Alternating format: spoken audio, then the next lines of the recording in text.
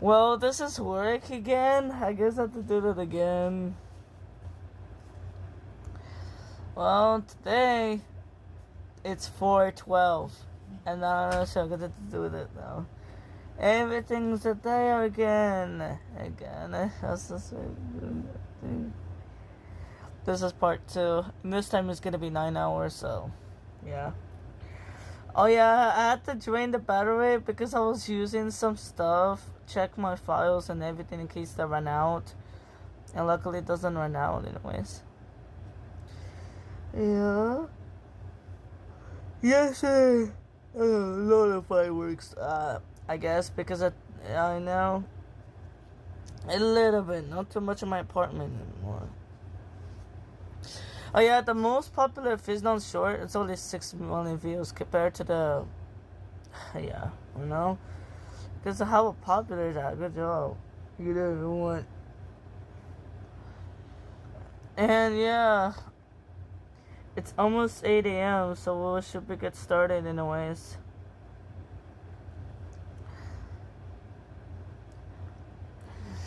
Wait, I have to turn off.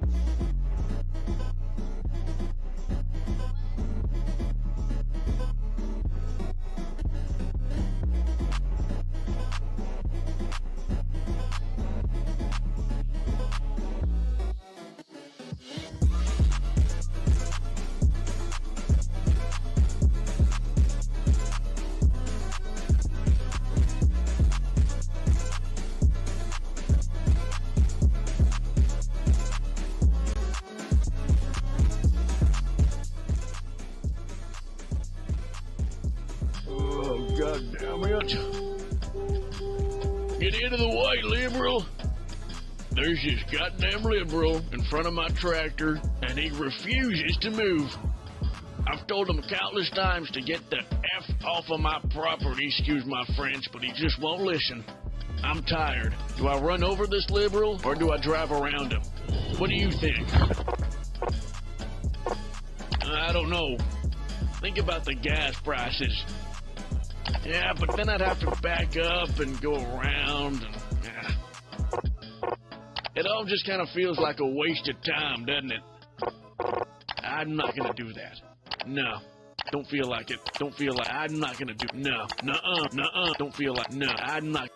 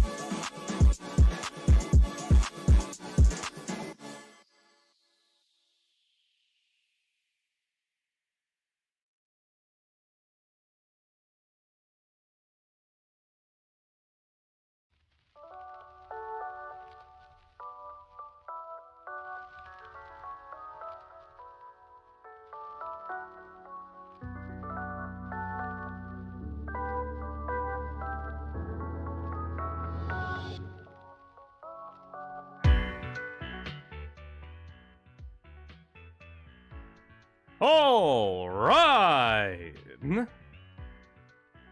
Welcome, Toxins. Welcome back to Date Everything. Hi. Hi, Topaz. Hey, Zenith. Hey, Oak the Joker. Hey, the other cartoon. Hey, Purple Max. Hey, Ninja Kitty. Caleb. Kraken. GPS. Definitely not a robot. How's it going, Alan? Beware Dakota Flare.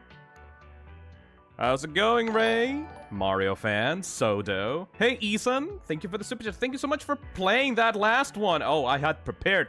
I can't believe that the most popular meme to come out of the release of Deltarune Chapters 3 and 4 is, for some fucking reason, Asgore running over Des with his truck.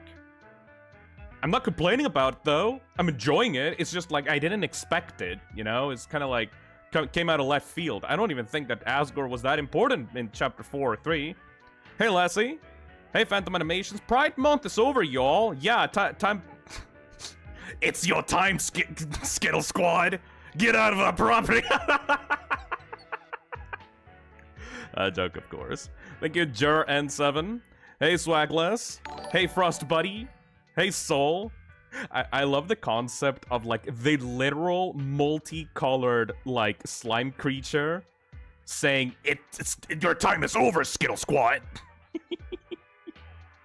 Swept Circle says, Phil, you missed the Asgore information. Oh, yeah, but I did look back on it, like, in the internet, to see what I missed. And, yeah, no, Asgore's time is going to be in Chapter 5, don't get me wrong. Still, though, I'm very excited. I still can't fucking believe that Chapter 5 is gonna come out in a fucking year! Just a year! It's a year! I having a fucking release date for Chapter 5, it feels unreal. Especially after... It's been a month! It's been a month since Chapters 3 and 4 have come out! It doesn't feel like it at all! Glad to be able to catch a stream. Hey, beware Dakota Flare. Thank you. I know that we're streaming date everything and all that, but still, just realizing that Chapters 3 and 4 came out a month ago. Literally a month. It does not feel like a month ago. It doesn't feel like a month ago. How has time gone by so fast, dude? Ooh! Hey, Soto, thank you for the $2. You filled my Deltarune-tism. Also, hyped for the video. Oh, yeah. I have to actually, communicate with people, and, I need to give out a little news. The Five Nights at Freddy's Secret of the Mimic video is still in production, and ideally, we should have it ready by next week. Also, just gonna come out and say it, I am not going to be able to stream next week, so the Secret of the Mimic video is literally all that you get next week. I think it's gonna come out on Saturday next week. Hey, Void Sniper? 12. Pride Month is over. It's time for Wrath Month. Hell yeah! So yeah, I'm gonna be out. I'm not gonna have access to my laptop on Saturday. So, next Saturday, I mean. So, you're gonna get, that video as, like, the in-between wait between, right now and, like, 2 weeks of me being gone, you know? I'll fill up the shorts. I'll fill up, like, Glitch Crown, Glitch Crown will be filling you up with shorts, and I will be releasing the 1-hour Secret of the Mimic video, so that you guys can enjoy, it while I'm gone, you know? But yeah, like, hopefully I will also be premiering it. I will be premiering it as well. So on Saturday, around the time I usually stream, you guys will be able to, like, talk to each other and, like, watch the video all together. Like, pretend that I'm live, essentially. Pretend that I'm live for, like, 1 hour stream, and it's just, like, really well edited for some reason, you know? Yeah.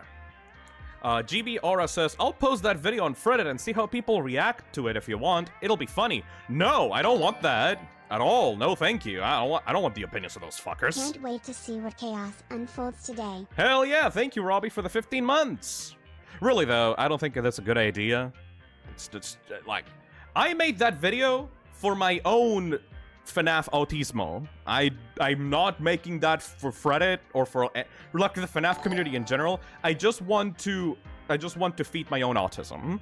Hey, Purple Max, thank you for the $2. So basically, you pull out the rollable TV. Yes, I'll be like, I'm too class. I can't teach you today. Like, I'm fucking hungover. I spent the entire weekend drinking, so you motherfuckers are gonna get to watch a movie while I just sleep on the desk. You got that, class? Don't fucking bother me, and I'll show you WALL-E by Disney. You're gonna enjoy your nice little quality fun time family movie. Let me sleep, motherfuckers. Okay, Mr. Phil? Hell yeah. Anyways, dude, when I was a kid, I fucking loved the free movie days. Like, I knew that my teacher was, like, depressed as fuck, and, like, his wife left him, but, like, that means I got a free movie, so I don't give a shit. Can we watch K-pop Demon Hunters? Yeah, I'll pirate it from Netflix, and I'll just put it on the TV, and you guys can watch K-pop Demon Hunters while I'm, like, sleeping. I say that, but I would also probably watch it with you, because that movie's peak. Hey, Firewall Fighter, thank you for the €5. God, I'm in a really good mood today. Also, even though I put it on the schedule that today was going to be the last day of the stream, I actually did find some time for Sunday. Sunday, I am still able to stream. I just don't know what. There are. I only put. I put like a few selections on the poll for the members of the channel, and the top 2 suggestions were like, date everything, and then below that it was Showman's The Awakening. So I did those streams this week.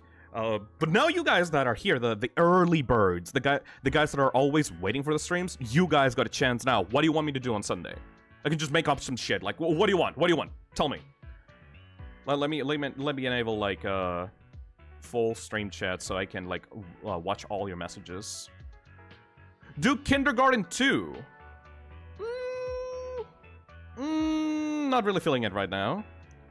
Ultra Kill. That could be cool, but it's still not finished. Uma Musume. But, like, not many people voted for Uma Musume on the post, so I'm not sure. FNAF Help Wanted in VR. I don't have access to my VR headset right now, and I already did that. The rest of Snowgrave, I'll just wait for Chapter 5 for Snowgrave. Angel Hair. Isn't that a YouTube analog horror series? I can't play that.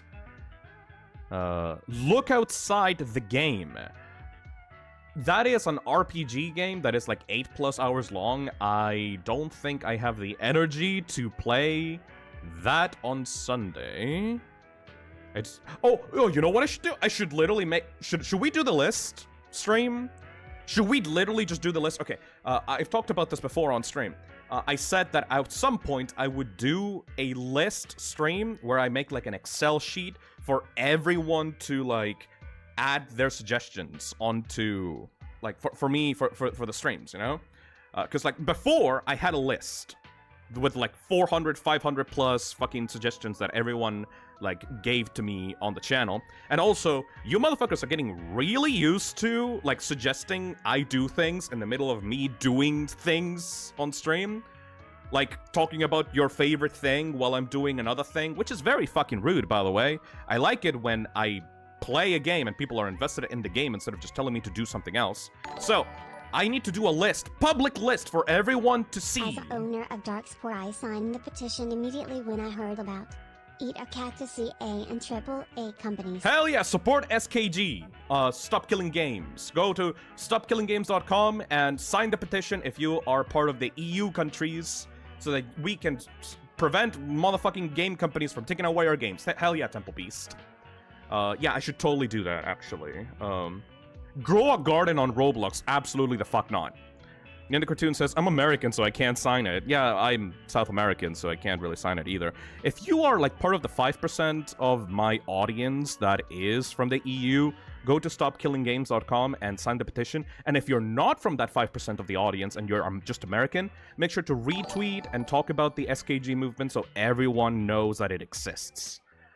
If you don't know what SKG is, I talked about it on the last stream, but now that I have a moment to actually talk without getting jump scared by spooky men, we'll get jump scared by spooky men in this game later, but before we do that, I want you to direct your attention towards stopkillinggames.com and the Stop Killing Games movement. It was initiated by one of my favorite YouTubers ever, Ross Scott, creator of Freeman's Mind and Ross's Game Dungeon. He has been obsessed for years about the concept of companies destroying video games by taking away support for them after, like, servers shut down and refusing to give people, like, a way to play those games without connecting to the company servers. He is a huge advocate for great game preservation, and he has started this movement, like, around a year ago, and we need around 1,500,000 signatures in the EU so that Parliament is forced to address this issue in the EU and force game developers to have end-of-life plans for their online and single-player games and multiplayer games so that you can actually fucking properly play them, even if, like, if they're not super popular or super profitable for game companies. You should support this if you want your games to be playable in the future. Do you know that fucking Anthem died? Like, it's gonna die in like a few months because EA just said, "Oh, no one's playing this game, so who gives a shit? Kill him, kill him." And you can never play Anthem ever again, like in like a year or so. They're shutting down the servers because of it. So I am fucking impressed that Ross was able to bring in this amount of people, considering he's like a small-sized YouTube channel like mine. He has around like 300,000 subscribers on his YouTube channel, and this huge movement that he started blew the fuck up. And I'm very, very excited for it to like actually have some kind of effect. Raito says, "But Phil, why would I want to be able to play the games I buy?" Yeah, this fucking mentality that some people have of like, "But Phil, those games like are like unpopular anyway. Like, I'm not interested in playing this game. I could just play the newest Call of Duty." It's like, fuck you. So many developers, I'm not saying fuck you to Raito specifically, no, I'm saying like to the people that have this like mentality of like, "Oh, who cares if the game dies anyway? Like, we can just play the newest games." Like, I really care about games as an art form and games as like pieces of art that people and the developers have created, and them like, and seeing like actual art be lost to time and completely forgotten because game companies don't give a shit about games as art and just care about them as like products that want to squeeze out as many dollars out of it as possible is fucking nightmarish, and I want to fight it, and I want to promote it, and I want to tell people to promote the movement as much as possible so something can be done about it. Hey Boo, thank you for the $5. I'd sign it if I could, as I do love some live service games. Unfortunately, I live in America, so I cannot, but it's still amazing to see what they're doing. Yeah, America has fucked up laws. America has fucked up consumer protection laws, so the EU has to fucking come in and save this shit. Some people in America might say, like, why would I care about this movement anyway? I mean, it's not like it's gonna affect me because I'm an American. Like, they're in the EU. Why would that change anything? Well, the EU is a fucking super force for good for consumer rights all around the world, because the EU is a huge set of countries that buy games, and developers and AAA studios will be forced by the EU consumer laws to implement laws that will affect the entire world, not just the EU. Like, Valve got their asses handed to them and was forced to implement, like, how do you call it? Refunds in Steam because of the EU. Yo, Phil. Hope you have fun Hey, with Ali. the hot objects. Gonna miss Thank this you. stream to avoid spoilers, though.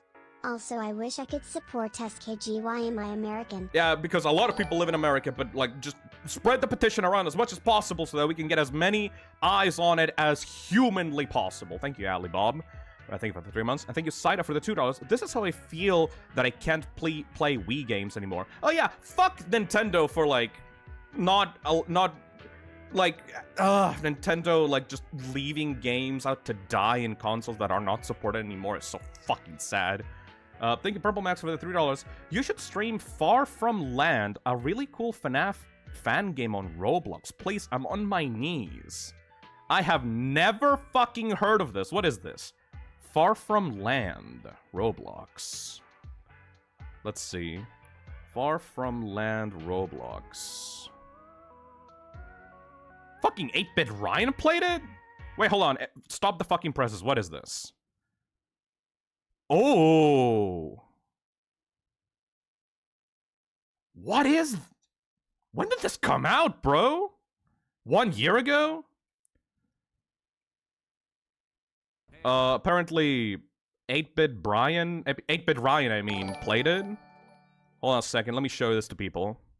Off topic. Every time a new game intrigues me but doesn't agree with my finances, you're the first one I, and my BF, come to when we feel like watching it instead. Oh, thank so you. Thanks for the chill vibes. Oh, thank you so much. Hell yeah, Firewall Fighter. I do always promote the games and want people to play them instead of watching me, but if you're short on money, then I'm glad that I could provide that service for you. Thank you. Okay, so Purple Max suggested this game, Roblox Far From Land. Hey, can we get some chat, please, sir? I feel like I kind of need some intel here. I don't like this. Is it a FNAF fan game or is it just FNAF inspired? Look, I freaking died. Holy shit! You tore my arms off. Hold on, let me skip around a little bit. Because, like, I always skip around in these videos so that I don't get spoiled completely, but I still get, like, a preview of what it is. Oh, they got the Roblox pressure, like, font as well. Brilliant. Thanks, Bishop. You're equipped with a ship horn that'll scare. It's a FNAF game inside of, like, a ship? Hey, Fuyu, thank you for the membership. Leafy Bonsi says, oh, I think I've played this. It's pretty darn cool. Thank you. So can we stop now? I want to wait until I don't see him anymore. That's They got awesome. proper, like, animations and shit for the animatronics. Huh. Where the heck is the generator fuse then? So I don't know what that one is. I don't know if we, Ooh, need to walking call the around with the elevator, flashlight 'cause, on. There is a means to call it. Also, why I can't go through this door anymore? That's strange. There. Listen for the motion detector at the same time. What are you fucking gonna do? You know these animatronics, they play dirty, man. Oh, you can see the FNAF 2, like, endoskeleton, like, eye texture. Like, this is, like, the Freddy texture for, like, the FNAF 2 animatronics. That's kind of funny. Yeah. No one's here. We are dead or something. You know, we're dead, right, guys? Just pretend we're dead. Interesting. Alright, thank you, 8-Bit Ryan, for that. I'll put that on the list! That's interesting. Okay, I have never heard of that before. Thank you, Purple Max. Okay, yeah, we definitely need to do this, actually. Tomorrow, I will make a bonus stream so that I can make a new list from scratch. And like I said before I got distracted about SKG, I need to make a public stream suggestion list. Like an Excel sheet of like all the shit that people want me to play. I wanna have like the list, the name list, how much it interests me, and like if like it should be like a priority or not, you know? It's probably not going to be like, even if it's on the list, I don't think that I'm gonna be able to get to it like within a year, because like people suggest so much. You guys want me to play so much. I don't understand YouTubers that say, man, I'm running out of content. I don't know what to do anymore. I don't know what to stream anymore. It's like, there's so much cool shit out there. I am overwhelmed by the amount of stuff I want to do. So yeah, instead of doing the old way where I just put in a text document and I just have like multiple like copies of the same thing over and over again, I will have a public Excel Google document list that everyone can just look into and see like, has Phil gotten this into his list? If not, I will recommend it to him. And then I will add it, like, live on stream, I will add it back, like, I will refer to it, and I will add it on the Excel sheet. And then we can, like, go through it more together, like, closely, like, all together, you know? I think that would be really fun. And also, get the energy out of, like, the suggestions out of the stream, because that's like the #1 thing that pisses me the fuck off on stream, when people tell me I should do something while I'm doing something that people already suggested I do. Like, imagine how horrible it must feel for someone that suggested for me to play this game, Date Everything, and then while I'm playing Date Everything, everyone is just saying you should play something else instead. And then I play that something else, and people say you should do something else instead. It's like, fuck off! Raito says, damn, that's a good idea. I'm probably gonna steal that Lamau. Hell yeah. I recommend it. Like, people are really interested in, like, seeing their favorite streamer cover, like, their hyperfixation, you know? Or, like, their small little niche game that they haven't heard about, you know? So, having a public list for the community to, like, look at and, like, keep updated would be perfect for me, you know? Yeah, I think that's about it. GB Aura says, by the way, I'm looking into getting into Resident Evil. Should I start with 2 or 4? GB Aura. If you want to start playing the Resident Evil games, there are 3 ways to do it. You can either start with Resident Evil 7, because it's a very basic Resident Evil game that's basically a soft reboot of the franchise. It doesn't reboot the story, but it is designed to be played by people that have not gotten into the series before. It is like the start for me. Like, mentally, if you want to get into the Resident Evil series, start with Resident Evil 7. If you want something more action-based and something that is earlier in the Resident Evil timeline, start with Resident Evil 2 Remake, because that remake, even though it's technically a sequel to the first game, it's also made if you just want to get into the gameplay right away, and it's also mechanically better than Resident Evil 7 in my opinion. And if you want the true way to get into the series from the very, very start, play Resident Evil 1 Remake, but I promise you that's the hardest way of getting into the series, because even though that's the first game on the timeline, it is also like a fucking 30-year-old game by this point. It is super hard to get into, it's super unfair, and it doesn't have the quality of life features that Resident Evil 7 and Resident Evil 2 have, you know? A lot of people on stream right now are saying, like, I started with 7. Dactylowski says, I started with the original RE4. Ooh, that's an interesting one. But yeah, if you want to play Resident Evil 4 or Resident Evil 4 Remake, I recommend you do Resident Evil 2 first, because the character of Leon is basically like a direct, like, follow-through line from Resident Evil 2. Like, his personality and the events of Resident Evil 2 inform his actions in Resident Evil 4, you know? Also, play Resident Evil 4 Remake, because Resident Evil 4 Original is very archaic, and the tank control gameplay is probably not gonna be good for people that are just starting the series with their own, like, conceptions of the horror game genre and, like, shooting games, you know? Phil, you're the reason how I learned we can date work and the freaking UI of the game. Technically, I'm not the reason. Azazel is the reason, because she's been guiding me through this game on the first stream. This time, though, I'm gonna be doing it by myself, because I want to, like, just explore and have as many datables as possible and see the game through my own eyes without getting guided by the hand by someone else. I will take suggestions on what guys you want me to date first, though. Like, I want to see, like, what chat thinks would be the best option. But otherwise, I'm just gonna, like, meet as many as I can, you know? That's about it, really. I don't think I have anything else that I wanted to say before we start. Do the TV, mayhaps. Oh yeah, I definitely want to check out the TV. Like, I wanted to check the TV for a long time, but, like, you know, Azazel was guiding me through the stuff, so I didn't have time for that. Hey, Core, think of it 5 months! 5 months. I've been so obsessed with Date Everything the past week now that I bought it. I love my beautiful spouse, Mac. Hell yeah! Emoji. Thank you. Thank you so much. Logan the Nerd says, have you seen K-pop Demon Hunters? Yeah, fuck yeah, I have seen K-pop Demon Hunters. The Han Moon is currently being destroyed by the real-life fucking, like, Saja boys, by the way.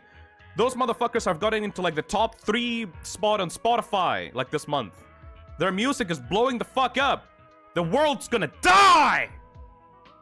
Anyways. I recommend you go see K-pop Demon Hunters. Especially if you have like it's gonna sound very incel of me to say, but if you have a female friend, a friend of the female variety, you should go see it with them, cause like this shit didn't get me into K-pop, but I got it. Like, I got it, you know? Like, I don't think I'll ever get into K-pop as, like, a genre. Like, it's not really my type of thing to listen to.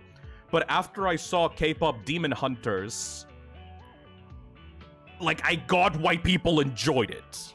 You know? Like Danny DeVito zoom into my face and go like, I get it. That's beautiful. Shit's beautiful, man. Raito says, it's also refreshingly a movie for the female gaze for once.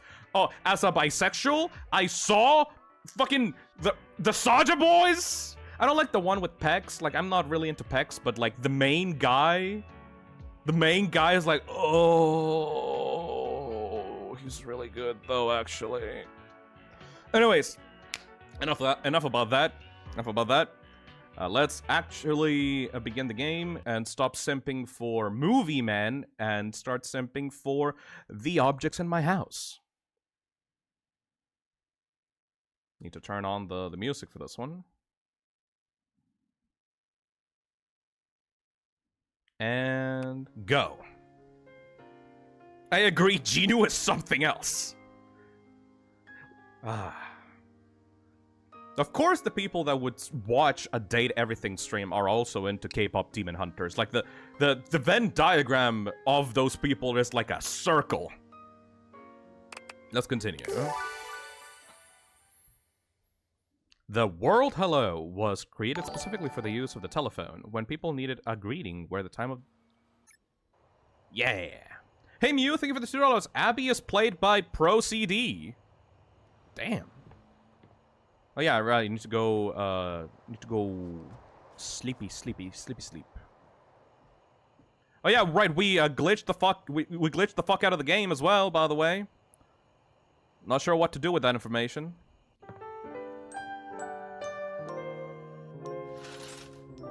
Should I just immediately try to date whatever the fuck this thing is? The curse.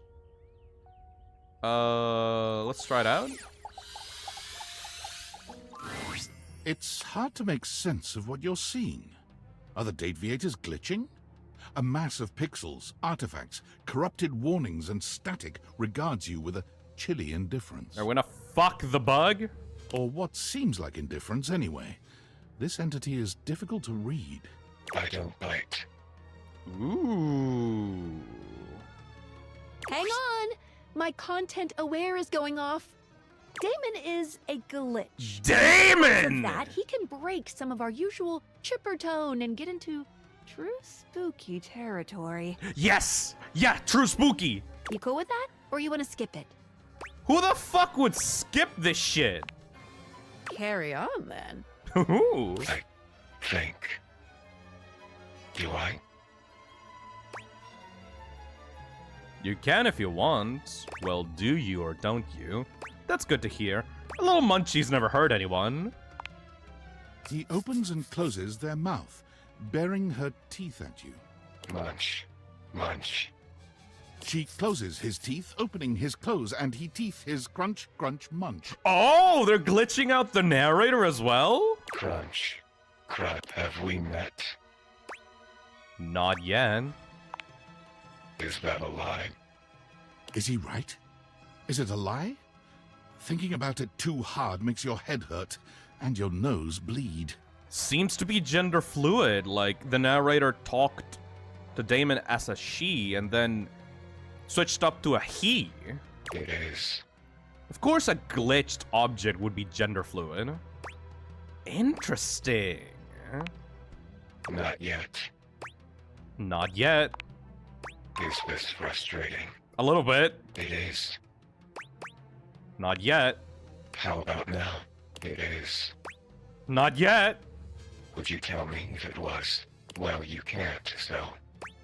Not yet. Would you lie? Damon, let me save you the trouble. What? Not yet. And yet. And yet. And yet. You want something. Pick your poison.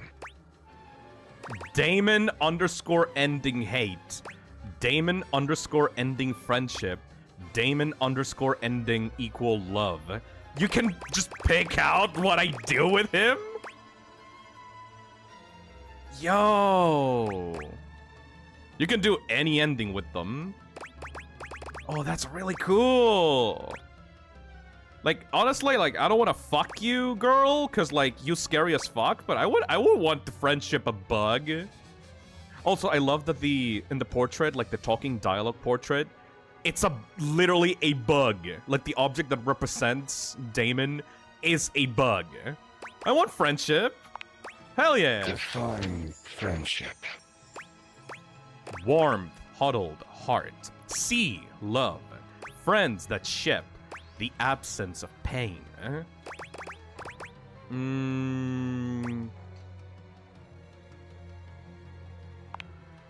Warm, huddle, heat. Friendship. Friendship! Like this. Huh? Friends! Oh my god! Friend screen line.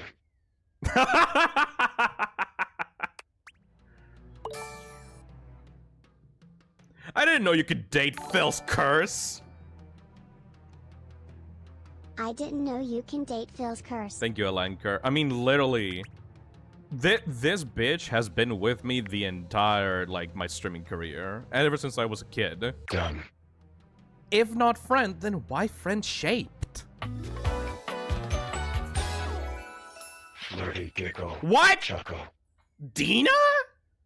I thought it was Damon. What? See? No biting. Oh, this motherfucker's weird. Oh, Flirty giggle. Dina! Not. Flirty giggle. Chuckle.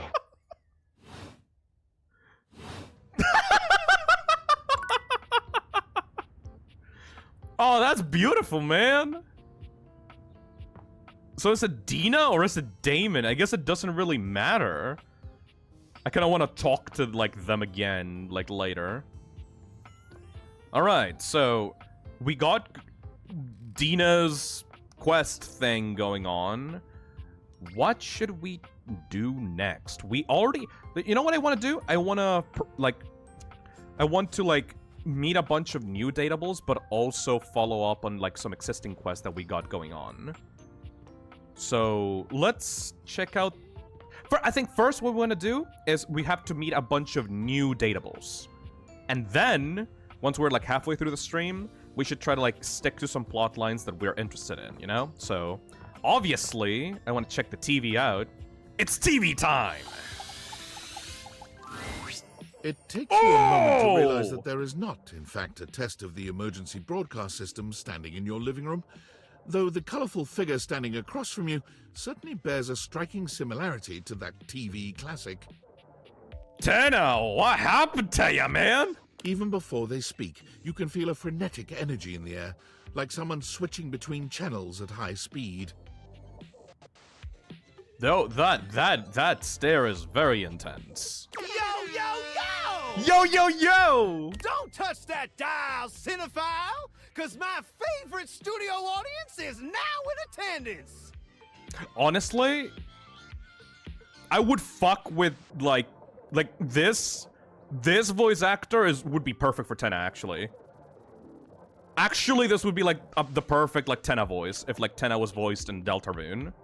The VIP attendee, the overviewer, and sometimes wooer. Ooh. The supreme dream who makes this flat screen scream. The fantastic red shirt means you're ready to flirt. Because I bought the DLC. Oh my god, they're like in their feet and their legs, like it's like AA batteries. How can I cater to my greatest spectator? Everyone's saying Cyborg on chat. Is this actually Cyborg's voice actor? I like being catered to.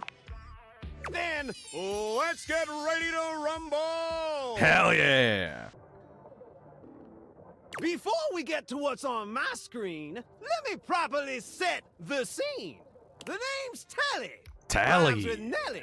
Like, whoa, Nelly! Did you know Telly offers 5,000 channels like an endless deli? I love this energy. Holy smokes, folks! Telly. So ask not what your country can do for you. Ask, can you dig it? Oh my god. Are they just quoting fucking, like, lines from TV? The fucking politicians and shit? Are they doing the Spampton thing? Like, quoting just random lines from, like, TV shows and movies and, like, political, like, stuffs? 5,000? Damn straight! Damn straight! It's one small Oh my god! one giant leap for mankind. The fucking moon landing? Are you just a machine of references? 5,000 channels is the most offered by any provider. I know this because I'm an entertainment insider. 5,000 channels of cheers. 1,000 channels of tears. This motherfucker literally just talks like a Deltarune character. I'm in love. Holy shit. Can Valdiviflix compete with that? Or even Viewloo? That Valdiviflix copycat? Fucking Viewloo. Telly shows are must-see. Their programming's just musty. Ew. How's your pricing? Well, I'm sold. How's your pricing? Prohibitively expensive. Typical. Can't fault a TV for trying. Anyway, since you're here, my dear, why don't you just kick back and recline? Unwind from the grind and free your mind with 120,000 hours of programming combined. View that queue till you go blind. Fresh from the juice. Fresh from the juice. Sounds great. Loading programming, optimizing for comedy, haha, analyzing for reality, boo-hoo. Pratfalls and close calls from straight to your eyeballs. And, yeah, Mr. White, yeah, science, bitch. That's just from fucking Breaking Bad. Dude, this is like, okay, this is literally like Tenna's and Spamton's love child. Like before the divorce. I found 15,000 shows you wouldn't oppose. So what genre can I impose on you with my flawless flows? Reality competition, home renovation, local community access. Maybe I should just go. Reality competition sounds pretty good. So that's who you giving your rose to, my boo? Ooh. Looks like the tribe has spoken. Just put this shit on, like, instead of, like, the quotation marks, put, like, brackets in it, and it's just literally Spamton dialogue. Oh my god, I love this. I love this. I love this so much. Very clever. I don't get the reference. Is it outdated? That didn't rhyme. Very clever. I'll assault you with my pop culture. Ha! Hey, look, it's a slant rhyme. It works. I don't care, man. You're fucking killing it here. Like, I'm 100% into it. All right, my delight. I'll give you a reality infusion in 4K resolution. Yeah, everyone in the chat is saying it. Like, those females saying, like, literally Spamton's and Tenna's child. Oh my god. Cougar versus Cougar. Thrust into the wilderness and stranded in a remote location miles from any plastic surgeons. 10 older, attractive women must rely on their wit, resourcefulness, and cunning to battle for survival and outsmart their adversaries. Oh my god, the voice change! It actually sounds like a TV reality show narrator. 10 actual cougars. With tensions running high and cougars lurking around every corner, alliances will be forged, rivalries will emerge, and the women must dig deep within themselves to prove once and for all which cougar has the sharpest claws. So, my daffodil, shall we commence with this TV and chill? I would fucking love to watch a show like that. Yeah. What else is on? Wouldn't you rather go for like a stroll or something? No. Okay, you know what? You know what? I want to hear more of this. I want to hear more of this. I'm 100% into this character like immediately. What else is on? I've got 15,000 other shows I've yet to disclose. Gimme. So what genre can I impose on you with my flawless flows? Home renovation, local community access. Okay, what about home renovation? Time for some narration elation about home renovation. The delivery on 10 actual cougars. Alonzi?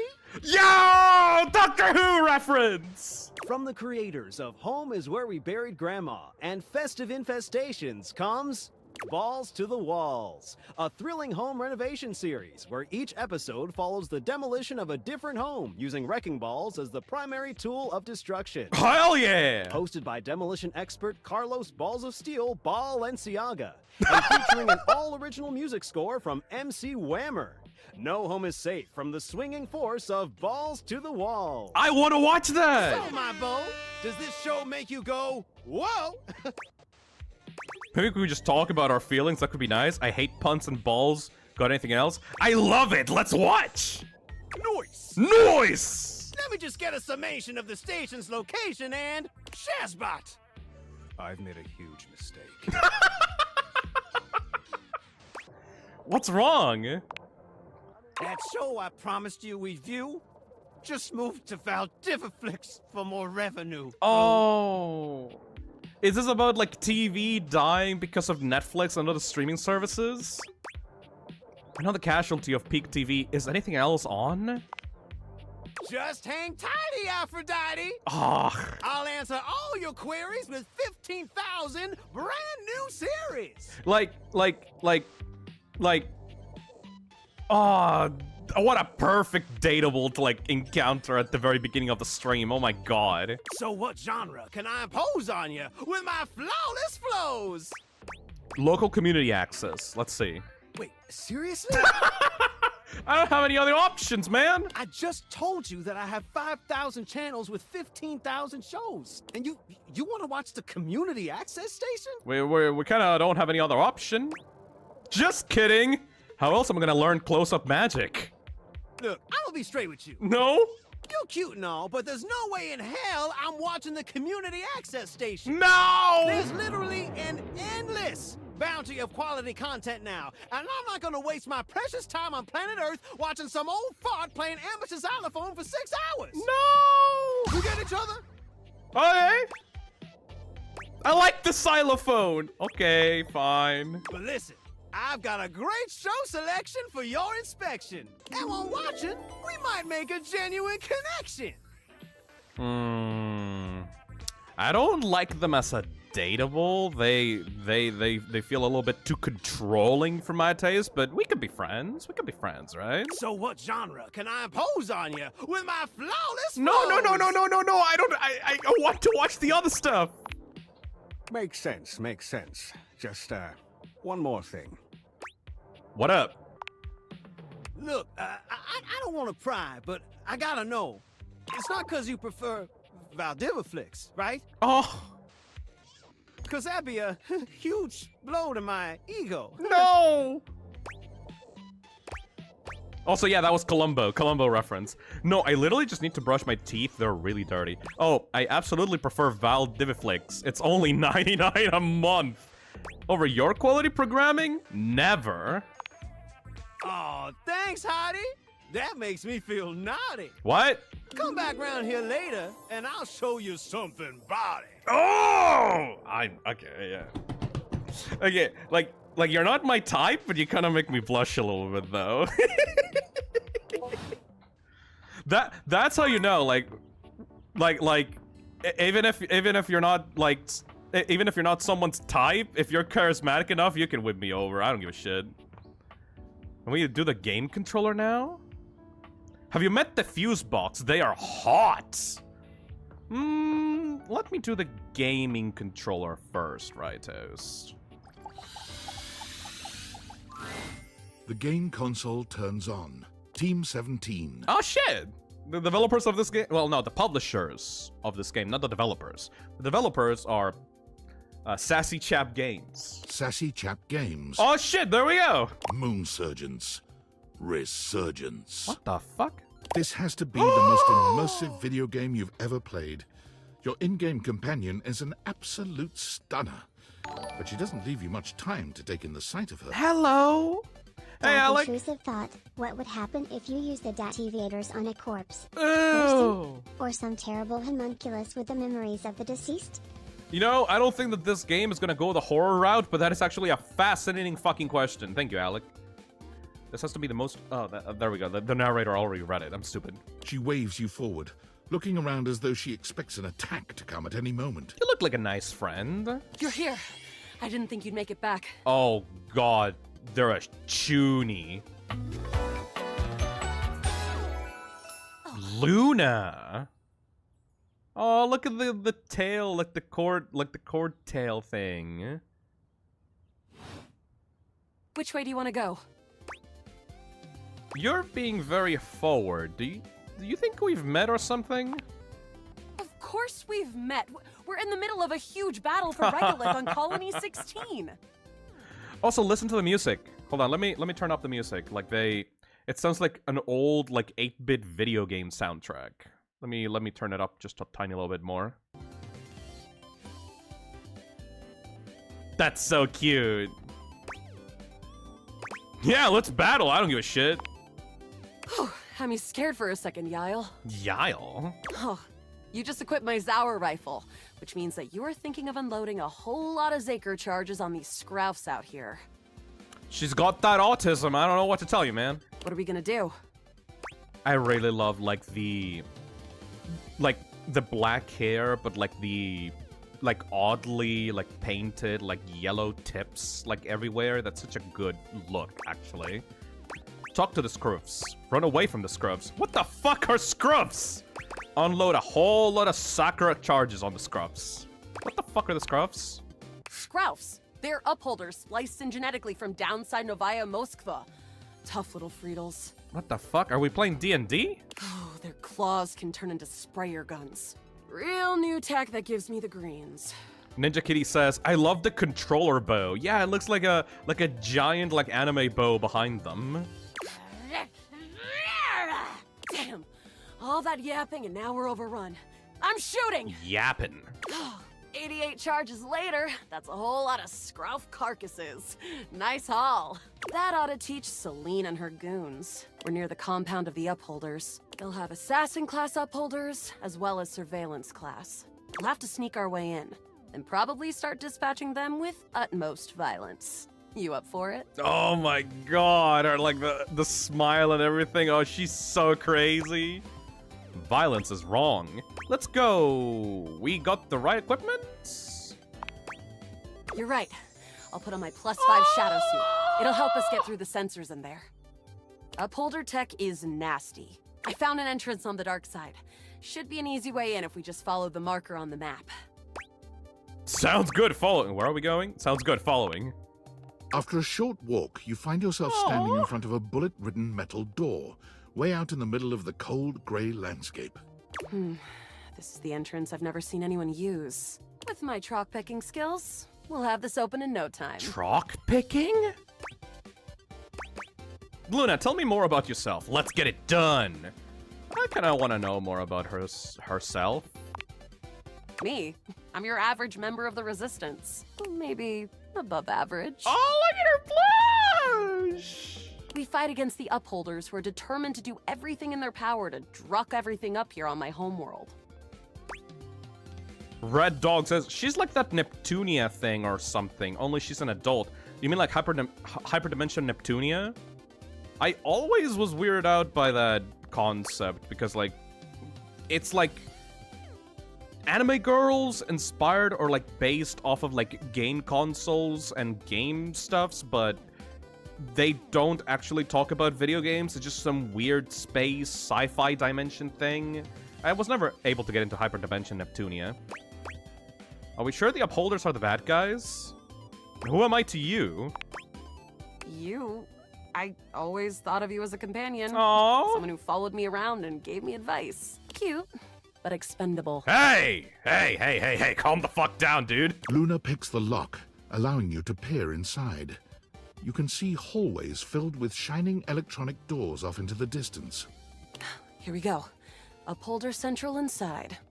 I'm seeing Grunt class upholders, who shouldn't be too bad. There will be Surveillance class 2, which can sound the alarm. Sounds dangerous. It is. Very. How do you suggest we do this? As quietly as possible, try to date one of the guards. Who cares? Guns blazing. Let's light this place up! Yeah! After merely a few charges springed from Luna's rifle, the corridor is absolutely swarmed with guards. Ah, bits, we've got company. Drop your weapon! What? She has a helmet? Cease! Plasma drites! She's role-playing as, like, the video game enemies. The battle rages through the halls as you and Luna drop guard after guard. Aww. Can you really hate that smile? Like, I don't think you can hate that smile. There you are. What are you, fucking W.D. Gaster? Oh no. I can't see them. I can't move. You can't quite tell what's happening, but a vast laser peeks from around a corner and engulfs Luna's stiffened form. Grab Luna and run. Bravely, you take Luna's frozen body and crash through the remainder of the hallway. What the fuck is going on Once in real she is life? removed from the power of the strange weapon, she hangs limply in your arms for a moment, enjoying the ride. Oh, look at that smile! Give her a wink and smile. Continue running like a badass. You run further through the maze-like compound and finally make it to an empty office. Krah. We lost a lot of gear there in the Tryst of Battle, but at least we still have enough health to get us through to the end. We're getting close. You want to press on, or should we take a crafting break? What's crafting? We have a chance to use what's left in our inventory to make something that will help us in the final battle. Let's get crafty! All right, we can craft something really special using this workbench. We have to mine, we have to craft. Let's Minecraft! This thing can take anything we've got and transform it into anything we don't. Does it take compliments? What do we have in our inventory? Not much. We got zonked by that last encounter pretty hard. 1 globule, 1 wood, and 1 scrouf skin. Can we make something with that? We'll have to find out. Okay, let's get started with... 1 wood. Got it. And then? 1 globule. Got it. And then? Got it. And then? That's it, I think. All right. I don't think that's gonna give us anything we really need, unfortunately. But there's no reason to lose hope. Let me just put these together and... It's pretty globular. Which is always good for defense. Glooby? The wood gives nice heft, raising our attack. Alright. The scrouf skin makes anything look a lot better for comfort. We've got an amazing new piece of armor from this. That'll help us in the battle ahead. Just put whatever the fuck on your body. You It'll and serve as Luna armor. make your way through the final threshold and stop right before the entrance. Oh no. There it is. The horror of it all. The way opens up into a large regolith cavern. Mining constructs mingle with moon rocks as the terminus of the station is reached. But perched high on the crane next to a large glowing blue crack in the regolith was a well-outfitted spacer who looked just like Luna. Oh! You came just in time for the festivities to begin. Celine? Celine Moonrise! Prepare to die! Oh, she got DID. Luna, you'll never take Crescentia's power. The fucking accent changed into like a deep, like Russian woman accent. Shoot her in the face already! Yes! Oh, what's wrong with me? The glowing crack seems to swell. Charge, bitch! Yeah! The blue deposit of moonrock erupts, and from the crack, a monstrous creature bursts forth. Crescentia! Go!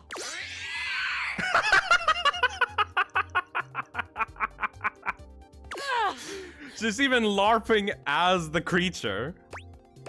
Shoot more, harder! Use items! Take this! Luna throws an elemental grenade that blasts Crescentia's scaly hide. Thanks to your crafting, Luna is able to withstand the mighty force of Crescentia's power. Holy shit, we're gonna get the good ending right away? The battle is fierce, but ultimately Crescentia and Celine fall to the ground. Yo! Presumably dead. Wow! Did that without even a single save. No scratches! Great job, Yael. I couldn't have done it without you.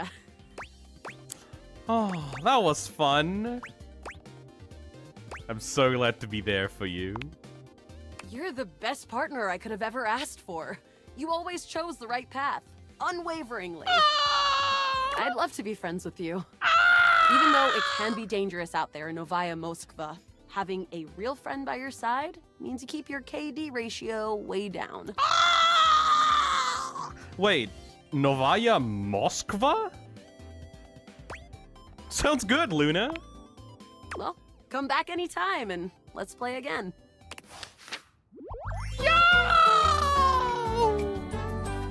My friend. This time for good. Oh, that's so cool. Oh, that's so lovely. Man, I gamed right into like the end of the day. Damn. What notification do I have now on my phone? What up, Sam? Well, well, well. If it isn't the Casa Casanova. Oh, shut up. Do you see what I did there? Shut up. That's wordplay, baby. It is shameful is what it is. Don't break your arm patting your own back. Oh, someone's feeling spicy. Dating your furniture really got you confident, huh? You're out here dating all these appliances and shit. But, like, why? Not why are you dating them, like, why is this happening now? To you. Can you date Sam? Let me press the space button. Oh,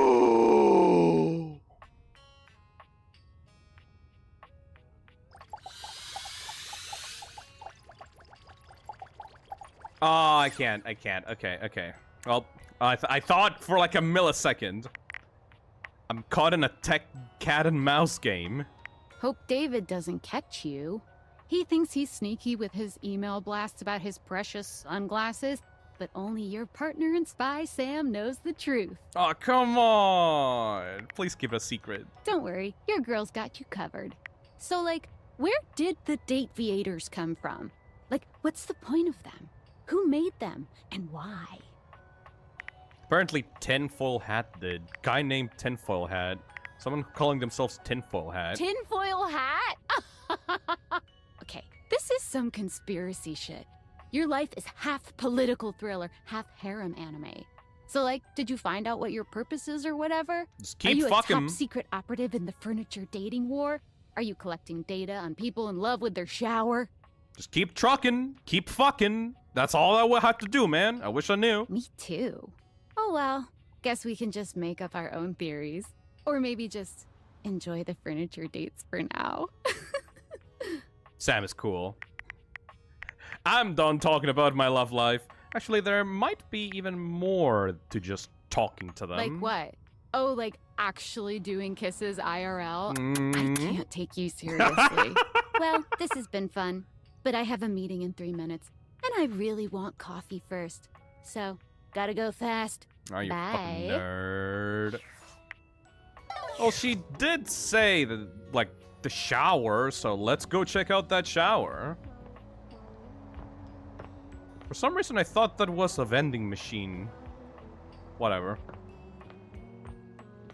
Let's go and get a shower.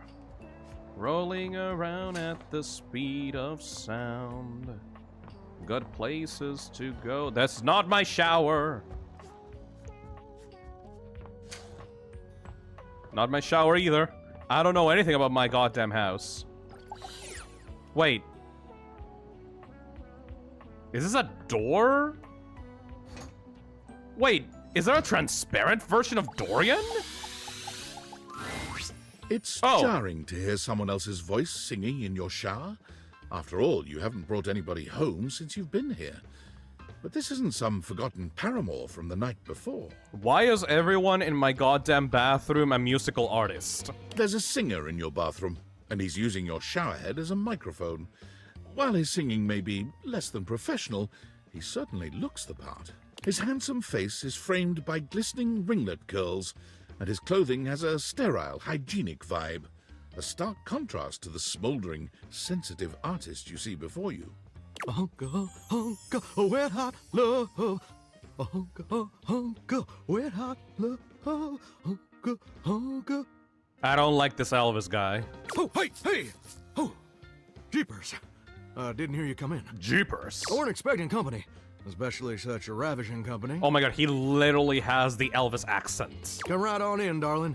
Be sure to wear a shower cap or you're gonna get yourself a mighty wet. Oh! Oh, because you're a shower. I get it. I don't think I know you well enough for that just yet. Glad I got the non-slip shower mat then. And a mighty fine sense of humor about you, too. It's maybe the best quality a person can possess. Right up there with calf roping. What? If you say so. Well, I'm just as happy as a pig in mud that you decided to stop on in. It's mighty nice to see a new face around these parts. What, I don't shower? Variety is the spice of life, as they say. And I can tell you're a healthy dose of paprika. Or maybe you're more of a cayenne. I like cinnamon. Sweet. Ooh, that's sweet. I don't like the way he's Like looking at nectar me. straight from the honeysuckle. I don't like the way he's looking at me. Unless you ingest a whole spoonful, of course. I'm a streamer. My natural enemy is the shower. But you can't fool Johnny Splash. Johnny Splash! Not 3 times, anyway. Not again. Well, I reckon we'll have to get to know each other better to really find out. Fuck off, my dick! I appreciate the sentiments. Well, you're mighty welcome. Name's Johnny Splash. Whoa! You sound like you do coke at the back of the stage. And I just want to make absolutely sure whoever saunters over my way is treated with the most respect and hospitality a gentle shower like myself can offer. You know what I've realized, like, over the course of me, like, playing this game? I really hate Casanova types. Like, it's this guy and the cabinet in the kitchen. Like, for some reason, like, silky-haired, like, smooth-talking Casanova types are just like, ugh. Black Bloom says, yeah, it feels too fake to be endearing. Exactly, like, I'm just like, ugh, get the fuck away from me. What do you want? Ew. I'll leave a positive review. Now don't that sound like a hilariously sardonic send-up to our crazy modern world? Squishy Cat says, what's a Casanova? A Casanova is a person that likes to sweet talk and, like, flirt around just for fun. Like, they are not flirting with, like, their romantic partner exclusively. They're just flirting around, just, like, be charismatic and, like, be friendly to people. But it's just, the way that... But be in a shower. I don't understand the reference. And, like, they usually, like, fuck around and, like, date, like, people, multiple people, and just, like, a fuck boy. I'm just saying a fuck boy. Here's what I reckon I do know, though. Skello says, oh, basically what you thought Cabricio was? Cabricio's a Casanova, what do you mean? Boy was risking me up all the time that I was playing, like, with him. It's just real darn important that folks keep coming by. Let Cherry says, a Ristler, if you will. You know what? Yeah, for you fucking Sumer-ass motherfuckers, yeah, a Casanova is just the old boomer way of saying a Ristler. Truth be told, it can get kind of monotonous around these parts. It's a shower. Please don't start monologuing. Too late. The spigot's wide open. Yes, sir. The bathroom can be a frighteningly monotonous kind of place. Just duller than dishwater. Or toilet water, as the case may be. I mean, just think on it for a second here. Would you go to a bathroom to have yourself a good old time? To experience something new and exciting? I just like to take baths, dude. They're nice. They make you feel good. To meet someone famous or important? Depends on the bathroom. Doubtful. See, that's exactly my point. That's just not what your average bathroom is for. Your common bathroom is a utilitarian kind of joint. Sure, it's useful and consistent, but it ain't a particularly lively spot. Ain't no nightclubs in no bathrooms, you know what I'm saying? Maybe, but I flunked out of 2nd grade, absolutely. Do you know what I usually spend all my time doing around here? Oh my god, I just realized, okay, that's a really cool detail to design. The shower scrunchie is like a big old flower on his, like, suit. That's actually, like, a really cool detail. Flirting with attractive strangers, binging TV series, using the toilet. What happens if I mention pissoir? Heck, I wish. Truth is, darling, I spend 99% of my day sitting around doing absolutely nothing at all. Oh, just like me, for real. Do you know how long it takes the average person to shower? Like 12 minutes. Oh, that's positively accurate. It takes the average person 12 minutes. Usually I like long showers personally, though. Wow, I'm wasting a ton of water. I'm usually in and out in like 30 seconds max. That's disgusting! I'm more of a bath person myself. That's your shower. I ain't here to pass judgment, baby. That's between you and the Department of Water and Power. And God. Here's my point about for the average person, it's 12 minutes. I looked it up and everything. 12 minutes of a water spraying, shampoo foaming, washcloth scrubbing routine. And don't get me wrong, those 12 minutes ain't bad at all. But do you know how long a day is? Smarts 5. I'm almost certain it's 24 hours. What the fuck? You need to level up to be able to unlock this option? Oh my god. Hey, I'm not so sure about that. What? 24 hours in a day. It's okay, I didn't mean to startle you. According to my studies, it's 1,440 minutes. What? Which means my job is quite literally just 1% of my day. That sounds amazing. And that's a problem? 1% of my day is grooming my armpit hair. That sounds amazing. Well, I get why you might be inclined to say that. But honestly, it's worse than a dead skunk in a wedding chapel on the 4th of July. Oh, the 4th of July was yesterday, dude. Which is really bad, in case that weren't clear. See, I'm a shower. If I ain't being used, it ain't like I can just get up and go boogieing down at the dance hall or something. This is just a fucking Deltarune Darkner having a fucking, like, existential crisis about their use. I can't just hop on over to the malt shop for a milkshake and some light canoodling. I hate that I'm so Deltarune brained while playing this game. It just brings it out of me. No? No, I'm just here. Perpetually stuck in this humdrum go-nowhere existence. Do you know how that makes me feel? Hungry? Like you complain too much? Terrible? You're gosh darn right. Aw. Sorry for swearing, Mama. It makes me feel unfulfilled, listless, bored stiff, like a scarecrow in a cornfield, like I'm gonna be stuck here forever. And all my dreams ain't never gonna come true. They are kind of literally Darkners, though, I guess. I love that the writers of this game, like, I'm not saying that they were inspired by Deltarune, but they very clearly have, like, the same creative, like, drive as Toby. Because, like, the Telly over there in the living room is just literally Spampton and Tennis Love Child. Like, they literally got the pulse of Toby Fox's writing when it comes to, like, Darkner stupid shit, you know? The flow of it, yeah. What dreams? Gosh darn it. Did I go and say that out loud? Tell me your dreams, Johnny. Listen, I don't prefer to talk about that. There just ain't much reason to have your head up in the clouds when your pipes are firmly bolted to the drywall. Some people get to have dreams, but Johnny Splash gets to waste away listening to leaky faucet strip. And that's all there is to it. Please, Johnny, tell me your dream. Oh, what the heck? You done twisted my temperature knob. Ew. Now, I reckon I usually don't do this, but you got a trustworthy face. Plus, I'd be lying if I said I wasn't just a little bit sweet on you. I don't want to shower anymore. So, I'll tell you my super secret dreams on one condition. Oh, I don't have enough sass for that. Oh, what's the condition? Come back and visit me again tomorrow. Ah, of course. Show me this ain't some meaningless fling for you. Come back around, and I'll share with you the secret I ain't never shared with anyone else before. I will, Johnny, I promise. We'll see, maybe if I'm real bored. Hope I'll see you then. Now you better mosey on out of here quick. Plumbers are coming soon to fix my water pressure issues. Uh-huh. What a lovely gentleman. All right, people. Come on, new datables. Which one?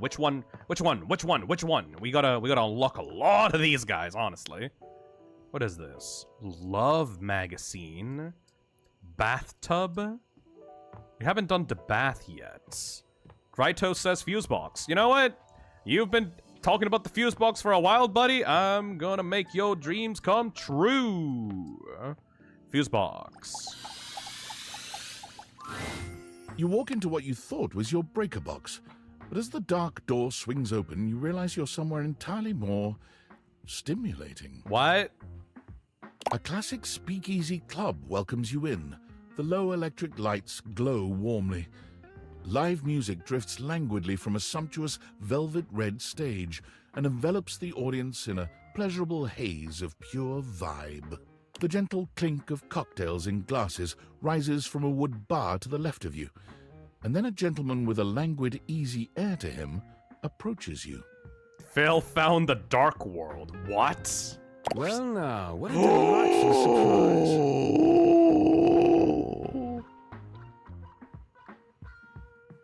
brand new patron. Oh my god.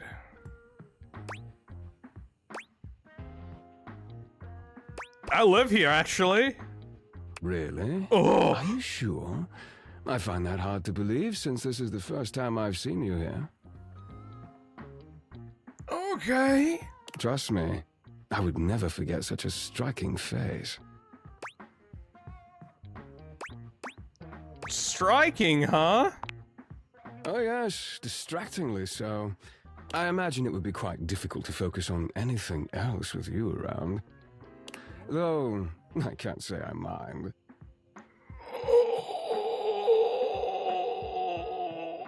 You have quite the reputation around the house, Livewire. I'm eager to explore it for myself. Oh my fucking god, okay. Skello says, y'all, that is the same bitch who voiced Legoshi from Beastars. Damn. But we're getting ahead of ourselves. Where are my manners? First time? Ooh, like that compliment hit me like a truck. Sorry, Mari Ari says, Vault you speaking. It was very effective against Phil. Yo, like that, This guy got some moves. My name is Vault. Ethan M says, Phil, you have to admit that this is a Casanova and be fair. Yeah, but this one works, and I don't know why, though.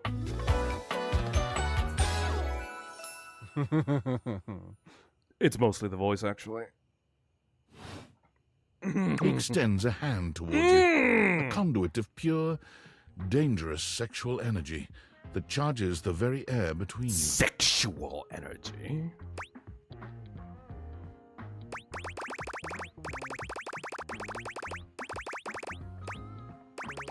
I'm nervous. Take Volt's hand. He lowers his head to brush his lips across the back of your hand. Was that a spark of static electricity you felt just now?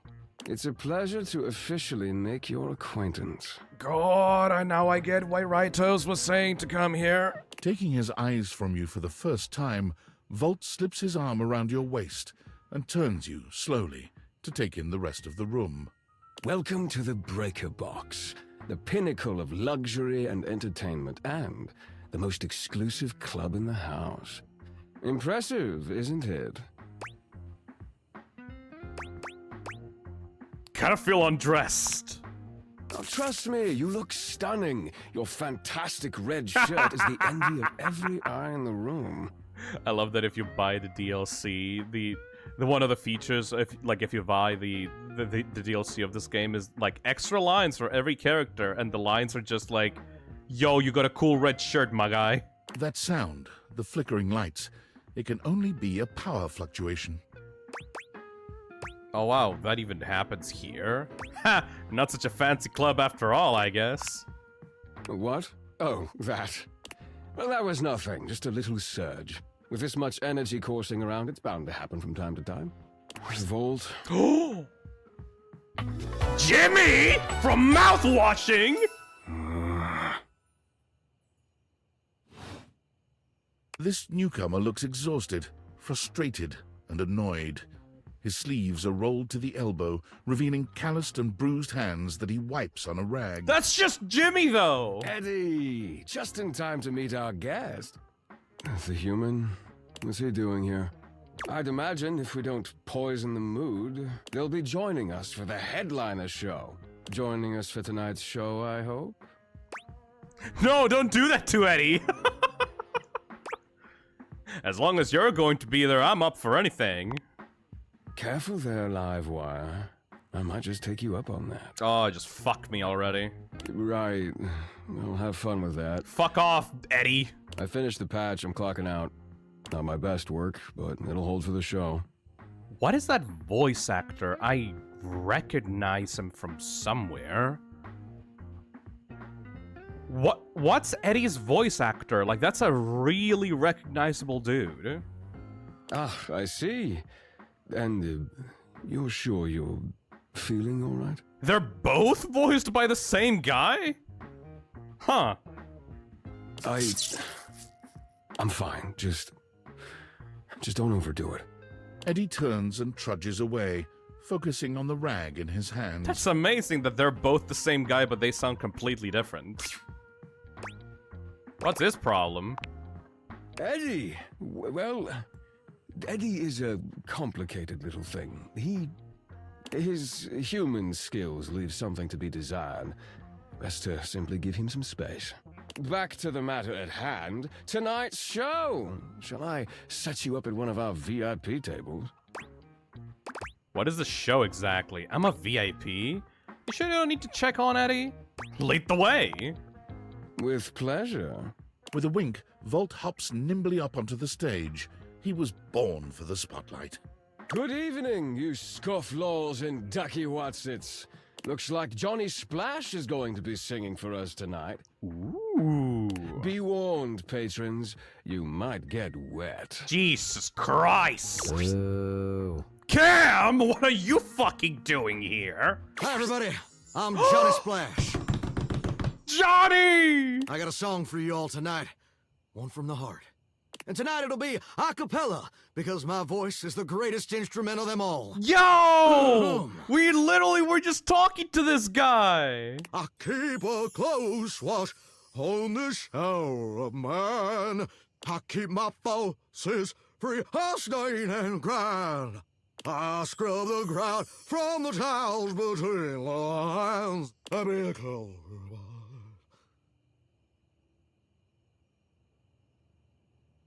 Okay. Oh, slide. That was amazing, baby. I even surprised myself. And the creator thing for $2. Meet the Toolbox next. His voice is familiar. Okay. I've seen many bombs The in my fuck time. is this guy? That one takes the crook-blasted cake. Is that the microwave? Oof. Even I couldn't clean up that mess. The vacuum? You didn't like it? I thought it was okay. I'll retool it and come back with something even better. Just you wait. Aw, Johnny. With the club beginning to close down, it appears that the show is over. Patrons mill about, talking amongst themselves. You spot Eddie nursing a solitary cocktail at the bar. Volt is nowhere to be found. Things feel colder and quieter without his presence. Speak with Eddie. Show's over. Club's closed. I just wanted to check up on you. Oh, I was hoping to talk to Volt. Is he here? Well, if the club's closed, why don't you and I hang out? You could at least keep me company until Volt gets back. Oh, sure. Let me just drop everything I'm doing and give you my undivided attention. Are you always this oblivious? Ah, shit. Are you always this much of an asshole? Yeah, kinda. Then allow me to make it perfectly clear. Get out. Oh! Oh! Alright, I'm gonna come back to that later. I want to see the light bulb as well. Hopefully the light bulb is not knocked, though. We'll see. We haven't fumbled yet, keep in mind. Like, we haven't gotten a hate ending, so we're still good, we're still good, we're still good. Hey, Gabby, thank you for the $5. Phil, I humbly request that you go to the attic after you're out of hearts. Oh. There's a secret character. Really? Thank you, Gabby. Just in time. I was just about to go to sleep. Huh? Huh? When you bought this house, you heard rumors the place was haunted. There's but a you never fucking paid any ghost! mind. But there's no question that the spirit floating before you is a ghost. She looks like she came straight from the 80s. Her clothes as dated as her skin is translucent. I don't have the glasses, they're just a ghost! Her eyes lock onto yours, and a chill runs down your spine. But where you feel a tingle of apprehension, this ghost seems elated. That's just a ghost! I don't have the date theaters on! Oh my god, oh my god, oh my god! Oh god! Hi! A ghost with the energy of Mabel from Gravity Falls. Zoe Bennett. What the hell? Boosh! Oh, my content aware just gave me a scare. Zoe is a sweetie, but you should know that her story might contain some descriptions of violent acts. Oh, I want to see how she dies. You cool with that? Or you want to skip I'm it? so fucking cool. Thank you, Skylar. Great! Hey, Boo says, boys, I got this one. What do you mean by this one? You mean the fucking dead body? Did she just hear you say that about her story having violence? No, Zoe actually can't hear me since you're not actually wearing the date theaters right now. Exactly. Ooh, pretty wild stuff. Yeah, we got a fucking ghost. Bye! Fuck you. Hi. Hi. Hello. Hi. Hello. Hi. Hi. What? I don't know. Just literally fucking Mabel from Gravity Falls. Oh my god, what are you? Where are you from? Do you like ice cream? This is the best day ever. I do actually like ice cream. What ice cream flavor do you want? I'm so confused. Same here. Oh god. I've just been up here all by myself for God. I don't even know how long. You'd be amazed at how bad my sense of time is. Like, it's actually kind of crazy. I can't even tell the difference between a minute and a month. Oh, she's adorable. But I have just been here, you know? And I am so bored. And I just give anything for someone to talk to. And I was just thinking about that. Like, I think a lot. Like, I'm such an intellectual. I want to be friends with her. And then here you are. Like, there you were. You might eventually be over there. And that's nuts. Friendship. I might already love you. Wait, though, what are you? Good question. Let me explain some stuff. Life, as you might know it, is kind of a complicated proposition for me. I don't know if you can tell, I hide it pretty well. Oh my god, I rhymed. Ah, that's amazing. Oh, that's adorable. Honestly, it's amazing to even be able to speak because a lot of the time, I can't make sounds, which is weird. And a lot of the time, like most of the time, I think I'm invisible because nobody can see me. And that's super weird because I'm totally real. You know, I mean, I think I am. So why wouldn't I be? Because if I can think, I must have a brain or a consciousness somewhere. Focus.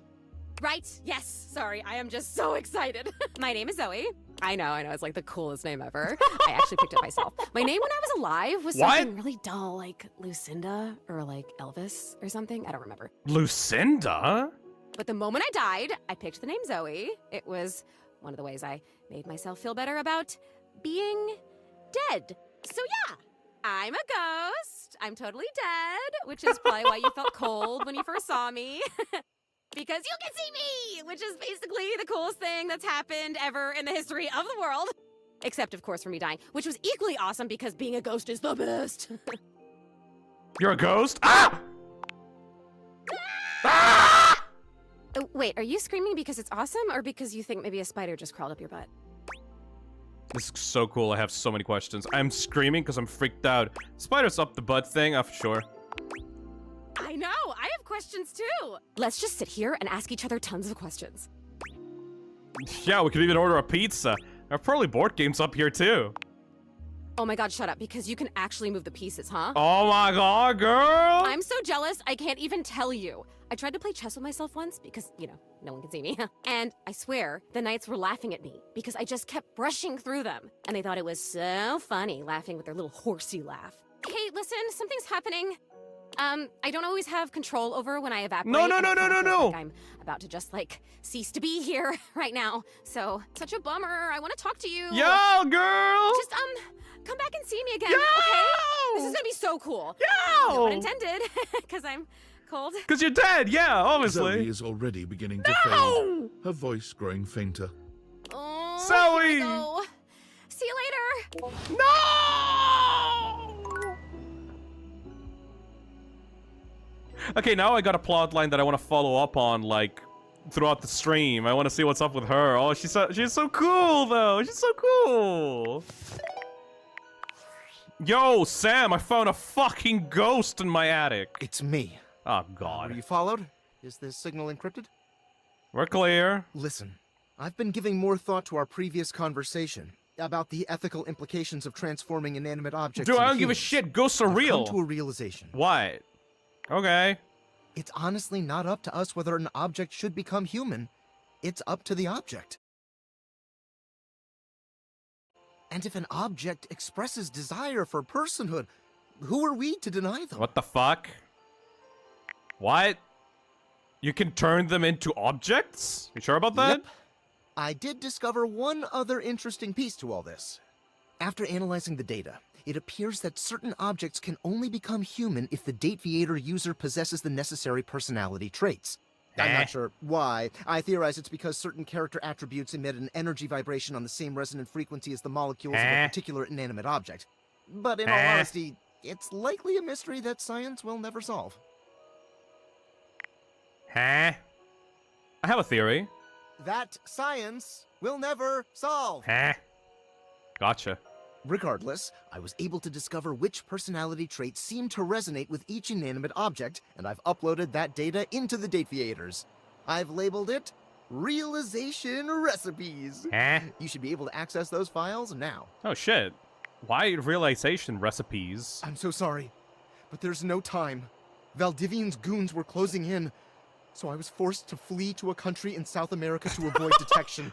And my cell carrier's overseas data plan is very limited. Seriously? 10 megabytes a day? That's pretty I bad. can barely send a GIF. What a joke. Remember, check the Dateviators for the realization recipes. You can make them real? Workspace. Yo, David. Valdivianites, it's David Most, your beloved CEO, with an important question. What do the following items have in common? Cellophane, eyeglasses, and bottled water. If you guessed they're all 15% off today only on Valdivian.com, you'd be absolutely correct. But even more importantly, they're all transparent. As your leader, I value transparency above all else, especially when the board of directors changes the locks on my office. Message received, Ian.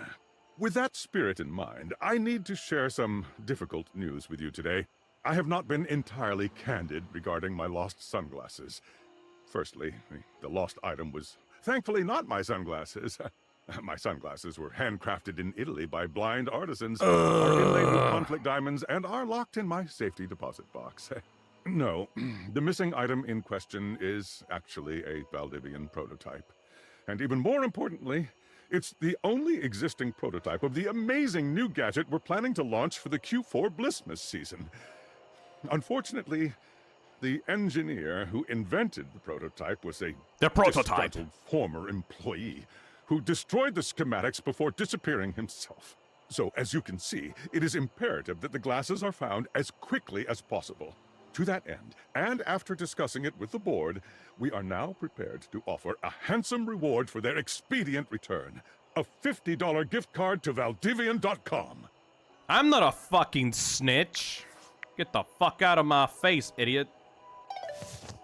Oh yeah, I should probably check out the recipes or whatever. Specs. That's not it. Where's the recipes? Skylar? Oh, I need to use a charge to talk to Skylar? Data decks? Relationship status. Love. Where's the recipes? Skylar, where are the recipes?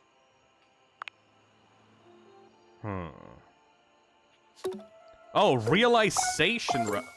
Oh! So to be able to make them come to life, you need to adjust these things? Interesting. And that's like your stats in the game. Eddie and Volt. Dolly. Dante. Luna. Aw, she's so cute. Cabrizio. Johnny Splash. You can make every single one of them come to life? Dasha. Penelope. Oh, she's so cute. Willie. Dina. Unknown. Even the bio for this object is like glitched out. Hey Basili, thank you for the super chat. I just finished this game 100% today. I would like to humbly request that you meet the fireplace and the D20 as they are my favorites. Hell yeah! Have fun for the stream. Thank you so much. You helped Harper and Dirk end their toxic relationship, and now you've earned her heart for yourself. I made a massive mistake. Bobby Pin. Fantina. Oh god, I still have to like talk to Fantina. Sophia. Lady Memoria. Textbox Chan. Sassy Chap. Zoe Bennett.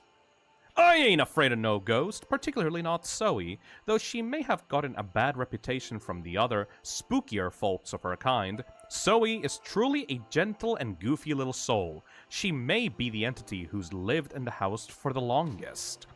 And there may or may not be some pretty crazy stories cooking up in that attic. I would love to become her friend. Nightmare. Yeah, no, like, Zoe talked about Lucinda, right? So she mentioned the DLC character? Anyways, let's go and take a little chill pill in our bed. Kinda creepy as shit that this thing's still glitched out even without the Dateviators on, by the way.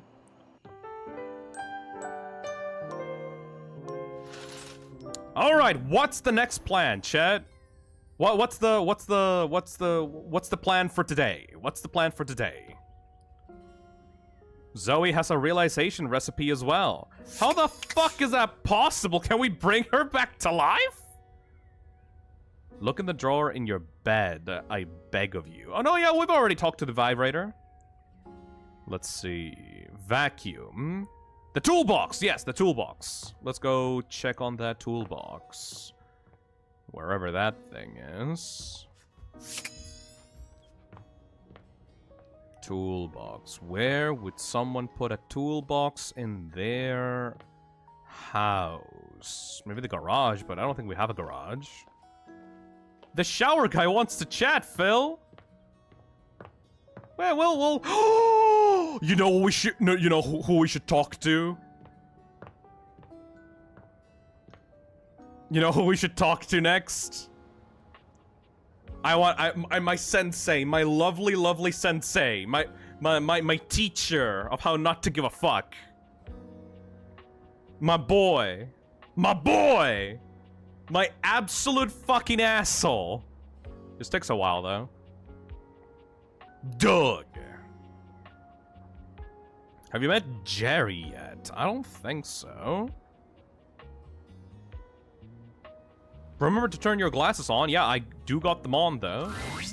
Sup, dork? My boy! Been seeing you around the house, adding more dateable objects to your stupid little cherub. Cherub?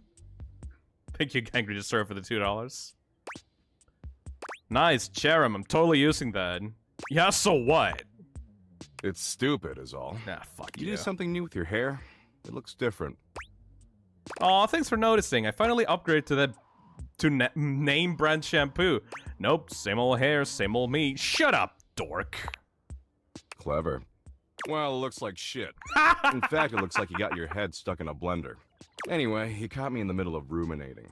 I ruminate a lot. It's hella tight. Hard agree. No, I don't think so. What were you ruminating about?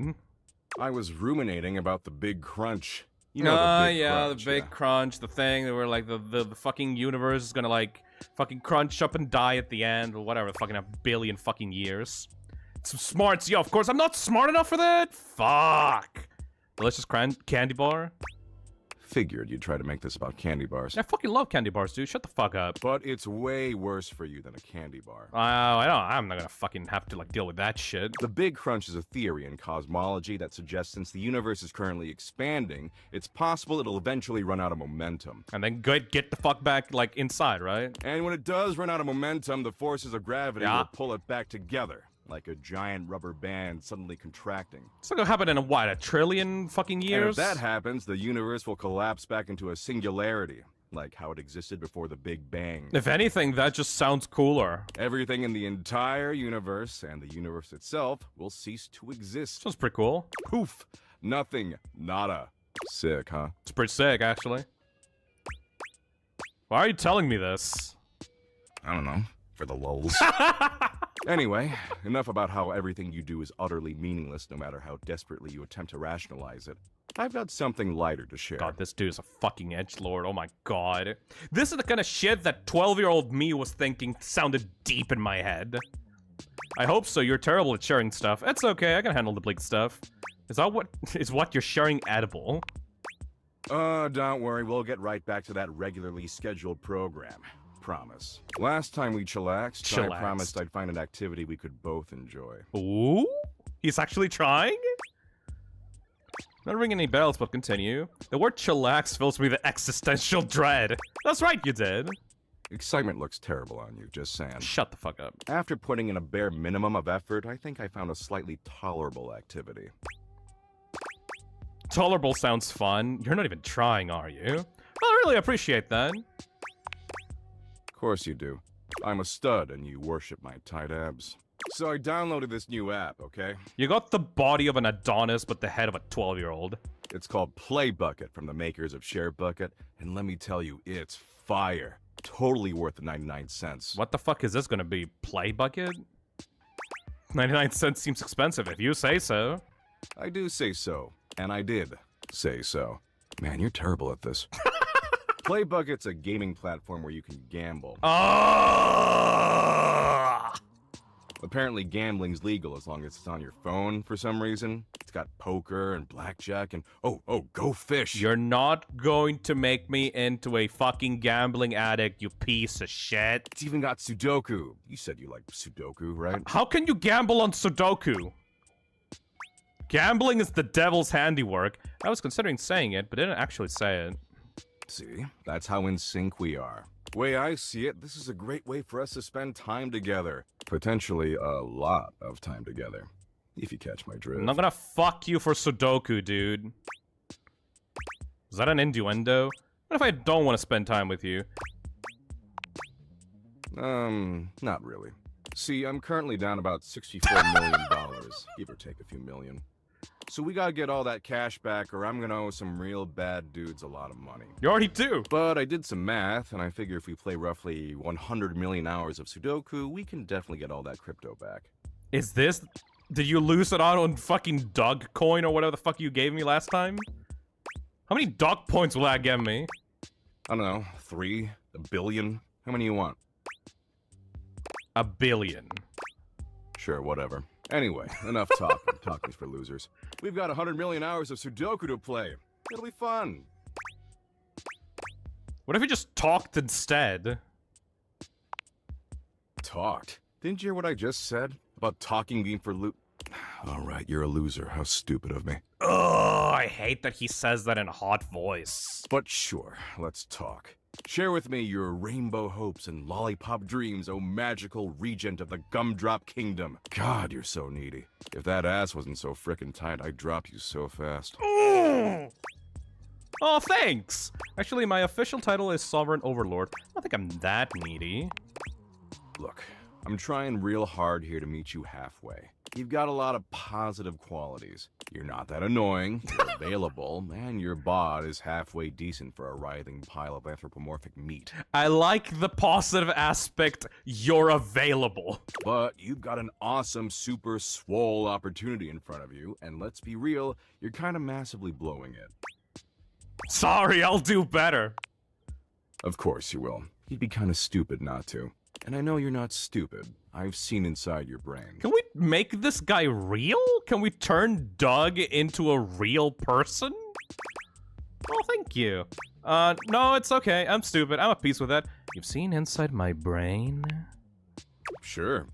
I'm an abstract metaphysical concept. I'm not bound by the rules of the physical universe. So I can do cool things like walk through walls, or infest people's neurons and poison their thoughts with relentless, unending horror. Cool.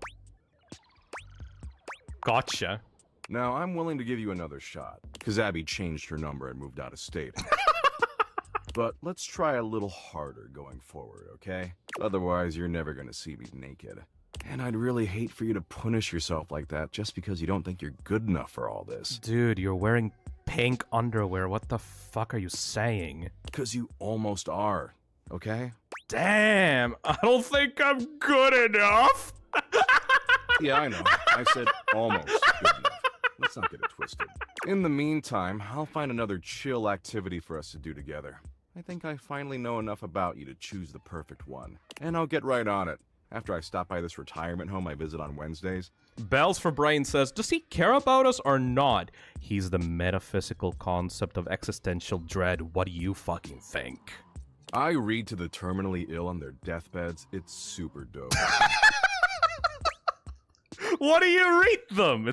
I'm sure it's gonna be nothing but fun stories. Mostly obituaries. It's hilarious. Later, dork. I fucking love this guy. What an asshole. Alright, we got rid of Doug for like a second. What else should we do? Let's see. Man, the guys that write Doug are amazing. Let's check out the basement, actually. If you can even call this a basement.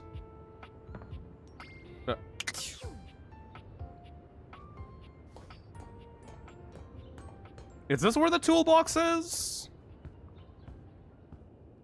Yo, toolbox! What's up with you? You see a concerned face peeking through what might be a cryogenic tube containing tape both sticky and cassette. The face notices your presence and begins to speak. Yes! This is Choice! I am officially found! Oh, okay, I like this energy. Oh, a time capsule. Neat.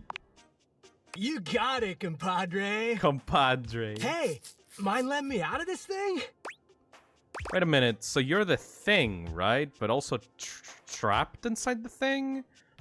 If I let you out, are you going to, like, cease to be, like, dematerialize or something? Can you see me out that little window? Yup, I am both in and of the time capsule you now possess. What? Pretty rad, huh? Yep, totally. Guess I'll let you out. The stranger who stands before you can best be described as nostalgia given form.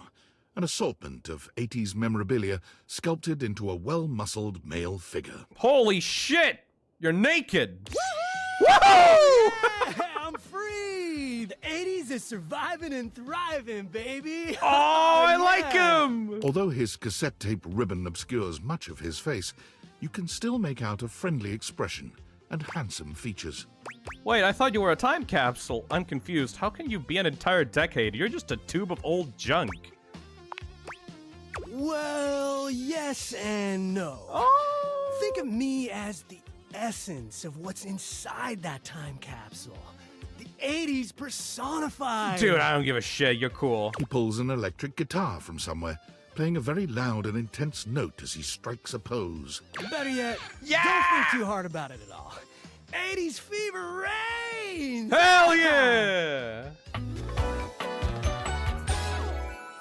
Yo!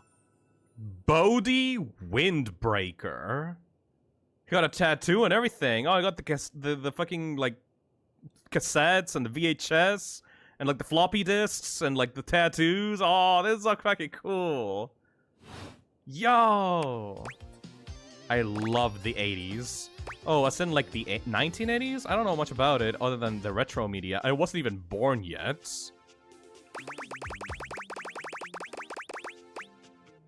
I don't want it to, like, make him mad at me, so I'm just gonna say I love the 80s.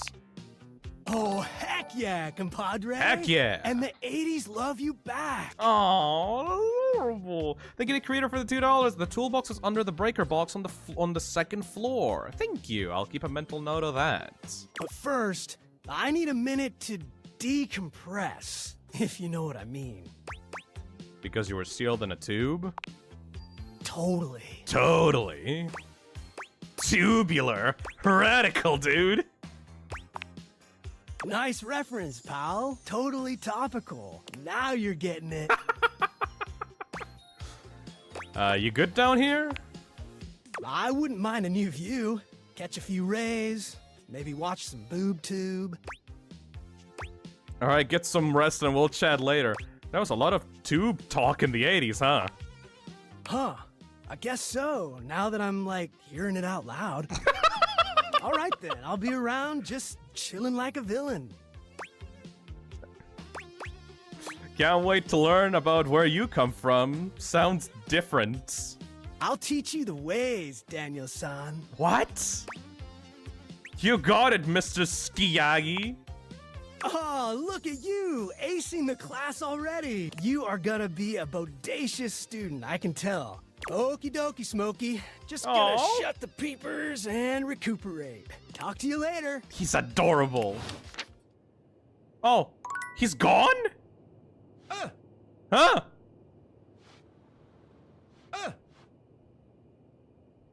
You can step on the rat trap. Should I talk to the rat? Let's see what the rat man is up to. Come on, where's the good stuff? I needs the cheese. Never mind, that was a complete fucking waste. Fuck me, I guess. All right,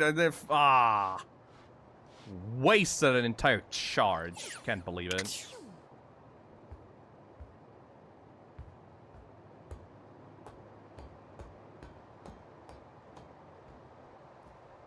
Bruh. Alright, let's go check out that toolbox.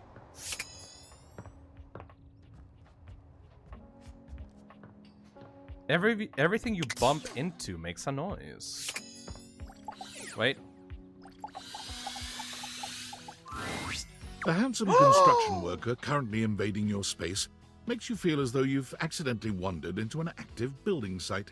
He holds up his hands to stop you from going any further, glaring at you as he looks you up and down. Oh my god, the mediator, like, belt and everything. Whoa, whoa! Where do you think you're going?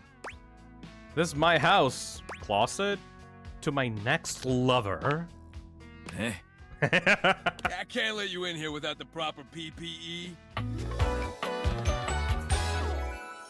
Yeah. Tony, my name is Tony. Please tell me you have a New York Tony accent. puts his fingers to his mouth and whistles. Hey, oh, get him out of here. Get him out of here. Hang on a minute. PP what? Your hard hat, your boots, your high-vis vest. Come on, this is a job site. Except it's the breaker box closet.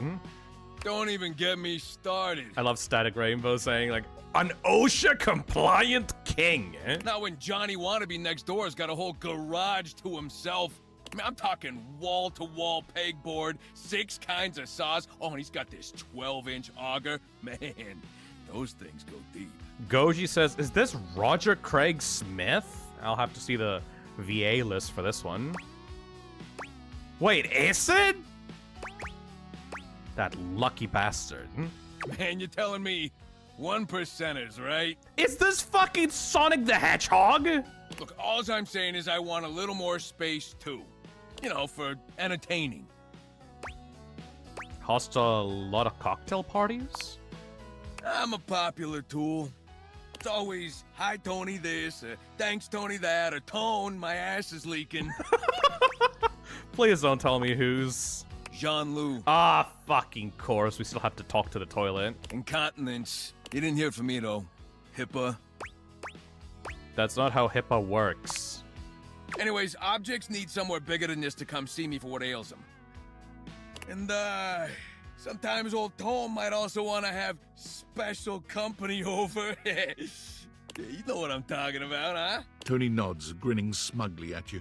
I know what you're talking about. Gaming time. I have no idea what you're talking about. Sass, hell yes I do. Special company makes me break out in hives. Hell yeah. You know what I'm talking about. I know what you're talking about. You know it, buddy. Ah! You know what I'm talking about. Oh, you know it. You know it. You know it. You know what I'm talking about, yeah. All day, baby. All day. You know what I'm talking about? I know what you're talking about. Tony nods at you. You nod at him. And you nod at each other, both entirely pleased that you each know what the other is talking about. So you get it. I need more space. Also, I love that the like beard that he's got, like the fade of the beard, it looks like a ruler. Like it looks like ruler lines. That's such a smart like way of doing the beard design for a character. That's so fucking cool. Space for all sorts of things I may or may not be insinuating. Masturbating, yeah. I got a pitch for you. A drawbridge. What? For the house? Like from ye olden times? Think about it.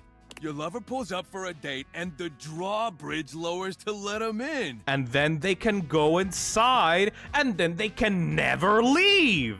Pretty freaking impressive, huh? Kidnapping! Yeah, totally, dude! That's impressive. You're damn straight. Fuck yeah. Is how I would build it using my tools. No curves in this drawbridge. The flat-looking screwdriver, the pointy star-shaped one, a hammer, and that spearmint gum you've had in here since April. Please tell me there's a moat. Yeah, that could definitely be a thing. Very death trappy. All right, you like it, but you don't love it. I get that. How about this? Indoor slide. I fuck with that heavy, actually. That's pretty good. We get rid of the stairs, replace them with a slide. How do you go up that, though? Great to travel from upstairs to downstairs. What about going from downstairs to upstairs? Way ahead of you. Huh? All us construction guys do this. It's an industry standard. You ready? Hit me. Grippy socks. Oh! Hell yeah! Can I get a 90-degree incline on the slide? That's just a drop. Sounds super fun and not at all inconvenient. Can I sleep on it? I think our stairs might be load-bearing, so I'm gonna say no. Of course you can. Just don't take too long. I tend to book out 6 to 8 weeks in advance. Now, how do you feel about indoor pools? I'm listening. Because if we rip out the floor in the living room, we can get you an indoor pool. Is that safe? I feel like that's a recipe for electrocution. Of course it is. That's what the chewing gum is for. You just stick some of it in the outlet holes, and Viola, it's now all shockproof. That concludes my remodeling advice. Now, for the actual dating advice, you're just gonna have to sign up for my workshop. I hope that there'll be a hands-on demonstration. Oh, you better believe it. Oh! I'll be paying real close attention, so you better make sure you're taking notes. Ooh. I'm gonna make it real easy for you. You wanna take my workshop, all you gotta do is show up. No paperwork or nothing. Now, I don't mean to hustle you out of here, but I gotta take lunch. Union rules. But you can come back later and see what we can do. You know, help you fix up your romantic affairs. He's so cool.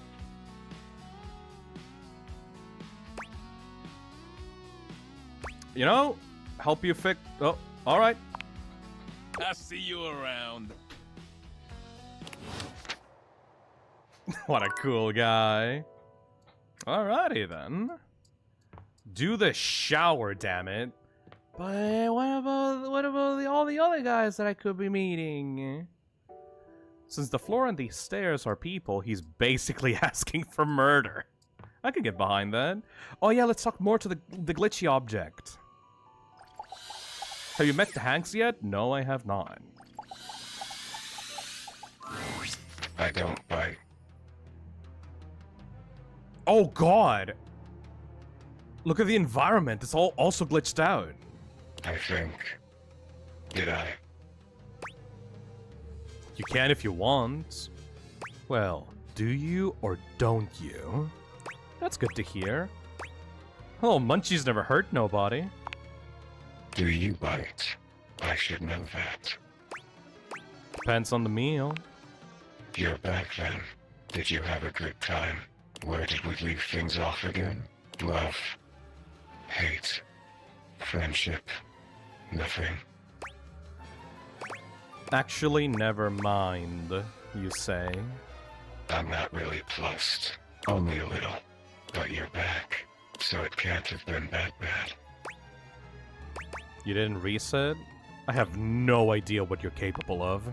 Well, here's to that. Look at us. Peas in a pod. Bugs in the beaker. Broken things, breaking things. For me, in my nature, but you break the broken things. I'm just playing a game. I'm more of a completionist. I'm a little broken. Well, complete me. Shall we dance? Have we done that already? Shall we do it again? What are you? This must be a frustrating click by now. Damon the demon, the pea in the pod, the bug in the beaker, the broken thing breaking things. I was one thing. The thing you thought I was. A dresser. A dateable dresser in a game where you date all the objects. But the dresser was not a good dresser. They said the dresser had too much thematic overlap, so there is no dresser, leaving only me. And now I am nothing. Frayed wire flying free. I'm sorry to hear that you were cut from the game. Not cut. I'm thriving now. Dina is no more. Dina. Wait, so this is designed for the actual dresser dateable? That's why the game calls it Dina, because it was like, it's like a missing no type. It's like, this is what the Dina character was, but Damon is the thing that was birthed from the, like, unused character. Interesting. Is that who you were? Yes. Created and uncreated. I'm done with this lore. I feel down in the dumps. What do you want from me? And you can see Dina's, like, codes, like, in the code of this character. I asked you first. Nice try. I don't care. Damon ending null. Friendship. Define friendship. The absence of pain. Absence. Friendship.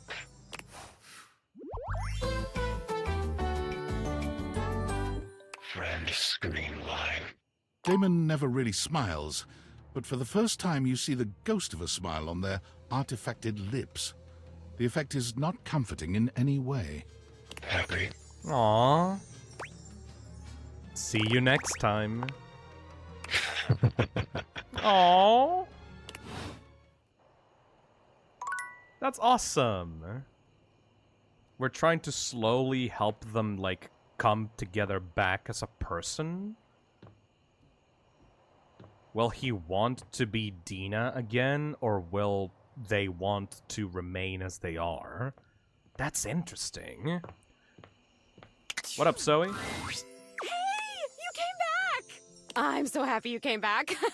Being up here in the attic, it feels like people only come up for little bits of time and then they try to leave as soon as they can because, I don't know, for some reason, alive people think attics are scary.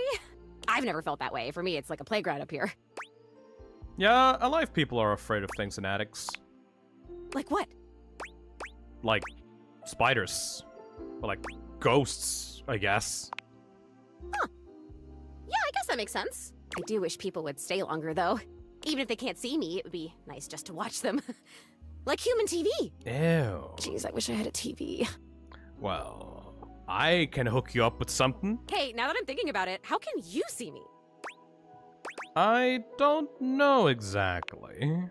Yeah, I mean, I used to watch you move boxes around and search for that same amazing Christmas sweater every year. Though you have stopped coming by lately. But you've never even looked at me before. Like, through me, which is cool, but never at me. I have these cool glasses called Dateviators. Whoa, awesome! Tell me everything. They let me directly acknowledge a thing's existence. Okay, you say thing. Thing, not person. So does that mean... Yep, doors, walls, chairs, windows, all of it. That's... If I wasn't already dead, I would absolutely just die again from the Aw. coolness of this. You can talk to anything? Anything you want, you just put on the glasses and you can talk to it? Like it's real? It is real, baby. Wait, so then how are you talking to me? Because I'm not a thing. Well, then I guess I'm something in between a thing and a person. You're noticing now. So, like, wow. I feel so happy, but it's weird. I think I feel sad. Aw. Why do you feel sad? No. It's okay. I don't feel sad though. I felt sad a lot when I was alive, but since I died, I've just been mostly happy all the time, and I haven't had to think about the stuff that used to make me so sad. I think there's something about being a ghost that makes things harder to feel. Like, sadness can feel so heavy sometimes, and if I can't even lift the latch on the attic window, how am I gonna lift something as heavy as sadness, right? Aww. It would just fall right through me. That's kind of funny. I guess that's funny. Oh. It's more sad than anything. Yeah. Oh. But your glasses, this idea that you can talk to anything, to anybody, like, does it feel like you have friends? What does it feel like to have friends? It feels pretty good, honestly. Well, a lot of things in this house have a lot of attitude. I'll bet. I mean, I have attitude, and I'm in this house, so I'd guess that these other things... Oh boy, okay, this is weird. I'm having another feeling, I think. Tell me about it. It's so strange. Like I said, I'm so happy. Like, I'm so happy to have met you. I'm loving that you're here. I can't wait to play all the games, and I want to show you how I can go through the wall if I really concentrate, because that honestly is amazing. And the most amazing part is that when I go through that wall, I end up right back in the same room again. Oh. Like I'm in this crazy loop where wherever I go, there I am. So you can't leave this room? Nope. But I want it. Oh. What's it? I want what you have. I want the glasses. What? Okay, here you go. Really? I can't take them. But I really thank you for trying. Oh. Maybe I want to talk with these others around me. Maybe I want what you have. I want to have friends too. Oh. Come on, you really don't have anybody? Are you saying you're lonely? Oh my god, that's it. I am lonely. And if I could have all these friends, why did I not even know they were all here? You know? They can't see me because no one can see me because dead. And I can't see them because I don't have the glasses or because, again, dead. And I'm lonely. It's tough stuff. We need to make her real. Why are you so chipper then? This is the only way I know. Oh. I told you, most emotions are super heavy. Like, even real joy is really heavy. But this light, peppy thing? I'm basically a paper butterfly. Oh. I think it's kind of cool.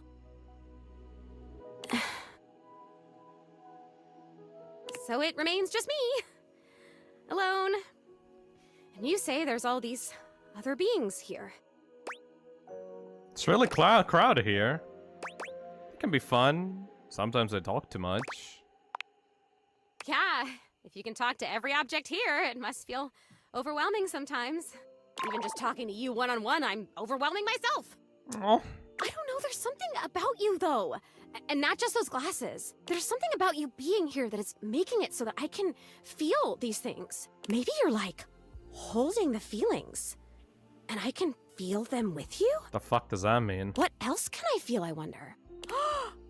Are there other emotions besides loneliness? Hell yeah, there are. We can make a list and make you feel every single one. That sounds like a great idea. I have mastered loneliness already, so that's good. Oh wait, this is terrible. Help me. Please help me. Zoe, are you crying? I am so Oh, maybe I haven't mastered this one. I didn't even think a non-corporeal being could cry. Have you ever seen anything this crazy? I feel crazy. I'm so lonely. Oh, it's happening again. I'm gonna disappear. Oh, I wonder if I'm still gonna be crying when I come back. You're gonna come back, right? I still want to feel the feelings. Once again, Zoe is fading before your very eyes, but it doesn't stop her trying to speak to you. And I have so much to show you. I can turn somersaults in midair. Oh, baby. She's adorable, Chad. Well, only one thing left to do. Have a job now. So we're going with the glitchy object plotline. We're going with the ghost plotline. Are there any other plot lines? What about this ball? Is this TV the same TV as the one in the living room? Can we check in on Dirk? I mean, Dirk left the washing room. So where would he be now? See this? The clean clothes? An oddly familiar face greets you when you open your closet. Strange. You could have sworn you've met before, but you're also certain you've never seen this guy in your life. Dirk! What's that look for? This how you greet everybody? Oh! You look just like Dirk. Duh. Clarence? It's me, Clarence. You met me as Dirk. This is the version of me that Harper was so opposed to. She just couldn't stand that I was hotter than her like this. Oh. He gestures to the closet around him. The Hanks live here, but we're certainly not an item. Why not explore getting with them now that you're not with Harper anymore? I thought about it, but those guys are way too sweaty for me. Ew. I'm clean, dude. They just send me right back down to Harper's clutches. Harper was right about one thing. I did have another in my heart. What? She's just wrong about who it was. Clarence puts his hands together, inserting them into the middle of your hanging clothes and pulling them apart suddenly, clearing the way for you to see the back of the closet. Let me introduce... Gulp loudly. Feast your eyes on the finest, the sexiest, the cleanest Batman Dakimakura in existence. What the fuck? Oh, look at that bulge! Also known as a body pillow, if you're a fucking peasant. How the hell have I never seen this thing in my closet? Don't ask me. Clarence gives you a warm smile. Oh. It's been so hard getting any alone time, but you freed me from Harper's hamper. Bats and I are real grateful. Bats? We don't offer this to just anyone. But how'd you like to be our third? No. Can I please talk to Dirk? I think we should just be friends, dude. Hell yeah. This guy has it. Aside from Harper, this guy has issues. I think we should just be friends. Date you too? Ew, pass. Can I please talk to Dirk? If you insist. What? But you should know it's gonna take me a while to get back to Clarence if I do this for you. Washing, drying, folding, hanging, all that? You sure about this? Please just stay, Clarence. Yeah, hell yeah, Dirk time. Clarence approaches with his arms out. When you don't step away from him, he pulls you into an oddly affectionless hug. When he steps back from you, he's the Dirk you once knew. Well, yeah! Here I am. Yeah! Dirty again. Yeah! So how do you want me? Lovers? Friends? Lovers! Good. I'd be real upset if you made me get all dirty for no reason. Yeah! Even though I'm dirty again, I'm gonna be up here from now on. So come see me here, alright? You can get real down and dirty anytime you want. God damn.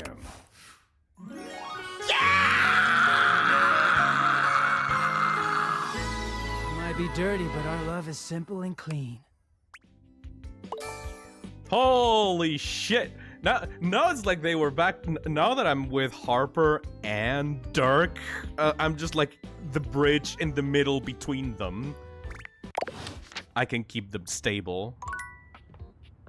I can keep them stable and nice together. Yeah! I'm the glue between them. That's so... Okay, so let me meet the Hanks.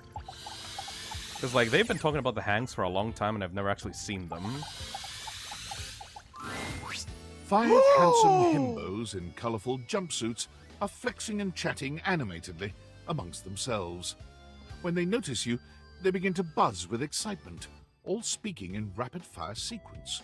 It's the fucking Power Rangers! Yo, check it! Quick, dudes, clean up the digs. We got company. Some real fine company, if you know what I'm saying. How's it hanging, homie? These are so cute. The world is a bleak and unforgivable hellscape. I'm all good, fam. Word. Oh, that's facts, amigo.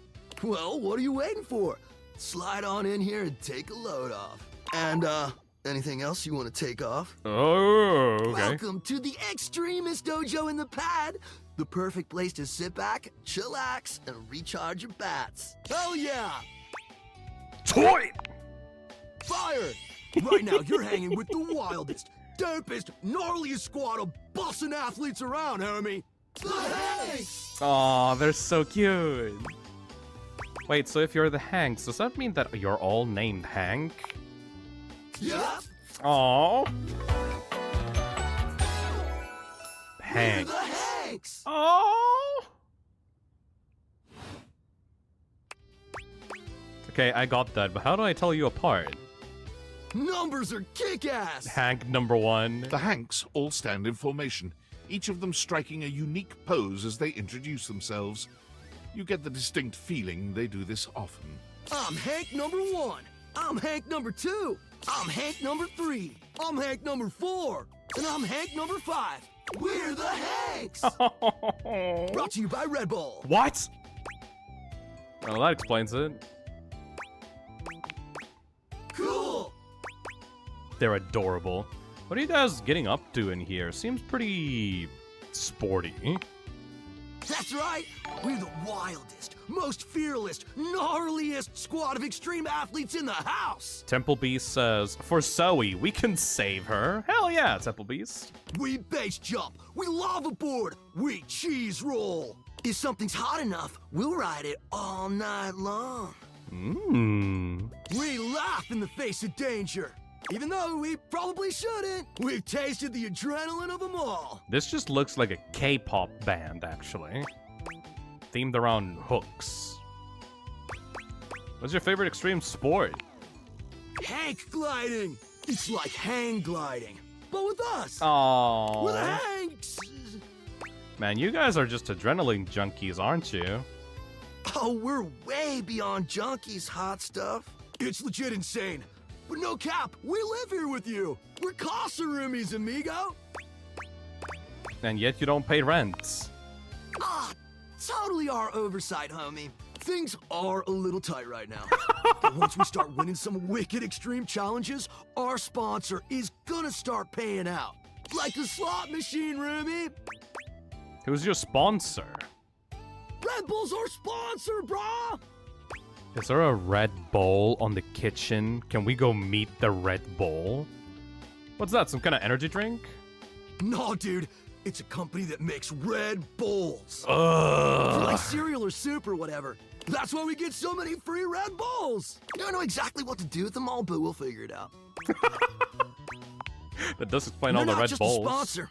They're our fam. They fuel our adventures. They provide our wicked gear, get our exploits killer exposure, and provide the best medical support when things get gnarly. Let's be real. They do get gnarly. If by gnarly you mean dope AF.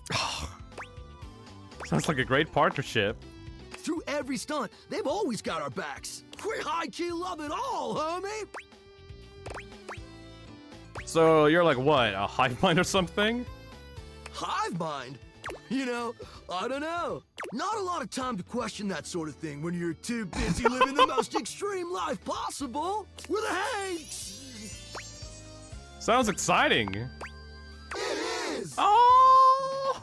Speaking of which, we were just about to head out for a little Hank gliding. What do you think? Wanna come? It high key slaps, homie. You in? Is that sexual? But okay, but how high key does it slap? It's goated, bro! God, this is so fun! What do you say? Yeah, sure, it sounds rad. Sweet! Oh. You're one adventurous spirit. We love it. Oh my! The fucking heart signal of the hand. Epic. Just remember to stay focused and trust the wind. And hold on to me real tight. Ooh. Follow our lead and we'll be shredding thermals in no time. Get ready to soar, house homie. Thanks. Oh my god, they got little hand gliders on the kitchen. Oh my god. They're adorable. Oh, I love them. Oh, they're so fucking cute. Oh. Alright, who's pinging my phone now? What up, David? You're like the opposite of the Hanks. Attention, jackasses! Ugh. It's been weeks already, and you're seriously telling me there's been absolutely no movement on this missing glasses issue?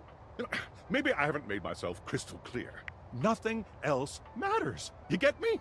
Your expense reports, corporate retreats, PowerPoint presentations, I don't care about any of it. This is your one and only priority. You find me those glasses if you gotta burn this whole worthless rat trap down to the foundation, and do it now! Secretary Dawson at the Pentagon is breathing down my neck, and his breath stinks like flaming garbage! You think shareholders are bad to piss off?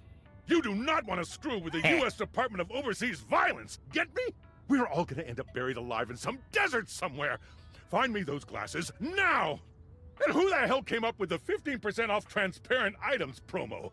No consumer buys anything based off of how transparent it is! Find me whoever came up with that crap and fire them! Ugh, what an asshole. Just keep ignoring that guy, don't pay any attention to him, he doesn't deserve it. What else should we do? Are there any actual red bowls inside of the closet? Not anything. If you bump them, they actually make noises. There's so many objects I could, like, do. The treasure chest. Did you mean the toilet yet? Oh, we should probably talk to Pissoir, actually. He's in the thumbnail, after all. Hey, friends, I think for the $2, maybe if the reward isn't a gift card, we would help. What about the mirror? Hey, Hayden, Sam, thank you for the $2. Holy shit, is that Cave Johnson? Might as well be. Your mirror has done its job dutifully over the years, accurately reflecting your image back at you in good times and in bad. But today, there is no reflection for you to scrutinize. Only a long-haired beauty who looks at you like you're a work of art. He looks like a magician! Amir. Oh, incredible. Oh yeah, thanks. Amir throws his arms out to stop you, gesturing to you to stay where you are. No. Don't move. A step back into the light. Like this? Yes, breathtaking. Look at you. Do you see how well I can frame your face from this angle? You are glowing. Still just me, though. When you are accustomed to the extraordinary, even the extraordinary appears mundane. 'Cause you're right. That is fine. You can guess. But I will know, and I am happy to show you again anytime you need. Coming on a little strong here. If I am strong, it is because I am strongly inspired. I reflect what I perceive. Are we looking at the same person right now? Yes, I was just wondering the same thing. Because the person I see in my reflection right now has beauty beyond question. And yet here you stand with your questions. Tell me, what is there to dislike about what you see? I look old. I'm old. But like a fine wine, we age. And our natural beauty only enhances with time. We radiate with the wisdom of our experiences. You're a flatterer, Amir. Ah, but the spark has been lit. You'll see. We will just have to fan those flames until they're a great, big, beautiful rolling flame, won't we? Stop by any time. I'm happy to admire your beauty any day. Casanova. Why is my house filled with Casanovas? Let's see. Should I talk to Harper and check what's going on with, like, Harper and Dirk? So they got more shit going on? Hi, baby! It's been so long since I saw you! You haven't been seeing anyone else, have you? You're the only laundry Harper in my life, baby. Oh, good. Well, don't keep me waiting so long next time, okay? I get so lonely in here without you. Alright, yep, the Harper's, like, pretty done. I think we're done with her quest. Okay. Have you talked to the washer or dryer yet? I have not, actually. It's Lucinda Lavish. She seems to enjoy this hijacking of your intentions. Oh, hell yeah! Hey, Lucinda! Tell me, lover, what should we get up to now? I want to know more about you. Nope, not going down that rabbit hole again. Tell me, lover, what should we get up to now? Can I change how often you come by? Sure. What are you thinking? A medium amount works for me. Oh, thank goodness. The other ones stress me out. Now that that's out of the way, tell me, lover, what should we get up to now? You said you're the best character in the game? The very best character in the game. I'm Lucinda Leading Lady. LLL. Makes sense to me. You're hot. Only the hottest of us get to be stars. Compliment noted. I've got the most range, the most interesting stories, the most everything. Can't just rank yourself compared to everyone else. Everything? Everything. Everything? Check out my range, glass Martin Serpentine. There won't be any more glass for the winter. Hey, Shunky! What's going on today? Me and Mellywinks are gonna go to the Boom Boom Zoom Room! What? Now this is just the voice actress, like flexing her range. Side effects may include drowsiness, hypothermia, stomach upset, and turning into a ghost. What? Turning into a ghost? And each of those lines was recorded in only one take. I'm sure they were. I'm basically the best actress. In fact, I'll give myself that award right now. Best Actress, Lucinda Leading Lady. What do you think? You convinced me. Yay! Yay! Here.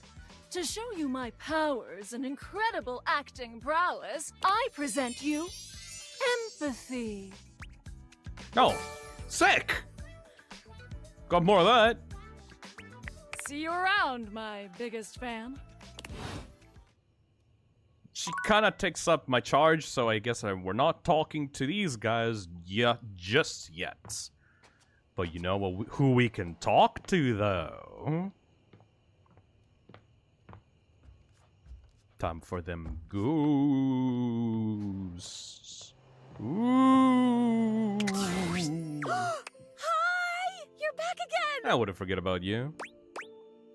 How are you feeling? Aw, you're so nice. I'm great. I feel great. You're great. You're here. You're the only person I know. Did you know that? That's just wild to me. Hey, Cor. You should talk to the board games box in the attic. Or the cat clock on your room smile. I can try to do that, thank you. Can you imagine if you were a jerk? Huh!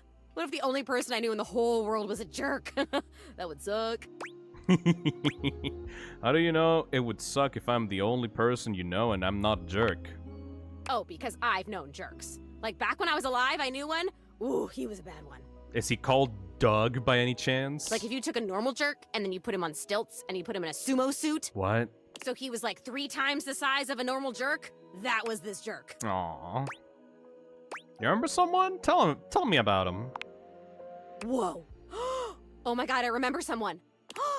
It's you! It's you being here! You're helping me remember and feel all this new stuff. It's overwhelming. Oh my god. How awesome! I'm overwhelmed! Whoa, this is crazy. It's like there's a roller coaster in my chest. Aww. I can feel my chest. Is that normal? For a ghost? I don't know.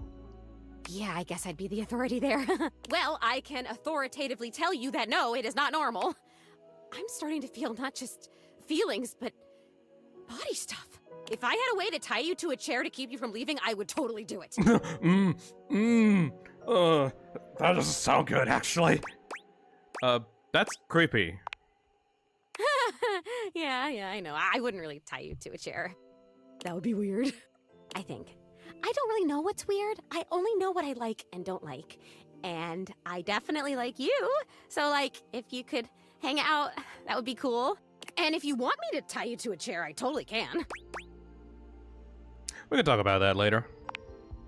Fudge! No, I can't. I can't lift the rope. There's no rope at all. Ugh, it's so annoying. Have fun.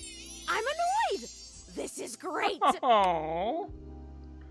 Hey, Kaleidochrome, thank you for the 3 months. I know Bryce Papenbrook is in this game. Bryce Papenbrook is in this game somewhere. I can smell it.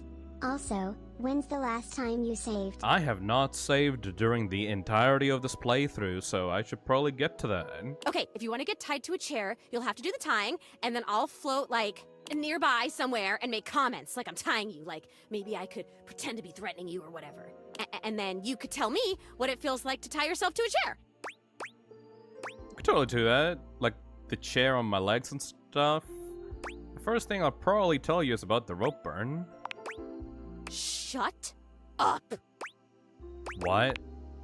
Sorry, just got excited. Okay. Calm. I have to tell you about the memory I had. Go for it. It's about the jerk. He actually used to live here. His name was Rudy, and when I knew him, I don't remember exactly. He used to wear this really long vest. It was like dark green or light brown. He was older than me, I know. I think, at least. How old do I seem to you? 30-ish. Early 20s? The year ago, so it's kind of tough to tell. That's fair. I am pretty sure he was older than me. Oh, and he was super into witchery and stuff. He was always coming home with crazy books and bags full of crystals and oils and herbs. What? Sometimes I would walk by this house at night and I'd see the whole attic window just lit up with candlelight flickering. I don't remember ever seeing other people in here though, so was he alone? Was he just up here chanting to himself about stuff? I guess it would have been right here. He would have been doing these ceremonies and whatever, right where we're standing. Well, you're standing, I'm floating. I only ever saw him out of the house when he was going shopping for more witch stuff. And he always had on that weird vest. And had these super deep pockets. He always had his hands in his pockets. That might be creepy. Zoe flickers, like someone just adjusted some spectral cable tethering her to this world. Oh, damn it, no! I'm gonna go away soon. This stupid disappearing thing has never bothered me before now, but I want to be here. I want to talk to you. I'm onto something. It is so frustrating to really want something and not be able to keep it. I've never experienced this before. Frustration. How interesting. Oh my god, this is so strange. Can you actually do me a favor? What up? Absolutely, what's up? I used to have this necklace. Really pretty little gold necklace. I remember it had a pink heart pendant. Huh? I haven't thought about it in years, but all of a sudden, I can't think about anything else. It's important. It's really important. All this talk about Rudy, somehow that necklace is connected. That necklace, maybe I was wearing it when I died.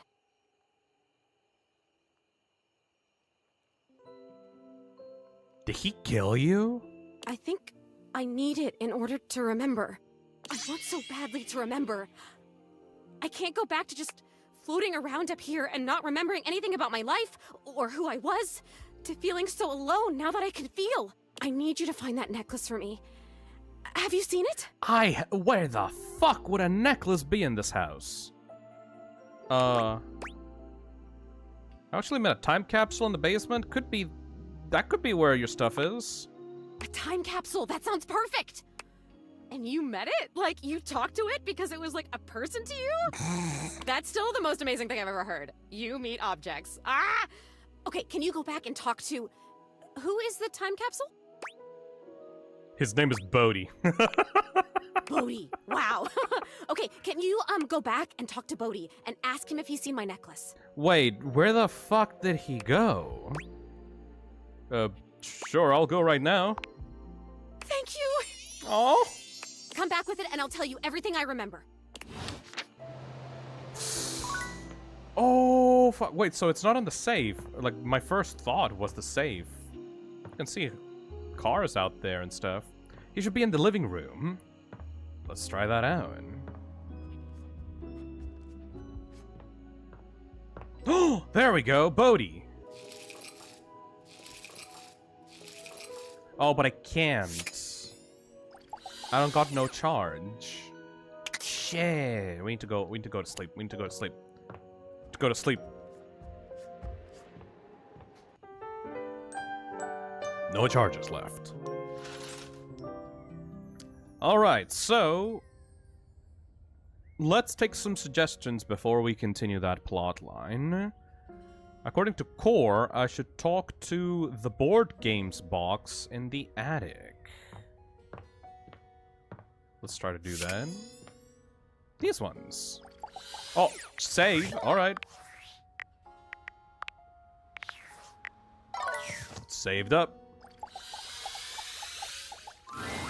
A colorfully dressed board gamer beams at you. Oh my But god! even though his expression is ostensibly friendly, something about his energy is a little off. His smile is a little too wide, his stare a little too intense.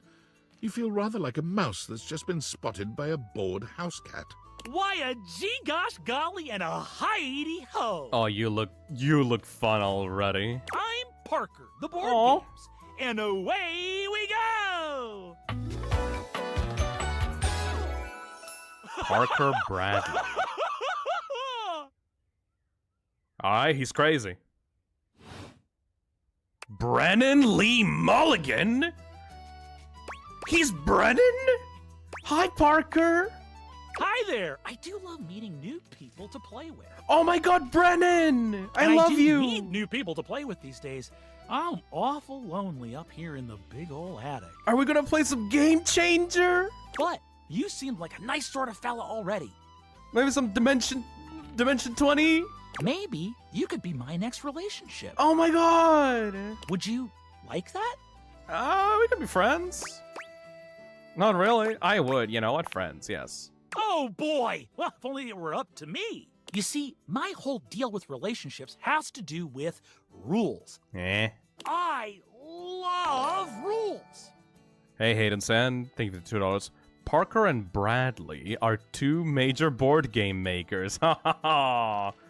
Oh, that makes sense for the names. Like, the names of these guys are either, like, references to real-life stuff or, like, just puns for the objects themselves. If you want any sort of relationship with me, good or bad, we have to go through the rules. Want to hear them as they pertain to me? As they pertain to my whole deal and how this is going to turn out? Sure, why not? Glorious! In order to achieve a relationship with me, you must play these board games 3. Oh my god, and the cards that he has are all, like, hard cards? If you beat me or unseat me, more chances for love will greet thee. Unseat you? At the end, I roll a die to achieve a status. This, in the end, will be our dating apparatus. You know what? Fuck it. This guy seems fun. A relationship is just up to chance? Ultimately, yes. But your actions during each game can change the weight of the die. The more you win, the more chances to love me. Oh. Okay, that seems really hard to wrap my head around. Interesting. I like a challenge. I'm falling in love with you. Oh! Just kidding. Only the final roll will tell me how I feel about you. Meet me here next time for our first game, Sandyland! Okay, I can't wait. Wowee! Adorable. Adorable. Adorable. That's great. Oh my god. Let's see. Who else should I date? Please go and check out the D20. Let's go check out the D20. Are we gonna have a fucking D&D session here? You've never been ashamed of your interest in tabletop games, but ever since you stopped seeing people, you've spent far less time role-playing than you used to. We're gonna have a D&D campaign. The cloak-wearing nerd standing before you reminds you of days gone by, when you used to gather around a table with your college friends and pretend to be someone else. Ho there, traveler! What did you call me? No. Ho, as in, hey. Howdy. How are you? You know, simple salutation. Oh, well then, good day to you. Ah, that's the spirit. I'm Chance, your D20. The mysterious cloak comes off, and you see the friendly face beneath. Chance. Oh my god, his pants are like a bag of dice. Got a world map for a shirt, got like a D20 like necklace thing. Taking a tiny respite from the drudgery of work? You know what they say about all work and no play? I actually have no idea. All I do is play. If you are up for a real adventure, I have just the thing for you. Have you ever heard of grottos and gargoyles? Are we gonna have a D&D session like right in the middle of the stream? Are you kidding me? Of course I've heard of G&G. Oh, that's great! What's your favorite monster? Oh, and what about your favorite mystical weapon? Or class? Oh, I have so many questions. Yeah! I'm partial to all of them. I've only heard of it. Haven't played it. Seems complicated. I lied. What's goblins and gangrene? Oh, come on, dude! Don't be a fucking normie. Wow, someone else who feels the same as me. Oh, it's so hard to pick a favorite. Everything about G&G is so cool. You wouldn't want to, maybe... Yeah? Kinda... Yeah? Play with me, would you? Oh! It would only be the single greatest thing you could do for me. That would be a lot of fun, Chance. Me? Play G&G? I don't think I want to. Oh, come on, do it! Chance's eyes light up, his hands balling into fists as he does his best to contain his excitement. Really? Holy crit! Holy crit. Someone to play with me! You have no idea how hard it is to find someone to play with. Should we just have a group for this game, though? Ideally, but hey, one-on-one sessions can be a really great way to learn the game. Dude, I already know how to play the game. Depending on what class you pick, though. I might have a few friends around the house who might want to hop in. Regardless, it'll give us some time to get to know each other better. I can roll with that. What's next? It's time to get you your character. All we have to do is choose your stats, your powers, and your weapons. Then your armor, your lineage, and your gargoyle gauge. Oh Although my I might fucking leave that out god. for this first character. It's an optional setting. Oh my fucking god. See, you can have a portion of gargoyle blood running through your veins, which lets you... That's a lot of choices. How much time is all of that going to take? I don't know. This sounds right up my alley. How about you let me make your character for you? I know the game inside and out, and you can just show up and play. Perfect. I love that idea. Oh, I'm so excited. You have no idea how much fun we're going to have. I'll even build the session based on what class you pick. What are my options? There are 3 classes I can get rolling for you. All of them are awesome, but they won't be too much of a challenge. I'd suggest the Troubadour, the Guardian, or the Enchanter. The fuck is a Troubadour? Which one would you like? I want some spells. I'm so excited! The Enchanter it is. Magic will flow and find home in your heart. I heard that Lux wanted to get into G&G more. No, and no, was no, playing no. a hot shot. No, no, no, no, no, no, no, no, no, no, no, no. No, no, no, no, no, no, no, no. If you two know each other, I'll invite them. No! Now that I know who you want to be, it'll take me some time to finish building out the session for you. Give me a day? I should be ready by then. Anything before that, and it's a bit dicey if I'll be ready or not. I get it, dicey. Sounds great, I can't wait. Haha, me neither. Oh, it's been so long since I've played. I'll see you then. Dude. Alright. Who else do we gotta do? Oh shit, right, I forgot about the fucking time capsule in the living room. Shit, I'm so fucking forgetful. Lucinda Lavish stands in your way, Just her here again. endowed body striking a luscious pose. Tell me your desires. How else are you supposedly the best? Oh, there are so many ways in which I'm the best. But who am I to tell you? Lucinda Laudable will give you Laudable. the tour. What does laudable mean? Are you saying my name is a stretch? That people won't get it? Okay. Laudable means deserving of praise, which is exactly what I am. Praise be. Thank you. Aw. I am by far the best looking dateable, and it's not even a competition. They spent the most time on me, on this fantastic body, on my incomparable composition. You look hot as hell, Lucinda. I'm just not that attracted to you. When you compare looks like that. Lucinda Laudable. Let's take a look at a typical dateable. Whoever the fuck this is, he only stands there like that the whole time. The way she said that fucking threw me out. Whoever the fuck this guy is. It's Dorian, come on, dude. Somebody. Whereas I can do all sorts of things with my arms and legs, you see. That's my friend Dorian. Okay, so I'm a better friend than Dorian. Oh, come on. Look how interesting I am. Look! What? But Dorian?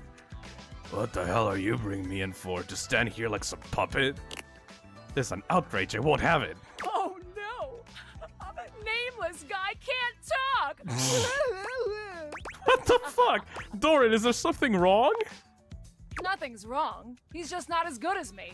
I'll have you know, I was recorded dead last because I required the most amount of work. Right, so they couldn't get the voice actors back for this part of the game. It took a team of 20 to make me so irresistible.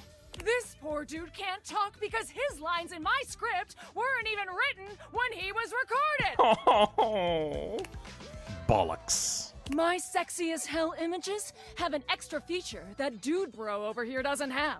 When I blink, it has more frames, making it more realistic. Oh my gosh, she does have extra frames for the blinking. Ew, that's creepy. I've never noticed that.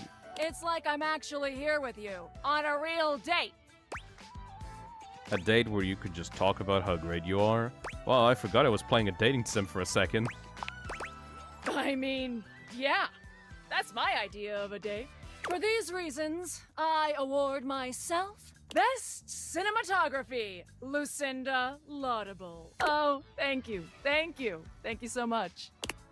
I'm leaving. Oh, good, bye. So, what do you think? I think I just have to see some other sides of you. Why? Because this side is annoying? Not annoying so much as unenjoyable. You said it, not me. Well, then maybe pick different next time. Ooh, she's getting sassy. Hey, I was looking through my various items inside my capsule, and I found this cursed little necklace. It's pretty bodacious if you ask me. Bodacious? Cursed, you say? Yup, was getting a bad vibe. I thought it might have been gas, but instead it was definitely this necklace. Bodhi holds a small There jeweled we pink go. pendant on a gold chain out to you. It's shaped like a heart and sparkles prettily when it catches the light. You want it? I normally don't give my precious materials away, but this one doesn't seem to fit my style. I'll take it. Zoe probably wants it. Zoe? Yeah, she's the ghost upstairs. A ghost? Bodhi's hand shoots out, dropping the necklace into your hand without even waiting to see if you're ready. He flees, calling over his shoulder to you as he goes. I'm out. Take it. Oh, fucking Shaggy energy. Alright, we got one more charge left before we have to go see that ghost. Who else do we talk to before we go? Should we talk to Pessoa? Should we talk to this fucking plunger? Wait. I should drink some coffee! You know what they say about late night coffee? Welcome to Roofbox, the home for all your coffee needs. Hell yeah, Kopi! It's nice to see you again. Kopi gives you an awkward smile, fidgeting with her coffee implements. She keeps looking at you as though she was searching for something. Oh, well, it's, nice to see you too. You're, that's right. Kopi snaps her fingers, realization striking. We had a little chat last time, didn't we? Last stream, yeah, we did. Well, thanks for coming back. I do appreciate your patronage. We actually have a new drink added to the menu since the last time you came in. So, what can I get for you today? Irish coffee. Right. Just, remember that the Irish coffee is going to be a little different. What does that mean? Make sure you can take your alcohol. What? Kopi makes a lovely cup of coffee in her expert way, topping it off with a generous pour of cream. You could smell the alcohol even before she hands it to you. There's fucking alcohol in Irish coffee? And there we are. Oh my god! Enjoy. Look at the trefoil. Is there anything you'd like to know about the Irish coffee? Why is there alcohol in here? Yeah, it's more of a cocktail. You know how there's usually espresso martini at bars? The Irish coffee is kind of similar. You've got sugar and whiskey poured over black coffee, stir it up a little bit, and then pour some thick cream over it. That's a lot of ingredients there. Oh, but trust me, it really makes it all worth it when you prepare it correctly. We'll see you next time. Oh, she's adorable. Thank you, Kobe.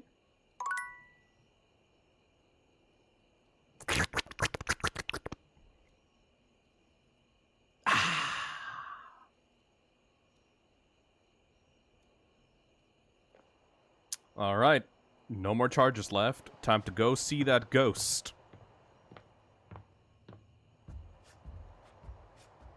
I am actually really invested in the ghost plotline. Alright, Zoe, what you got for me this time? You're here! Is that... That's my necklace, isn't it? Yup, Bodhi had it. Yes, like you said! I've been thinking, and it's harder when you're not here, but now you found that necklace and I can see it again for real. All these memories are coming back now. About my life, and Rudy, and being in this house. So happy for you. I don't know if I want to hear this. Sounds like there was a lot of trauma in there for you. Thank you. You're the only person who can see me. Is it okay that I talk to you? I need to, but I'll stop if it's too much for you. Aww.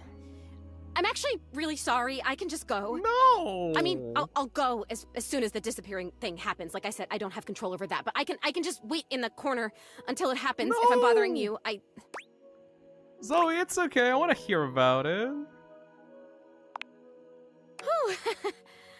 Sorry, I guess I've always been pretty excitable, but lately I cried again, you know? last night I was looking out the window at the sunset, hoping I'd see you again, and I've totally seen a sunset before. Just because I'm a ghost doesn't mean I don't notice things. I notice a lot of things, actually. Be surprised if you're just in one room for like a million years. I know these floorboards so well. But the sunset, it was so beautiful. It was purple. I didn't know the sun could do that. And I cried again, and I wanted to tell you.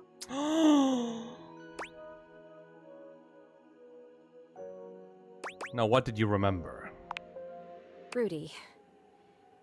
He was about 37 when I met him. I was 19. Oh. I was in college in town. I think I was studying aerospace engineering. So, older than you, but not an older guy? He was pretty good looking, actually. His hair was going gray, which I always thought was kind of hot. I had a crush on Charles Binberg when I was a kid, because his pictures were all in black and white, and he had blonde hair, so in the pictures, to me, it looked gray. Raito says, ew, I already hate that Rudy guy. Just 'cause he's old? Come on. And he was a pilot. I wanted to be a pilot. I had a crush on Charles Binberg, and I always wanted to be Amelia Earhart. Anyway, he used to be kind of a hippie. The house was almost a commune kind of place, according to my parents. Oh my god, I had parents. I haven't thought about them in so long. I didn't even remember them. I think they loved me. Stay on Rudy, Zoe. Right, must stay focused. Okay, must stay focused. So yeah, by the time I met him, that had all ended and he was kind of a loner. I would wave to him whenever I saw him, but it took him like months to wave back to me. Even to wave. I think I turned 20 by the time we finally said hi to each other.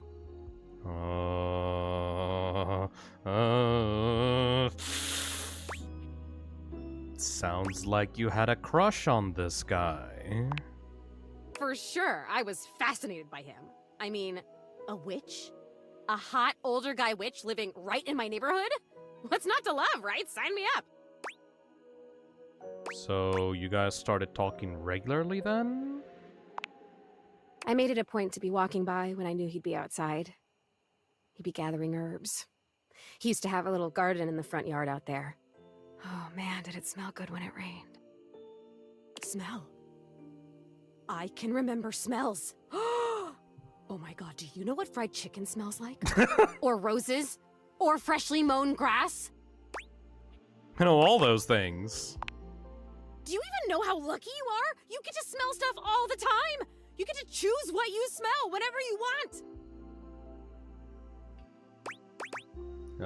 Well, you used to do that. Walking by Rudy's garden. You're right! I did! Wow. I guess I was lucky too. I guess I'm... Oh, this is so cool. Thank you for coming back. Thank you for helping me remember. I think that we gotta solve a murder mystery here. Like, I don't think that this is about your memories. I think that some shit happened, dude. What happened next? I started coming up to the house to do... I guess you'd call them seances? It would be just him and me up here trying to make contact with ghosts. Oh no. Do you ever get anybody? You were in here with him by yourself? Yeah. Why? Is that weird? He's like 20 years older than you. Nothing ever happened.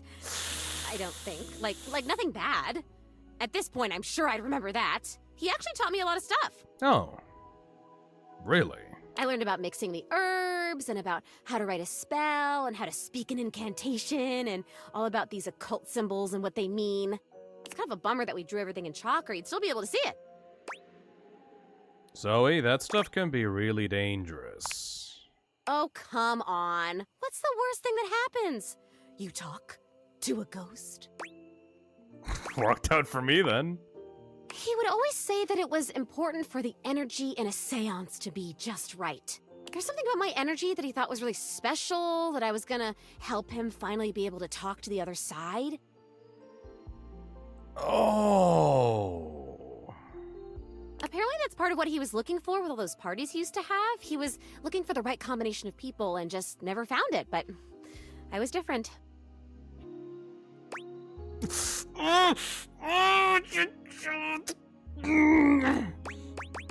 I can't choose the option! What a predator might say to a mark. I'm sure you are. Not everyone becomes a ghost. Oh, that's true. There must be something different about me because I'm still here, and most of the time when people die, they just die. I wonder where they even go. I wonder if I'll ever get to see that. That must be a totally different adventure. I think you do get to see that once you make peace with how you died. Oh, what unfinished business do you have?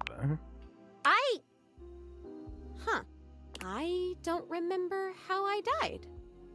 I remember so much other great stuff now. Since you brought me that necklace, it's like I have my whole life back now.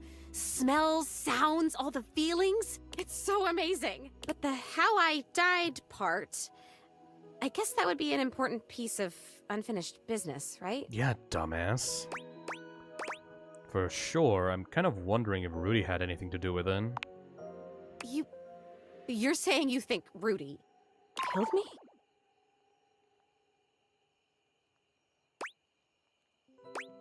I'm saying it's possible. I mean, you are in his house. Come on, please. That can't be. He would never do that. We had so much fun up here, and he was really nice. Plus, I'd remember that. I would remember that, right? I'd remember everything else. Why wouldn't I? But I can't. I'm over here saying that I would remember if I'd been murdered. Oh, I don't like that word. It's so hard to say. Why is that? But I can't remember if I wasn't, so what does that say? Oh god, there it is again. That fear feeling. I know I don't have skin like other people, but I can still feel it. I don't like this. Sorry, Mari says, wait, does that mean that Rudy took Zoe's necklace and put it into his time capsule? What an asshole. Yeah, because this house is like, was Rudy's before, right? And keep in mind, the time capsule is from the 80s. And also oh, I just realized she's wearing like 80s clothes, like traditionally like 80s clothes, like the fucking like jean dress and like the big baggy like jacket. Like she's from the 80s, like, and the hair and the hairstyle, like she's from the 80s. And like, this game takes place in like modern time, like 2020. Why are you making me talk about this? What if I don't want to remember? I'm not making you. Zoe, it's important to remember so that you can move on, eh? Once again, at the worst possible time, Zoe begins to fade. Did Rudy make the time capsule out of trophies of his victims? Damn it, this is disappearing. You know what? It's fine this time. I want to leave. I don't want to talk about this anymore. I'm out of here. Come back if you want, or don't. I don't know. Just... Okay, please come back. Just not right now, okay? Just... Right now, just leave me alone. Leave me alone! Oh no, dude. I need to see the end of this plot line. Oh my fucking god, I'm so fucking invested in this. Jesus, Zoe. Just going through it, yeah, right? David is obviously becoming desperate, and he doesn't do well under pressure.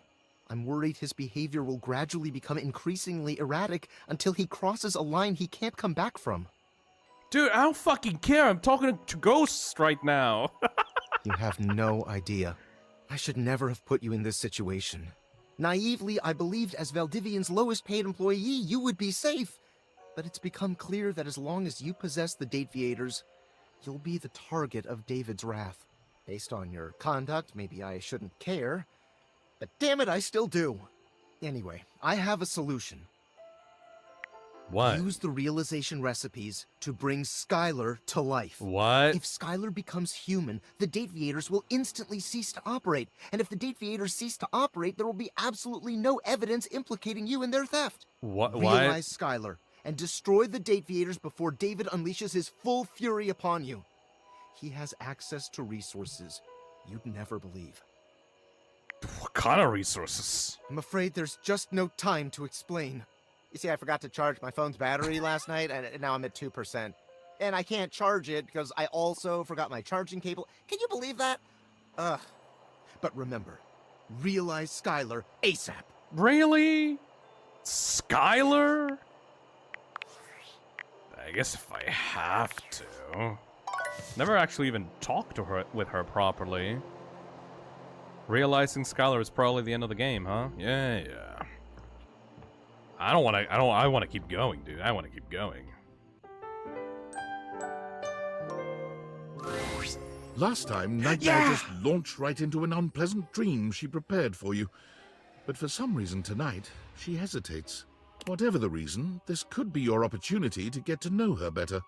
Or perhaps to swing your dreams in a more pleasant direction.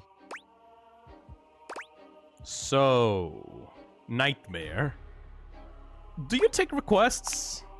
I'm not a DJ.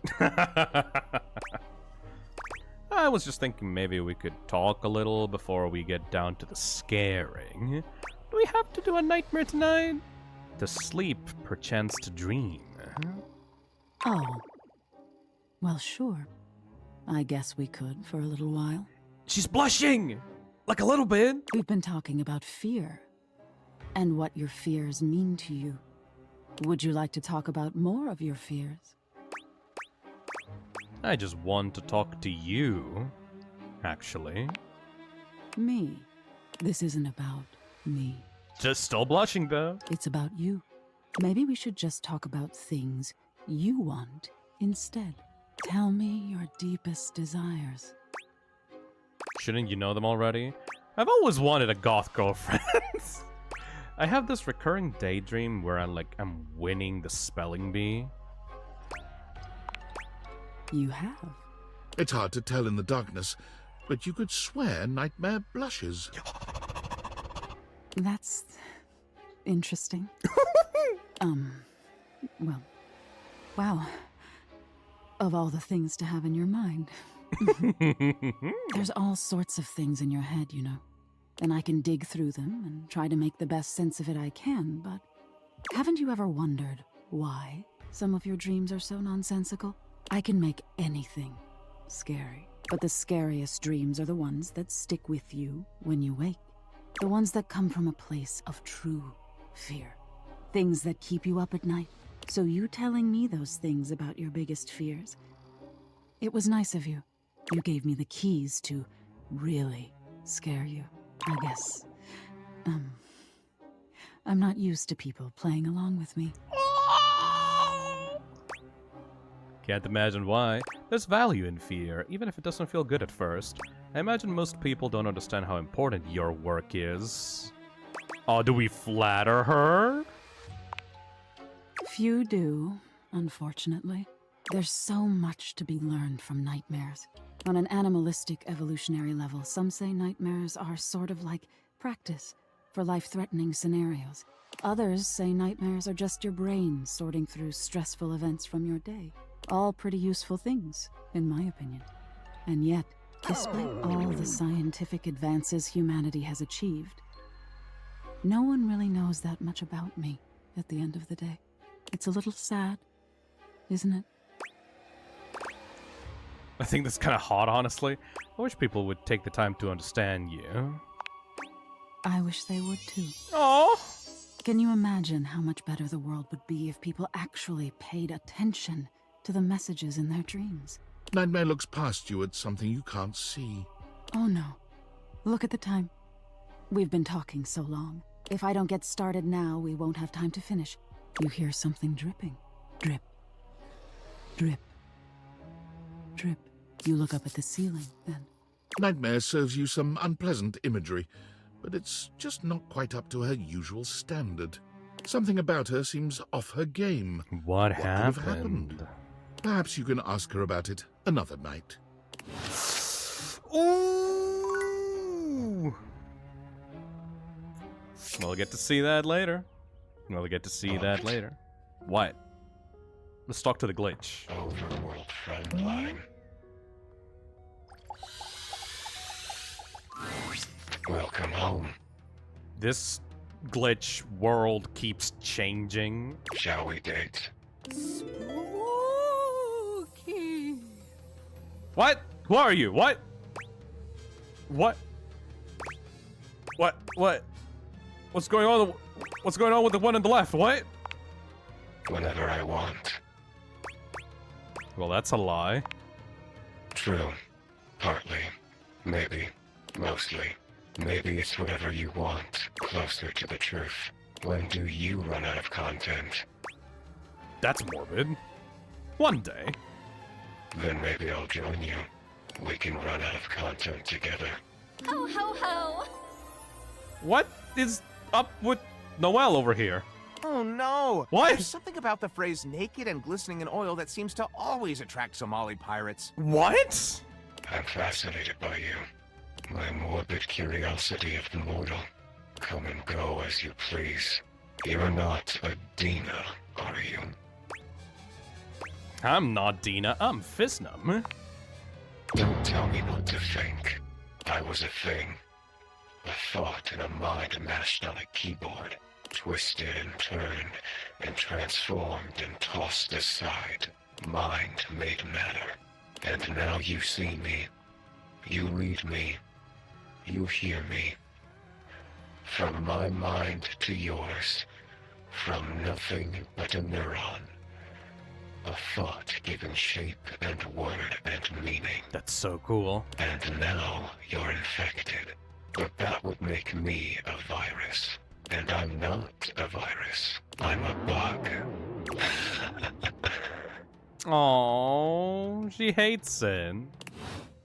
No, baby, don't worry. You're more than just a bug. Okay, shut up. I'll shut up. Okay, fine. All right. Where else should we? Let's game. Hello and welcome to Sandyland. A magical beach-themed board game awaits us as we venture through the traffic to the parking lot to the Sandy Kingdom where beachgoers frolic among ice cream and sunscreen. Would you like to hear the rules? Yes, how do you play? Both of our pieces are at the starting spot, home. There are 12 spaces in between here and the Sandy Kingdom, some with different rules. Each turn, we both spin a spinner to determine how far we go. Then, after landing, we follow the outcome. First one to the sandy shores wins the game. What color would you like to be? Green, obviously. Interesting choice. The pieces are all set up. I'll be the banker and the rule tender. We are both at home. Shall we race each other to the beach? It's your turn. What will you do? Spin the spinner. Before we start, let's get in the mood for a beachy day and take off our clothes. Nope. You spun a 1. Fuck. You're on the first space. Traffic. Tough to get out of. My turn. I spun a 4. I'm on the 4th space, getting stuff out of the car. Good thing I brought the sunscreen. Looks like it's back to you. It's your turn. What will you do? Spin the spinner, sneeze loudly, knocking the pieces askew. You spun a 4! Yeah, I'm ahead. You're on the 5th space. Hot sand! The intense heat on the soles of your feet cause you to run forward 3 spaces! Holy shit. My turn. I spun a 2! I'm on the 6th space. Ice cream? I can't help but stop for a tasty treat and I lose a turn. Mako Balmer says, how can you prove that he's not just cheating? Look at this fucking guy. Do you really think that he would cheat? That's not in his nature. Looks like it's back to you. It's your turn. What will you do? Spin. You spun a 3. You're on the 11th space. Almost done. Notifications off. You're almost to a perfect Sandy holiday. Jesus Christ, he's so shrill. My turn. I spun a 4. The delicious ice cream is filling me with joy. I'll be able to move again after this turn.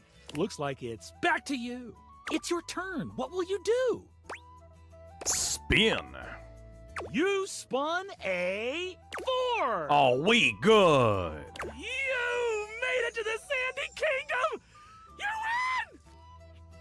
I tried my best, but you were simply a better beachgoer. In your face, bitch. I'm just so happy.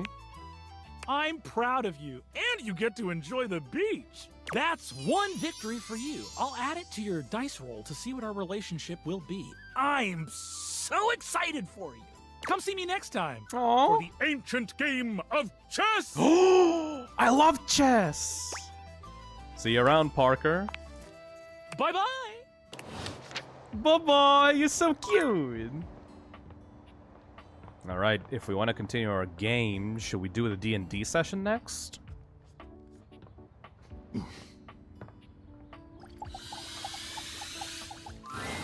My master of the mystics! You have appeared before me as you had promised. There's a 40 at the bottom right of a screen that I'm kind of blocking out. Ready to play. I'm so glad you're here. I knew you wouldn't let me down.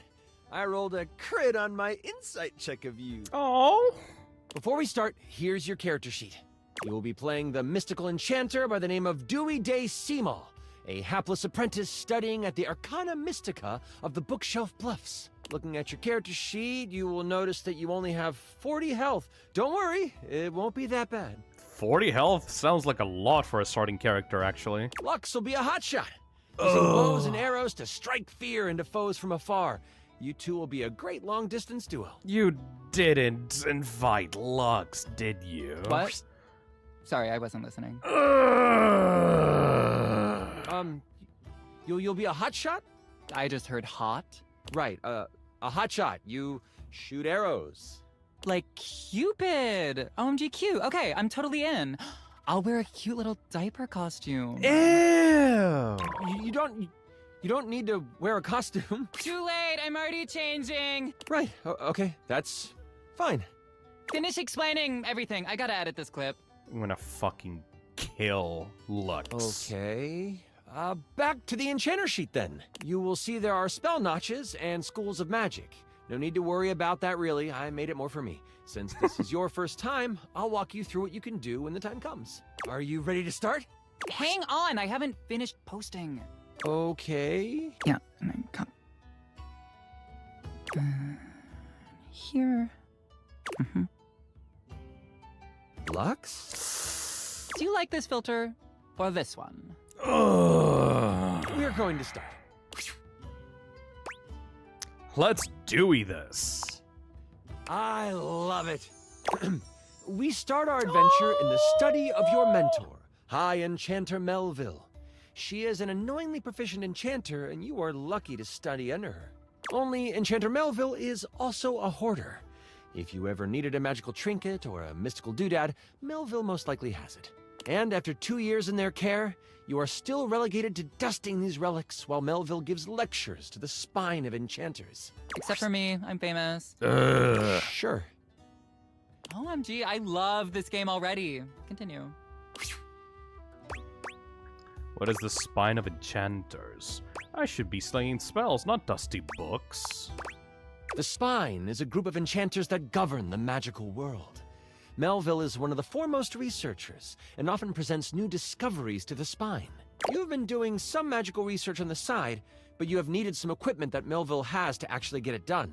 With Melville in conclave for at least another 3 hours with the Spine, you choose now as the time. You go over to your sack of possessing, an item Melville knows you shouldn't have, but allows, and you pull out your latest experiment. You found a lamp. Only it doesn't seem to do much. At least, not yet. I'll get wishes. You mean a magical lamp? You sure hope it is. I found the lamp, because light and lamps and glowing. But yeah, I'll let you have it, so you're welcome. Anyway. You've tried rubbing it, but nothing works. But surely, there is something here that will awaken whatever is inside. Looking around this cluttered study, your eyes fall on a few things that might help you. There is an arcane amplifier that you've seen used a few times. There is the Cosmos Collector that can call on the stars to make things work. And there is the Mystic Manipulator, used to alter the very fabric of an item's makeup. Which do you use? fucking obviously fucking third one. You figure that changing the very properties of the lamp could render the best results. You slide the lamp into the manipulator and slide the protective glass into place around it. It doesn't take long for the lamp to react to the device. First, it starts to glow. It takes on a warm copper look, but then it starts to shake. Slightly at first, but then, boom! An explosion of magic rips the device apart, and white smoke consumes you. Some of the glass catches in your skin, and you take 5 damage. Oh! I roll to avoid the damage. What does a 1 mean? That's a critical failure. Okay, well, I just asked because I didn't roll 1. Of course, of course. What did you roll? The number that avoids damage to my freshly applied makeup.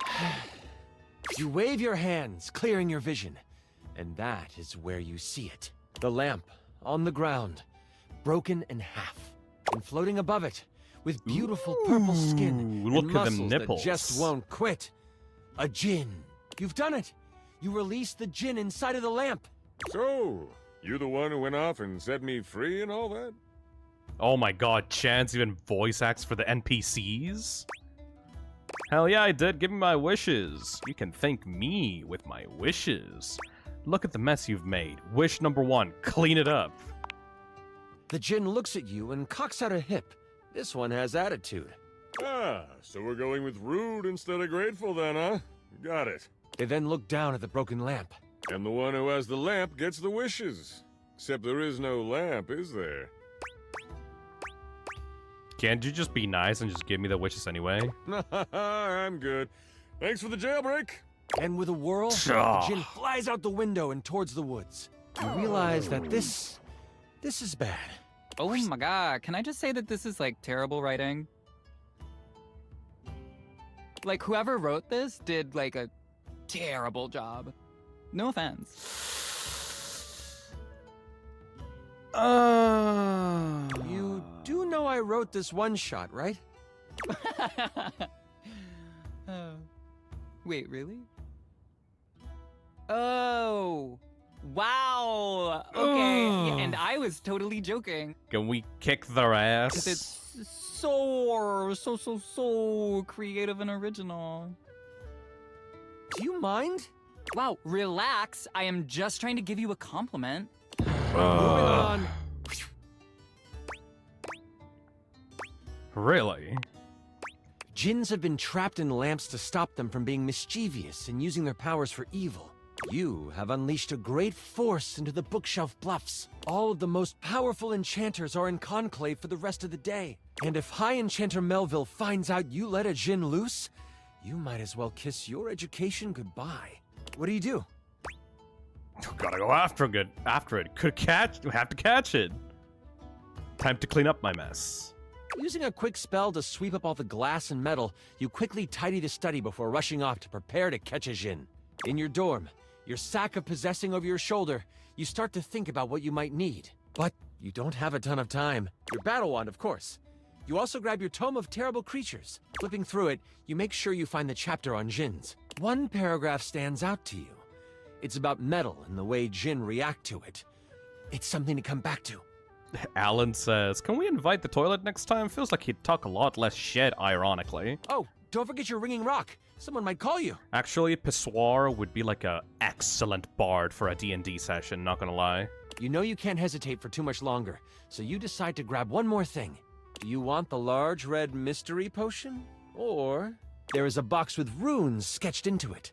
It looks like your roommate's, but it also looks powerful. Maybe this will help? Which do you take? I like the potion. OMG, that was such a dimmy move. Everyone knows potions are bad for you. You grab the potion from your shelf. You instantly remember it was the health potion you brewed last week in class. Hell yeah! You pop it open and chug it. You feel yourself recover from the explosion earlier. And then some. You get... wow, 35 health. With strength coursing through you head out the door and toward the woods. Don't worry about me or whatever. I'm on a cleanse anyway. You get to the edge of the woods and it isn't hard to figure out where the djinn went. A path of trees has been bowled over. The funny thing is, The path seems to be heading toward a very specific location. It is headed for the hut of the groundskeeper, Moise. Moise is a bumbling old fool, but has a good heart. If anything happened to them... I won't let it. Let's get a move on. You race through the woods toward Moi's cabin. Right on the edge of where Moi's cabin would be, you see they are tied to a tree, but they aren't resisting. A tiny gnome, Moise has always been kind to you. They snuck you herbs you needed for your experiments and may have helped you destroy evidence of a failed enchantment before. What? Also, thank you, Temple Beast, for the €2. The Stop Killing Games petition is at 1,173,197 signatures. Hell yeah! I set up a drop shipping store for the gnome, leveraging my brand. I'm gonna kick you in the teeth. And because of my incredible popularity, I offer him a 98.2% distribution split. Anyways... I call it Zodiac Herbs for Astrological Abundance. And we make a ton of money. Let me get you untied. Oh, I'm fine. You can leave me here. They said they would come back for me. Oh, why do D&D, why do, DMs for D&D campaigns always are, the best voice actors? The Jinn is going to untie you? Who's they? The trolls are following the instruction of the Jinn that came through here. Oh, I hope you didn't have anything to do with that. I practice the art of silence. Yes, Batch. Deny, deny, deny.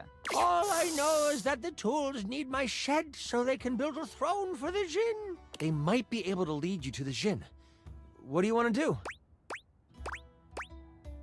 If I'm stealthy, maybe I can follow them back.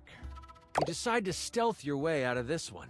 As the tools begin to head off down a path, wood and various building materials in hand, you follow them from a distance. Every now and then, you have to stop because the trowel looks like it's looking for you. But you keep going, following them for a few minutes. Eventually, they stop. All right, time for our break. We've been working for an hour, so we're taking 10. The tools all put down what they are carrying and they begin to talk. You listen closely. So, Rick, you doing all right? This work has out of your general wheelhouse. Well, thanks for asking, Spade. I'm hanging in there.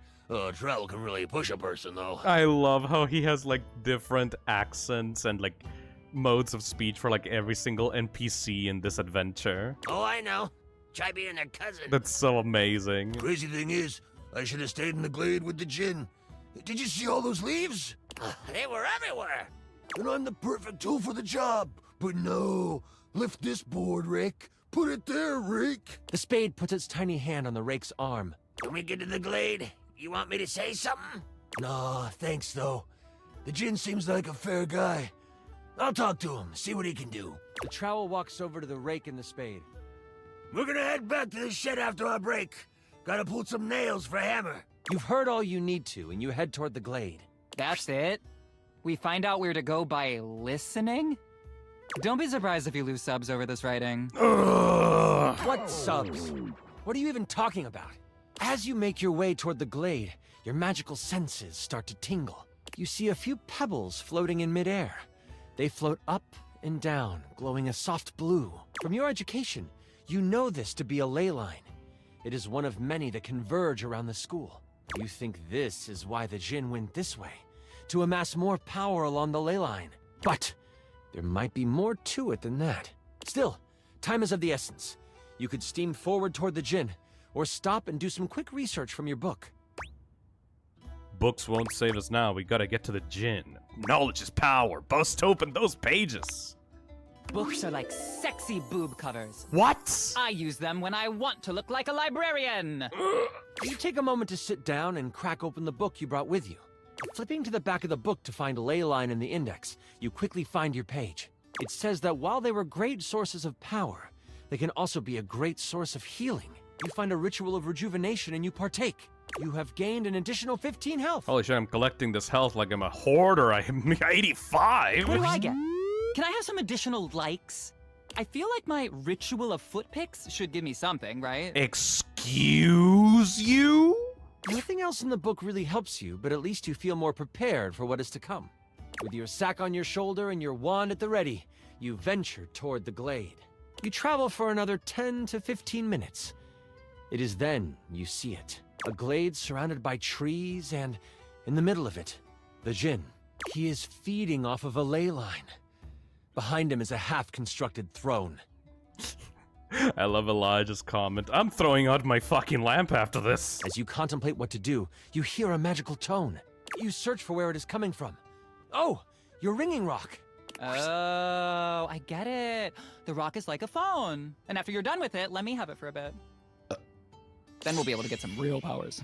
You quickly search your sack for the ringing rock and answer it in hushed tones. Kinda in the middle of something. Oh, there you are. Where are you right now? That voice is one you would never forget. High Enchanter Melville is on the other end. No shit. I've come looking for you. I need you to help me in the lecture hall. We made a bit of a mess. You weren't in the study, so I figured you are done with your chores. Almost done. Why does it sound like you are outside? Is that a ley line I hear? Oh, she really is powerful. You know that Melville isn't the biggest fan of lying. You have a choice to make. Do you come clean? Or do you hide the truth from your mentor? We all know what the answer is here.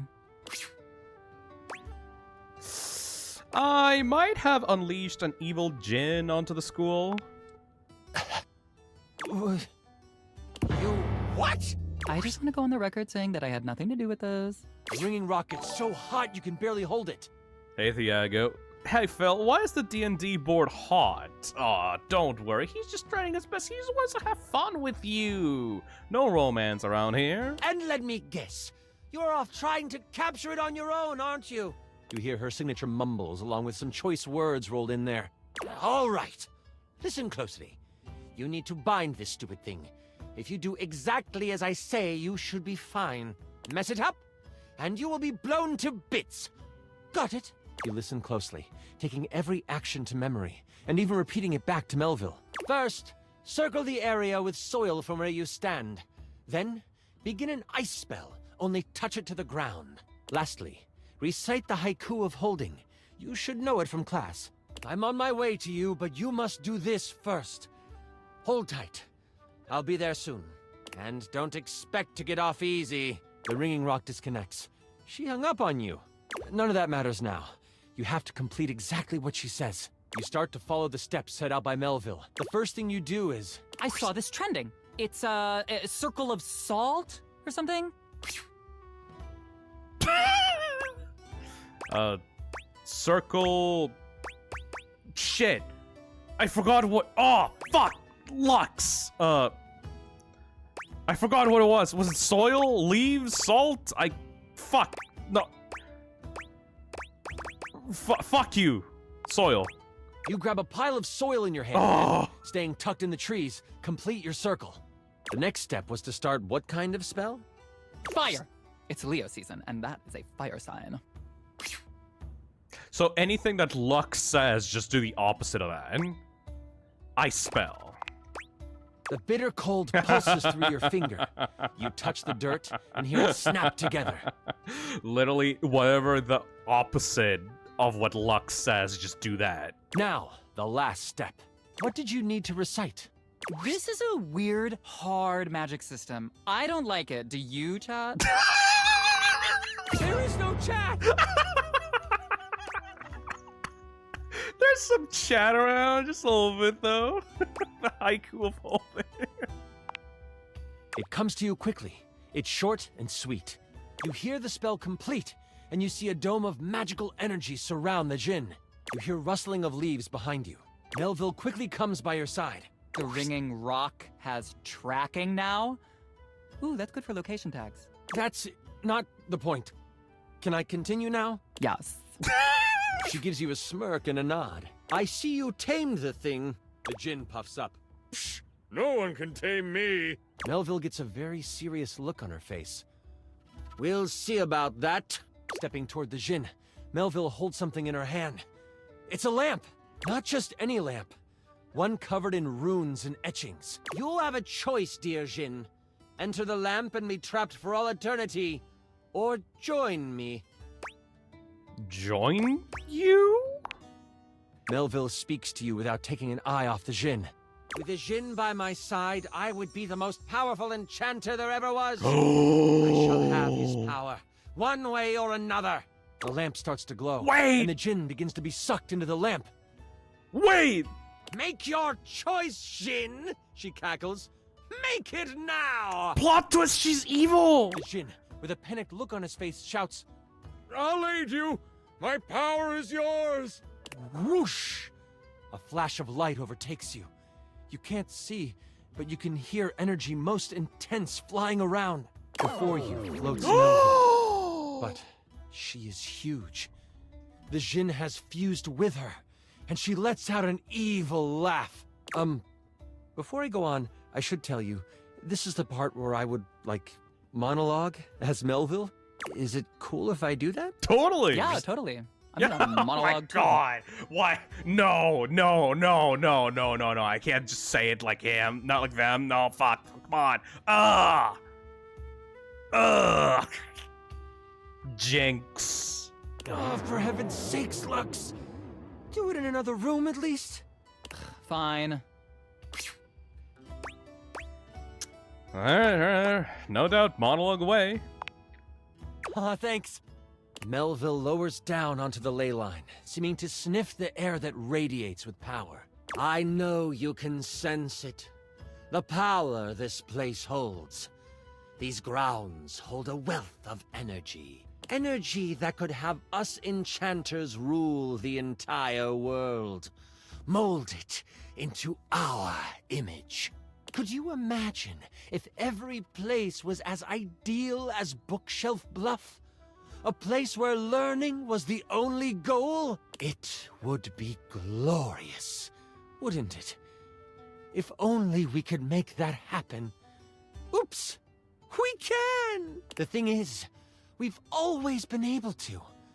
But the idiots of the Spine want to make sure we use our magic for good. What good? The world is full of evil all around us.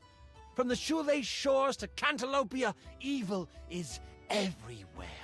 But we can make it ideal.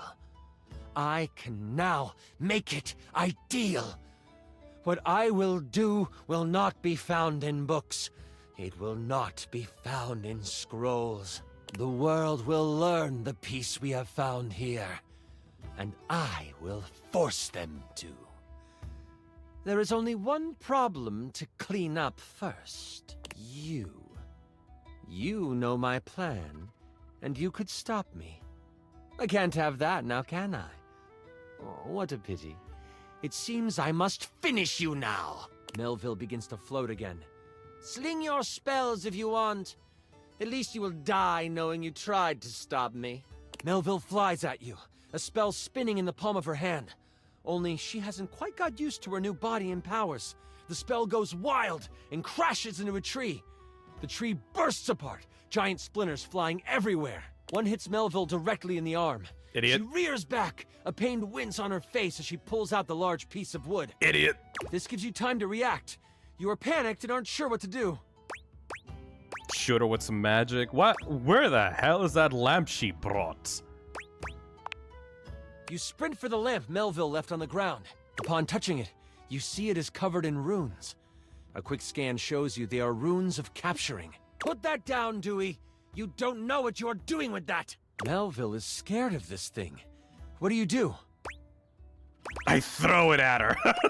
Start reading the runes out loud. You are instantly glad you paid attention in runes class. The words come flowing from your mouth like water, and with each word, Melville gets pulled closer and closer to the lamp.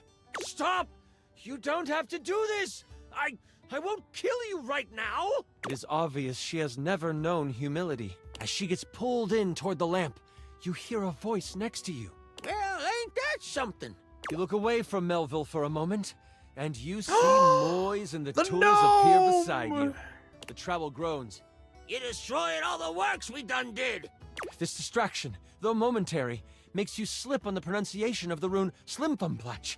That's a hard one anyway. Melville uses this opening to fling a spell at you. It makes contact, hitting you for 15 health. Oh, that's fine. That's fine. We got that. I hide behind a tree and film the encounter, commenting as I do.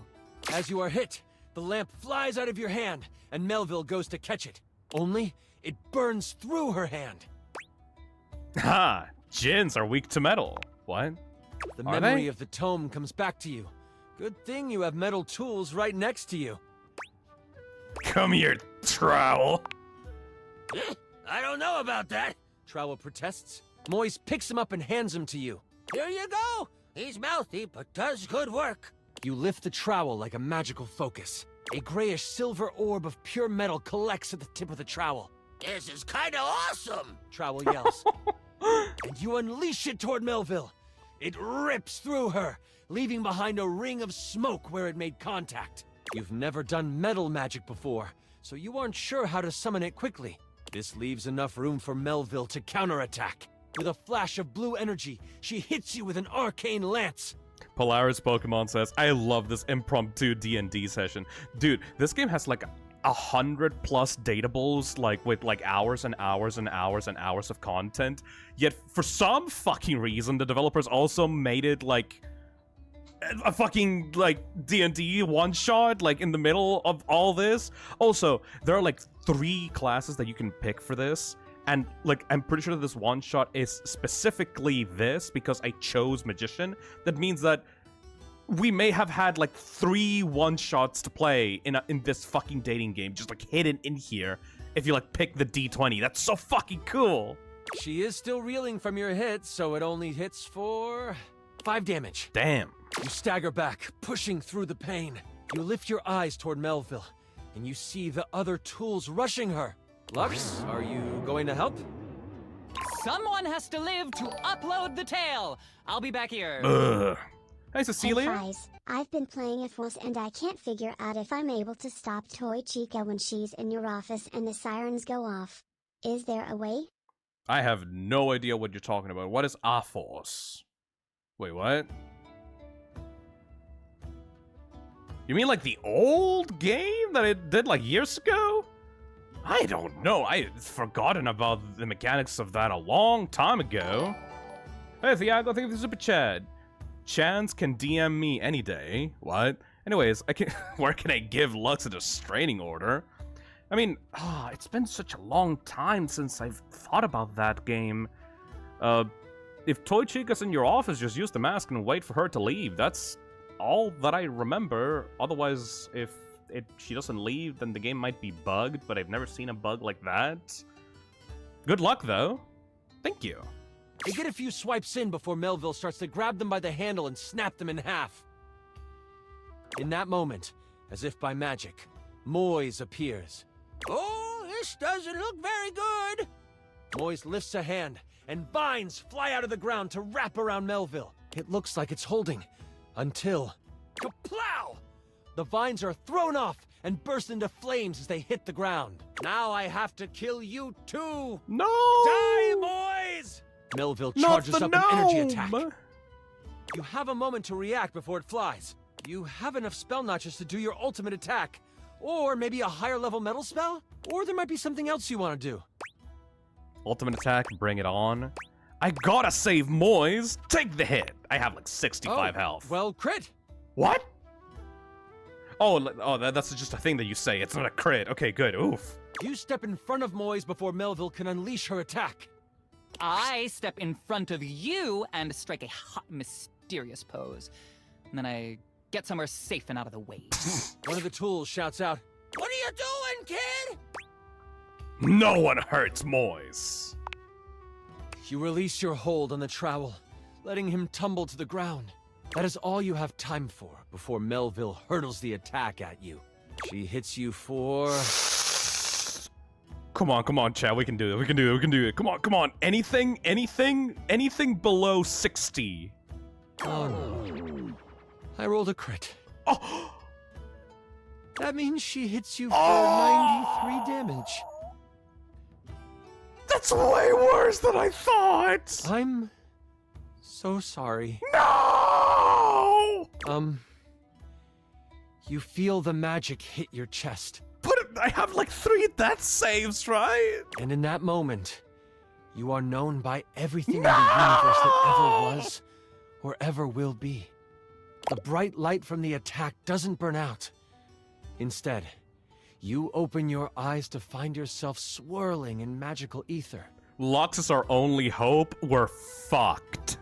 Melville unbound your soul from the earthly plane, but in doing so, released you from pain.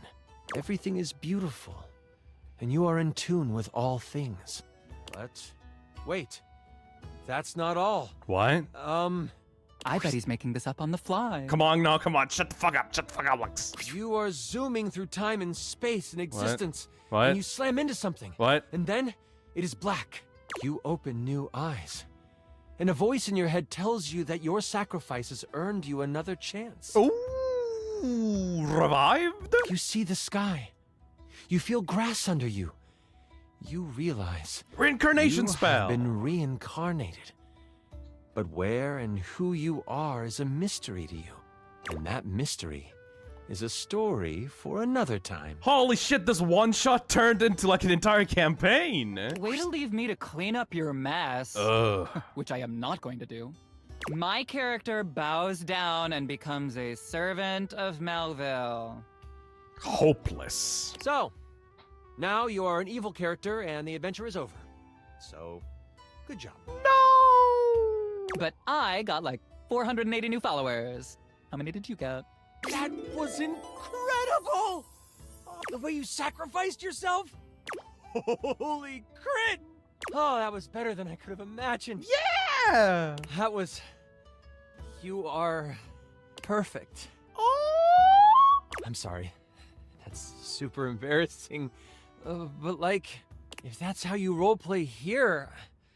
I'm excited to see how you might like some... other roleplay?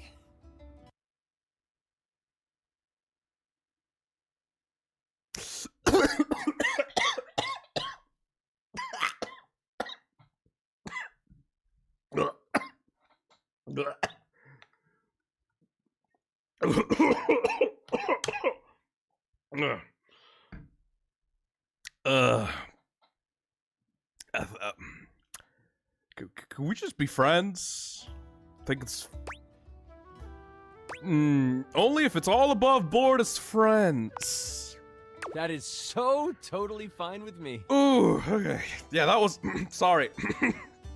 Sorry, chat. I was about to say something, but then I got critted myself, like, in real life. Listen, I appreciate you so much. And I would love to play with you again. That would be nice. And I'm so damn glad you sat down with me to do this. Aww. You're amazing. Hopefully the romance thing isn't gonna make it awkward between us on the next session, though, because, like, I feel like that could probably put some stress on the campaign, and, like, I just want to focus on playing D&D, man. I don't want to have any of these weird romantic feelings going on with us, you know? I need to wind down because that was intense. Alright. But please, please, please, come see me again soon. Aww. Friends! Come by for snacks anytime. Aww. Topaz says, you got a drink with you? Bro, that sounds like a hurt. Oh, yeah, no, I got a drink right here. So don't worry about that. Can he kill Lux in the next session, though? Alright, what else do we got left to do? Roll 3d6 of drinking damage. Let's do microwave. Some people wanted to do microwave. Oh, I haven't talked to the laundry guys yet either. Let's see. An armored soldier with absolutely haunted eyes claps you on the shoulder, his iron grip jerking you towards him before you've even had a chance to introduce yourself. Ranger! Oh, you survived the journey. And with all your limbs still attached. Thank the immortals you made it here alive. This guy's cool. Don't push your obscure religion on me, pal. Thank the immortals. I love those guys. Guys. Sure. Sheesh. This bunko buster crud nugget doesn't even know the lingo. Mayhaps my trust might be misplaced. Oh, God. He starts suddenly, clapping his hand to his forehead. Oh, and heck, where are my manners? Name's Nukem. What? Luke Nukem. Luke Nukem? Look at you. Sorry, it's been a while since I've seen another face. Except the faces in the walls, of course. They tell me to burn things. But I try to tune them out. What? Mostly because I already burned everything flammable weeks ago. Freeing yourself from material objects is very healthy. Very nice to meet you, Luke. Nukem, huh? Like Duke? No. My title is Combat Crew Commander. But I did have a great-great-uncle who was a Viscount. So, you're like royalty? What's a Viscount? The hell are you asking me for? What do I look like? Some sort of Viscount? Anyway, forgive me if my extended isolation has eroded some of my social skills. Everyone on chat's saying that this is Knuckles.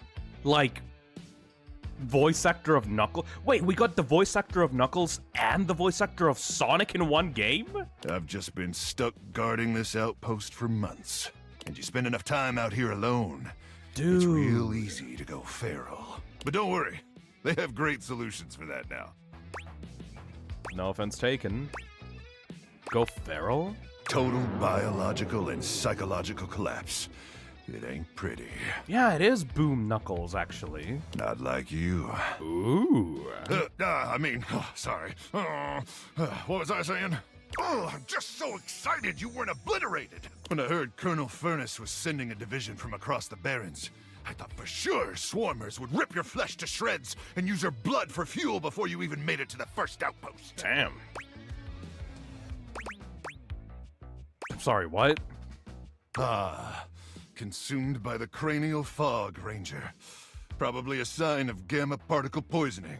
Or possibly syphilis? What? Have you been exposed to any radioactive contaminant zones? Oh, yes, dozens. I summer in a few up north. I have no idea what you're talking about. Well, don't worry. We have pharmaceuticals for that now. Pharmaceuticals we harmlessly inject directly into your brainstem. Hardly any lethal side effects, even when receiving lethal doses. Sign me up. Excellent! But wait, you came alone? Where's the rest of your division? Oh, definitely dead. Truck!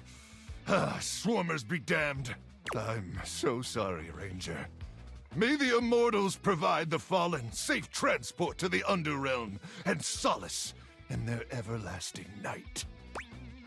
Thanks, brah. I appreciate you. It's Luke. I appreciate you too, Ranger. Listen, I wish I could give you more time to decompress. I know you must be exhausted after your journey, but time is of the essence. We have much to discuss, and dangerously little time before our mission commences. Exciting. Tell me more, you hulky microwave person. I trust Colonel Furnace briefed you on the mission back at the fortification? Furnace?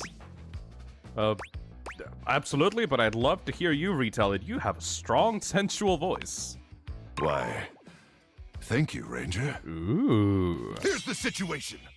I have, in my possession, a handheld electromagnetic device powerful enough to flatten the Barrens entirely. Oh, it's the microwave machine. From Cape Death to the Death Zone to Deathtropolis, the Citadel of Death. It's called the Magnetron.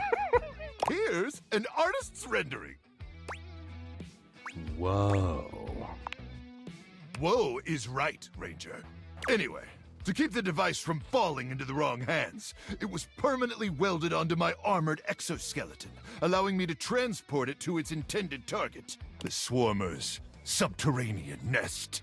There, the device will be remotely detonated, eradicating the Swarmers and winning this war. I love how the microwave plate, like, is a shield, like a Captain America shield for this design. Okay, cool. Yes, to finally win the war would be very, Very cool indeed. I need you to meet me back here tomorrow at 0700 hours. After a light breakfast of irradiated grubs, I'll walk you through your training and our mission objectives. Yes, sir. Can I have my tendies then? Ranger, we win this war, and I'll get you all the tendies you can mash into that pretty little face of yours. Hell yeah. But in the meantime, let's really try to focus on the mission, okay? You got it. All right, it's about time for me to begin my nightly patrol. Gotta make sure no swarmers infiltrate our defenses. May the Immortals watch over and protect you. Excellent! We got one more charge left, so I could do the washing machine. We could do Dasha. I wanna go talk to Dasha again, maybe. We could do Doug. K-Maki says go do the vacuum. Alright, let's go check out the vacuum then. Oh, wait. Vacuum's on the first floor.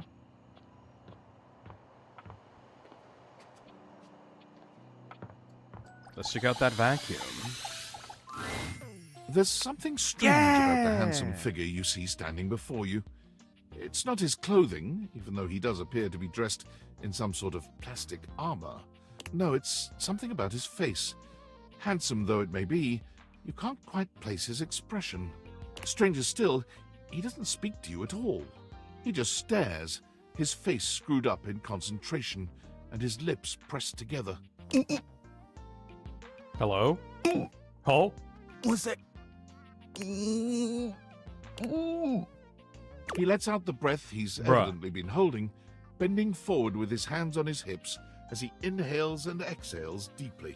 Woo. Sorry about that. Just trying to see how long I could hold my breath for. What? Fuck? What? Why? Are you dumb? Are you that bored? Weird that I walked in on that.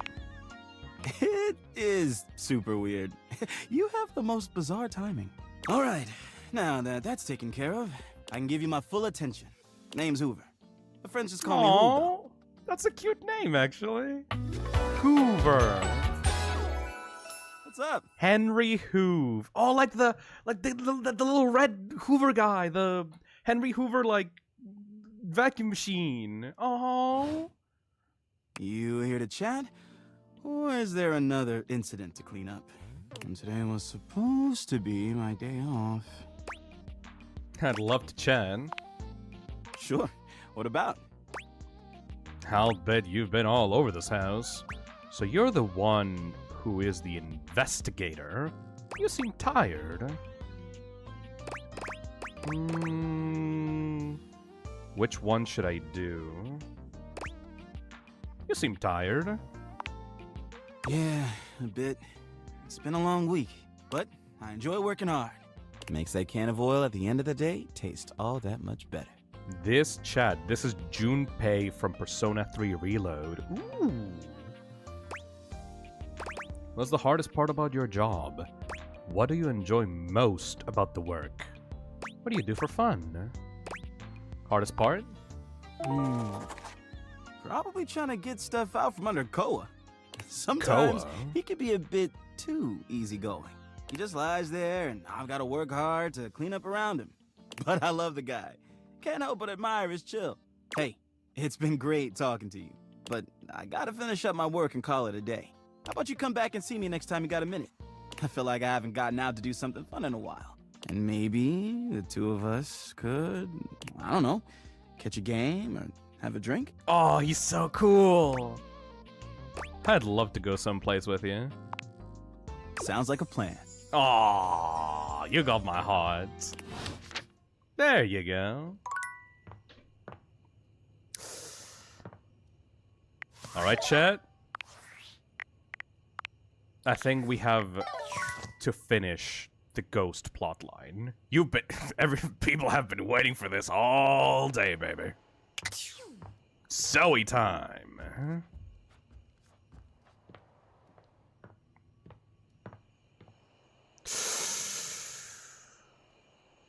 Oh,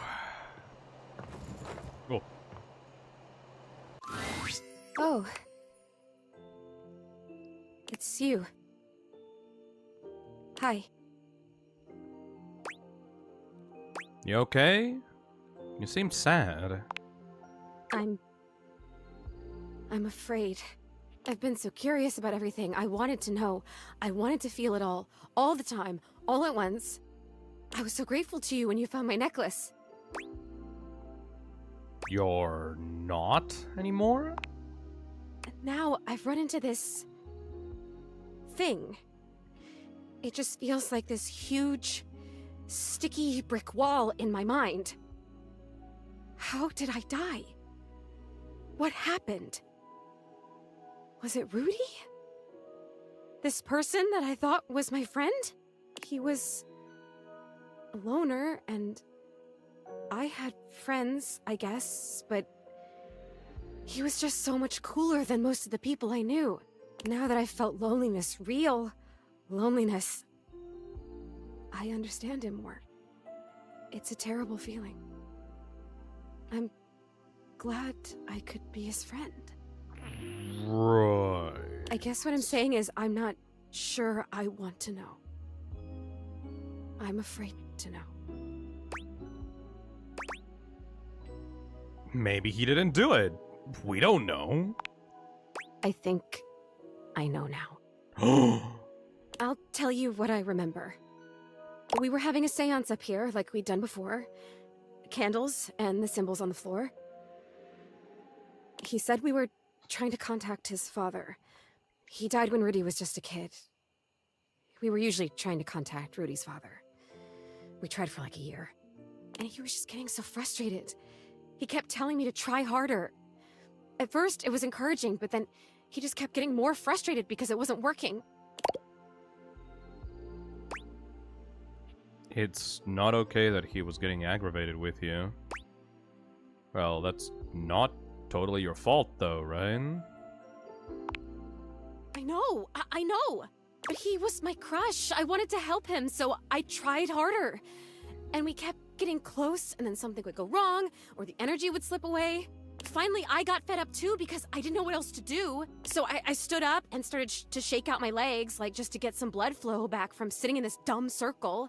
Is it even a circle if there's only 2 people and a bunch of candles? I mean, come on. And he freaked out. Don't break the circle. Don't stand up. Get back here. Don't break it. But I have to move. I can't just sit here anymore. This isn't working. He was screaming and I was screaming and I went for the door to leave and I heard him jump off the floor behind me as I was trying to wrench the door open and then...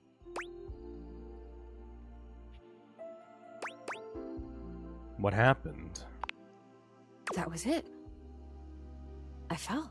I fell and I remember hearing my neck break. It's weird the way you hear a bone break when it's inside your body. You hear it from the inside of your ears and the outside. Especially when it's such a big bone. Not a big, but important bone. And so close to your ears. I remember feeling the sound before I felt the pain. And then the pain was only like a second. And it was over.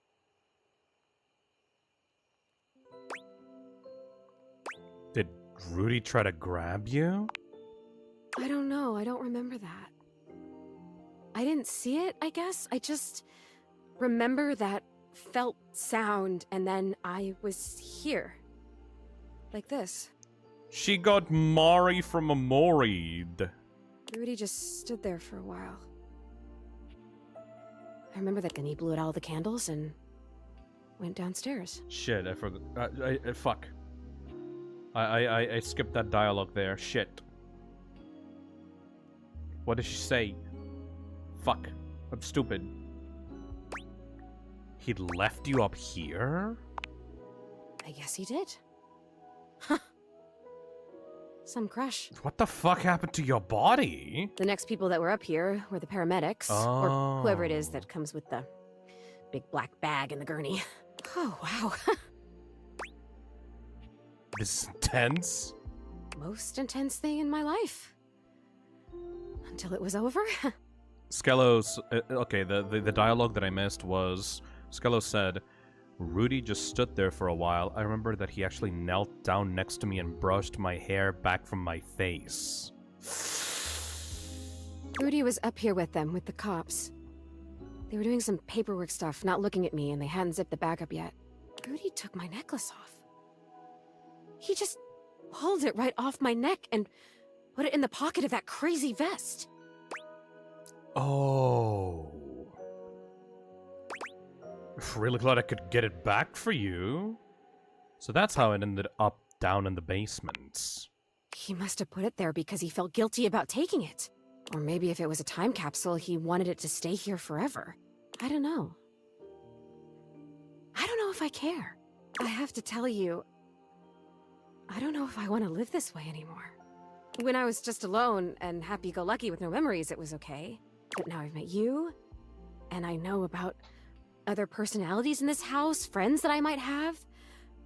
I know how lonely I've been, and now I really know, I really feel that I'm dead. I'm not supposed to be here like this, just hanging in between worlds. I don't know what to do. I don't even know what I could possibly do, but I'm so sad now, and it hurts. I'm gonna go now, okay? It's weird when you're lonely to just want to be alone, but there you go. No! Wait, Zoe, you can choose to go now? Oh, yeah, I can. I noticed that a little while ago. When I got my feelings back, I realized all I had to do was really feel the want to go or feel the want to stay, and I could make it happen. Congratulations! Yeah. Congratulations to me. Maybe I'll see you again. I have to try and figure out what to do with my life. Well, my death. With whatever it is. See you around. Bye-bye, Zoe! Oh no, we gotta help her! Let's help her make friends? I guess we have to visit her. Like, I don't think the plotline is fully done just yet. Yeah, I think that there's more to it. Interesting. We must realize her. Hopefully we get a nightmare? No, no nightmare just yet. Alright, so from here on out, I think I'm gonna have to finish some plot lines, and then we can wrap up with the stream. So this will be the final day where I just, like, meet new datables for you people. And then whatever datables we have plot lines going on for, we will finish those up. Hold on, let me look at Discord for a little bit. No new messages, that's perfect.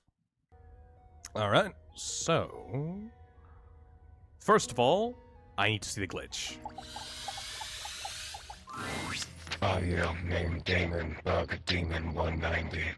You want to hear more? Absolutely.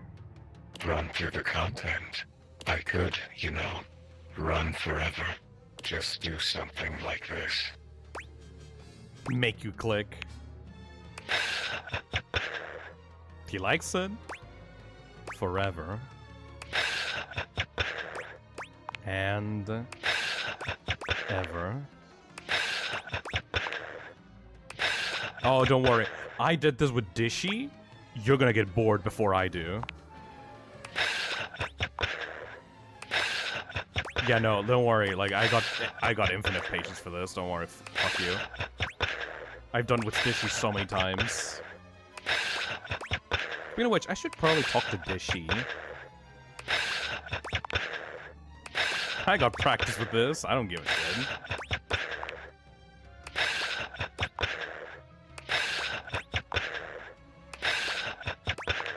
Their voice is nice.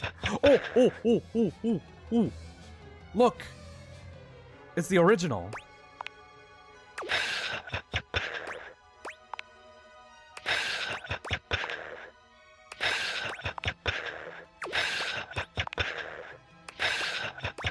The original design, yes. Dude, if I was a Deltarune human, my... Did I scare you? No, not really. Dude, if I was a Deltarune human, my soul would be purple. No. Damn. Damn. I like being scary. Not here. Did I annoy you? No. Damn. I like being annoying. It's the repetition that kills you. The mundanity. But I hope my point was made. That technically, I can be infinite if I want. Will you think about me when you're gone? How mundane I was? Depends on the payoff. That's fair. If I could think, I would think about you. I tried. I think I would. But my thinking is done. Now it's just thoughts on a page. In a file. In a zipped-up bag bundled with 1,000 other assets. Meta. You seem sad. The thought is saddening. The finity of it all. Well, now you've done it. I feel a shift. That's it. That's my content. Audio name Damon Bug Dame. Hold on. Return for endings and elsewise. I liked our time together.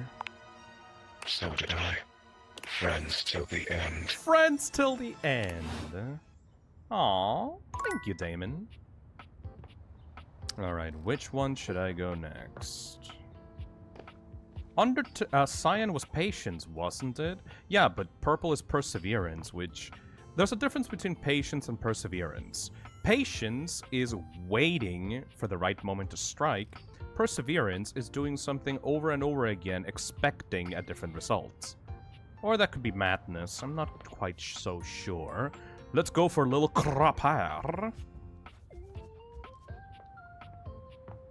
What up, my man? You are back!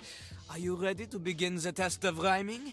Or are you willing to die alone? I can do whatever you want, baby boy. So, that red shirt, c'est fantastique? No matter. Yes, I'm ready. C'est parti! Okay, you have returned in time for the first test. This will be a baby game for babies, so little Crapper can make sure you are not a little baby who he hates. Babies are full diapers, they are not ready for little Crapper. Babies have trouble filling their lines in the choices below. They only have so many words before they fill the box, eh? Oh my god. There's no way I'm reading this. What's in this dialogue box. It's a complete waste of time, and I'm definitely not picking this option because it's stupid. It's a bad choice. It probably leads to an instant hate ending. It may be about the size of the box, but my box is totally the right size, my guy. Maybe you just can't handle my enormous box with all that tiny text. Do you feel intimidated by my big box that cannot lie? Is that... You're the one who's freaking toilet-themed rapper which is worse than a baby according to our recent reports. How dare you say that my little dialogue box is too small? You're the one who's small-minded, not me. What do you mean? I have as many words as I want to fill the box. I'll never run out, right? Oh, I guess this is starting to add up after a while. And if I were to rap it would be even more. Oh snap, I see what... Which one do I choose?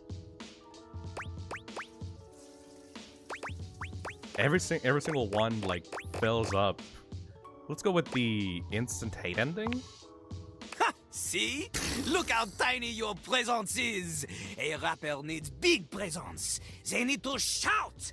Luckily, Lil Crapper has an assistant for someone with a little baby voice like you. This is Ballcock! What? Ew. Ew.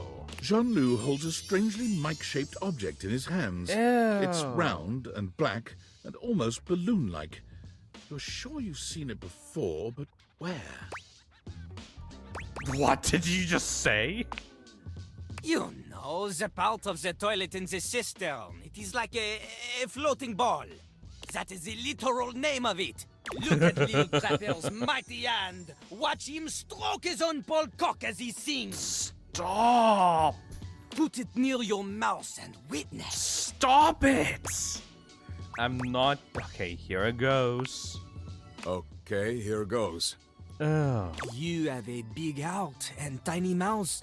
Bulcock has a big mouth and no heart. He is ruthless. Together, you will show Lil Crapper that you can be a match for him. This is going so fast. This is going so fast. Here is how the test goes. First, we pick a name to rhyme with. One syllable, easy. Lil Crapper, he picks for you Jacques. Okay. Okay. Lil Crapper will say the first part of a sentence. You will finish the sentence. The word you choose, she must rhyme, and she must make sense. Example, yo, I know a lad and his name is... This is the part where you say Jacques. Jacques. Jack. Okay, good, good. You are not stupid. We go. Remember, only the best can kick it with the Crapper. This is easy baby hours. Training pants stuff. You cannot keep up here? Pfft, you get out of his face. Win again. Yo, yo, yo, yo, yo, yo, yo. I know a guy and his name is... Jack? Jack! Never in front, always in the...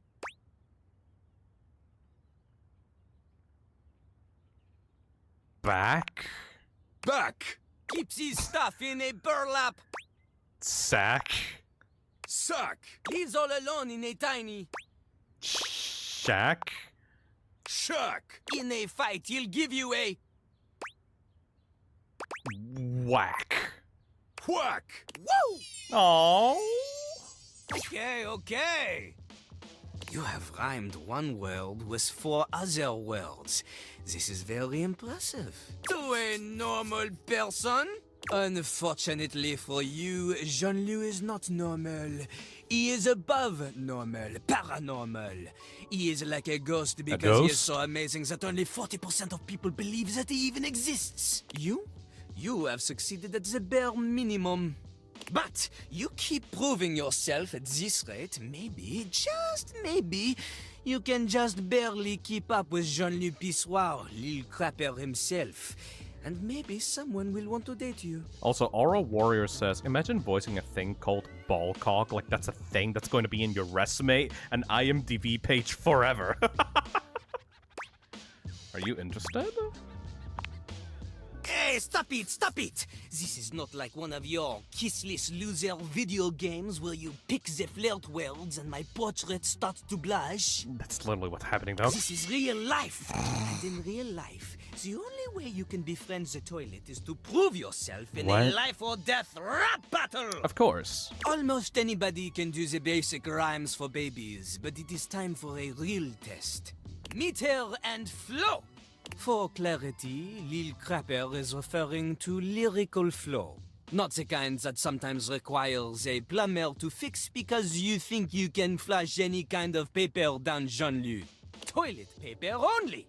He does not want your wet wipes, those are for the garbage can. Pah! If you need something more to wipe the buns, install a bidet. Anyway, this test will be checking if you understand flow, syllable counts, things that are basic to a genius like Lil Crapper. But for someone like you, who knows? Are you ready? Yeah. You are not. Fuck. There is much, much more to cover, and you look like you need a break. Jean-Louis understands this. He is familiar with small, refreshing breaks and not overstaying his welcome. Oh yeah, right. Return again for more crapping. Note. Cool rapping. God damn it, John. What about your little companion here? What? Oh, he's also part of the plunger thing? Interesting. Alright, alright, alright. People, should we talk to Doug one last time? Eh? Maybe do the dust bunny? Couch? Fireplace? Please do the fireplace. Please, please, please, please. Alright, if you're so insistent. Well, well, well. The enigmatic Amber returns for another lesson. Yeah! You ready? Let's go. Sure, what's it gonna be about? We're gonna stick with getting to know you, but it's time for a new kind of icebreaker. As you might know, ice sucks, so we gotta break it. First off, what's the worst way to get someone's attention? Catcalling, unwanted touch, inappropriate comments, flowers. Unwanted touch is pretty up there, man. Right! That's just an insincere and unsolicited form of selfish flattery. And for what? Someone who does that isn't trying to get to know you, they're just being a creep. This guy's cool. So the real question is, how do you start a conversation with someone you don't know in a respectful way that also shows you might be interested in them and hopefully makes them interested in you? Tricky, right? That's what we're gonna explore today. Huh. Well, actual dating lessons? Actual flirting lessons? Okay. Really passionate about this kind of stuff, huh? Whatever, you're the boss. So if I want to get everyone to hate me, I just do the opposite. You ain't lying. I am fire after all. A flaming hot, hopeless romantic. Okay, he's kinda cool. You know what I've seen? How many proposals I've warmed? First date flirting in the living room, Valdiva flicks and chills, wine night cuddle sessions, bearskin rug rubdowns. Let's just say I've done my research on this sort of thing. And not to mention, well, I'd like to be in love one day. Aww. Anyway, I know about fiery connections. That's why I can help you. But nothing could happen without the icebreaker. And the icebreaker is observation and interest. Interests? Right. It might seem basic, but first you gotta notice them. But not just that. You can't be like, oh, they're hot, I'm gonna go talk to them. Nah, yo, you gotta really take them in. What's their demeanor? How do they look? Are they with someone? All that and more. Then, use the information you glean to guess what they might be interested in, and lead with that. But how, though? Aight. Say there's somebody you meet for the first time and they're wearing merch of a show or a game or a book, you know? What do? Maybe compliment them on it, right? Ooh. But what could you immediately follow that compliment up with that's even better? Ask them who their favorite character is. Tell them your favorite episode. Quiz them about what they know about the series. Favorite character, obviously. That's a good one. Smile, gently ease into the topic, and you can build a great rapport with them really quickly. So, you learn about, or even better, share in their interest. Make them excited about it. Start that connection by talking with them about what brings them the most joy. Oh, you know what? This guy's actually giving great advice for, like, just people that want to make connections with others in general. This is not even about dating. This is just about making friends. That's awesome. What better way to build a friendship? Yeah. I thought this was about picking people up. Nice, that makes a lot of sense. Dope. You get it then. You gotta communicate, you feel me? Yeah, you gotta build up connections with people before doing anything. Let's go to phase 2. Alright, so you made it past the icebreaker. Now you're vibing a little. Vibing? They mentioned they're going to a concert of one of your favorite bands. What do you say next? Oh man, I love them. Are you going with any friends? Lucky, you got an extra ticket? Music is for dorks? What? The third one is just Doug. First one. That's what I'm talking about, playa. Keeping it nice and casual and taking an interest while showing interest. Smooth. Yeah. If they say no and they don't really have any friends who are into this band, let them know you might be down to go if they want company. Oh. If they say yes, maybe just tell them you're stoked for them. Don't want to seem pushy or self-inviting. Get to know them before getting too personal. You know, build up to it. Maintain that good balance of digging somebody, learning about them, and gauging their boundaries. This is just genuinely good advice on how to make friends and connections with people. This is not about dating at all. Gotta be honest, some people in chat probably also really need this, so pay attention, chat. Sass. Too much work, I'm just in it for the quick hookup. Sounds complicated. It is, homie, it is. But you can do it. Aww. Anyway, that concludes your lesson for the day. See you around for the next one? Holy shit, I actually really want to finish this plot line. This is like really cool. Actually, yeah, you know what? You know what? I want more of this guy. Yes. Alright, next. Until then. Bye-bye. Okay, we gotta finish this guy's plot line, and we gotta finish with the fucking ghost upstairs. Hell yeah. Hey, someone, thank you for buying the premium poster. Thank you so much. Can I interact with this? Can go into the backyard. Phil, have you talked to the candelabra on the dining room table yet? If not, you could also talk to the floor by Wallace. What should I do?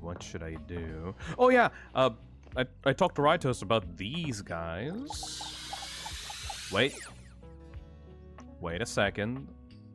Is there anyone that I'm forgetting right now? Cat Clock. I don't want to have a cat girl on stream, at least just yet. Close the cabinet. Oh yeah, I want to have a nightmare, right? I have a nightmare. Nightmare. Wait. I need to drink coffee just before sundown. Yeah, okay.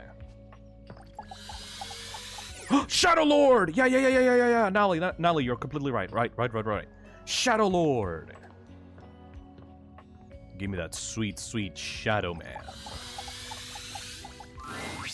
Shadow Lord greets you in his own unique fashion, throwing his arms open wide as he calls out to you. The lights dim and the shadows reign supreme. The doors of the abyss open for yours truly.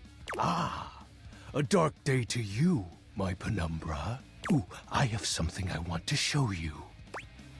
What is it? Evidence of my power returning. During our previous exchange, you questioned if our discussion was monumental in any way. Now, observe closely. Come to me, servants of the night! Shadow Lord stands stock still, arms spread wide with his head tilted up. He seems to be waiting for something. Ooh. Ah. Ooh. He starts, turning to look at something you can't make out. He points triumphantly. There! Do you feel them? What? You feel a tickle at your leg. Oh, little bug cockroach guys. Is something crawling on me? Did you summon bugs? These many-legged, mischievous nocturnal critters hide in the dark until true darkness. Look at the face on that guy. Then they prey at their peak in the shadows. Do you believe me now? Am I infested with bugs now? Glory to the Shroud of Darkness, Shadow Lord. Witness my power! Witness my mercy! Begone, you pests!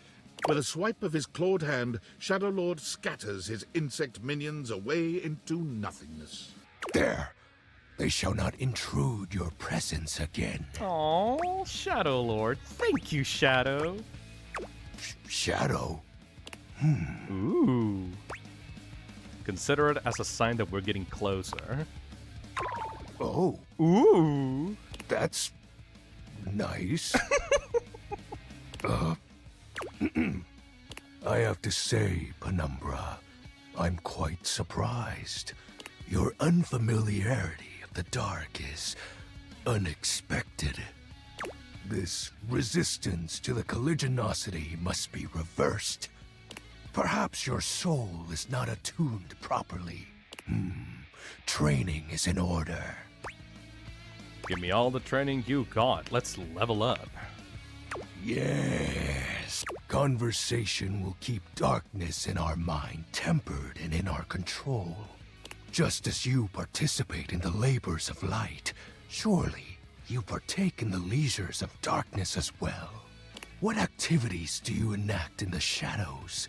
Regale me with every detail, Penumbra. Doom Scroll. Doug taught me that one. What is that? Talk to Doug about it. Scrolling through social media for a feed for hours and feeling like garbage. Well, that sounds incredibly sad. It is. Why do you do this in the dark? Sometimes I do it during the day too. Fascinating. Hey, Godelar, thank you for the 1 month. How's everyone's day? My house flooded, so a solid 4 out of 10 for me. Jesus Christ. Hopefully you're gonna be able to be alright. I'm doing quite good. This game is awesome. I can't speak to the merits, if any, of this activity, but I can part with you some words to remember by. Even in your loneliest moments, you are a god. Aww. In darkness, I will be there to remind you as such. In light, you walk with your shadow. A shadow can only imitate its source, meaning everything that's wonderful about you is always there. Oh, he's so sweet. Even if you don't realize it. Oh, Shadow. Just speaking truths, Penumbra. No! I'm grateful to you for providing me more insight into your life. Behold, our corrupted bond grows. I'm beholding you, Shadow Lord. Oh. He exhales, his hands tightening into fist before throwing his arms open once more. You're beginning to grow used to this routine with him. I feel it. Another piece of my dark armament. It courses through my once dazed body, rejuvenating to the next stage. Yeah! Excellent. My form is stronger, yet still incomplete. He's adorable. I'm so happy for you, my dreary friend. Until next time, Penumbra. Oh, and I do hope you have a pleasant rest. You'll need to conjure as much void aura as you can for our next ritual. Yeah, whatever the fuck that means. Aww. I love him so much. Me too. He's great. Alright, we have one last charge left. Should we do the coffee? Should we do Doug? Azazel told me something about haunted houses, but I can't seem to access that. She told me, like, before the stream started that I should talk to the vacuum at night, but that didn't bring anything up about a haunted house. So, does anybody know what she's talking about on chat? Is there anything that I should know about haunted houses? Because I do like myself some haunted houses. No idea. Coffee, do Nightmare storyline seems interesting. I have no clue. Chad doesn't seem to know anything about a haunted house. Maybe try talking to him again. I could try to talk to the vacuum guy again. Kitty Demon Overkill says, I want to see more of Nightmare. It may be related to the ghost, but try again. She might be talking about Zoe. I guess Hoover didn't talk about Zoe because we already met Zoe? Zoe's cool, by the way. Susie's like one of my favorite characters. If so, let's get some coffee. Kopi is in the middle of opening a bag of coffee beans, wafting their aroma towards her with a pleasant sigh. Oh, hey! Welcome back! I hope you're in the mood for some delicious coffee. I just got him some fresh new beans, so they're gonna be nice and ready to grind. And, well, I'm looking to try something a little different today. So, what can I get for you today? Affogato, latte, Irish coffee. No new recipes, so let's just go with an affogato. Okay, no problem. One affogato? Order up! Kopi flies into action, assembling your drink order with speed and skill. Alright. Here we go. One affogato. Enjoy. With a little heart on it. Is there anything you'd like to know about the affogato? You know what I just realized about her design? Her collar looks like one of those like coffee cup cup thingies. I forgot the name of those things. The one that you put like for like to make coffee with.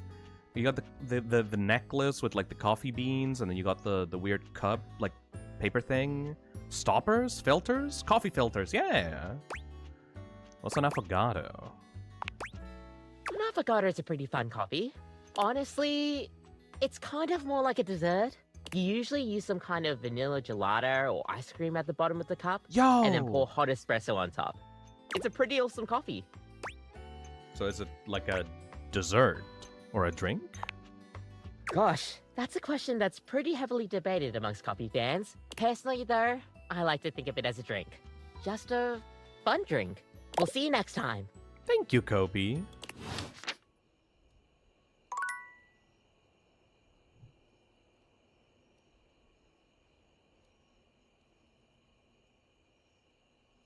This is my favorite. Wait.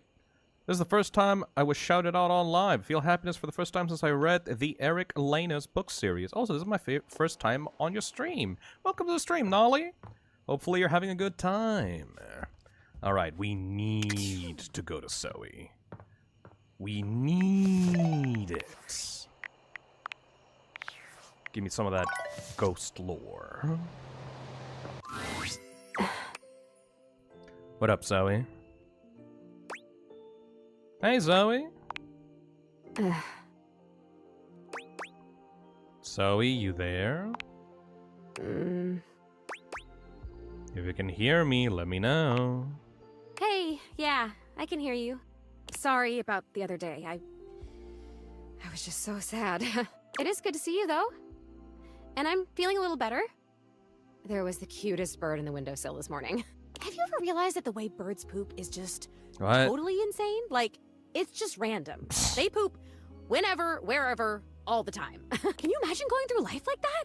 I mean, I don't have to worry about pooping because I'm a ghost and I don't have bowels and I don't eat, but like, what if it was you? You just randomly shit yourself? That would be so crazy. You just walk around like leaking. Ew.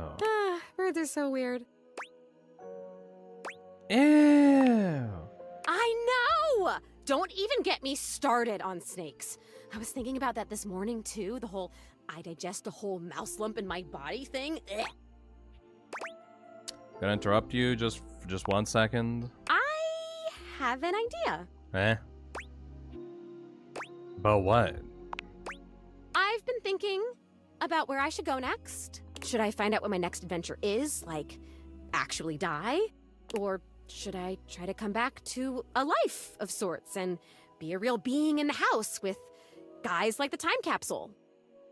Like possessing an object? And you, and your magic glasses. I would love to have you here. Don't move on to the beyond, please. Honestly, maybe going to the beyond sounds peaceful. I would love to have you here, Zoe. Oh my god, thank you! Oh! Look, here's my idea. We never closed the seance circle. I stood up, and he stood up, and then I fell, and I died, but the energy was still all open and swirly. So maybe it's still open. Maybe if we can complete it, I'd stop being stuck in between worlds like this. Stuck in this room, stuck in the freaking 80s, for God's sake. Right. If we can get back into that open energy, you might be able to make it here fully. Oh, come on. The 80s were pretty baller. But whatever time it is now is baller too, right? I don't know so much about that one.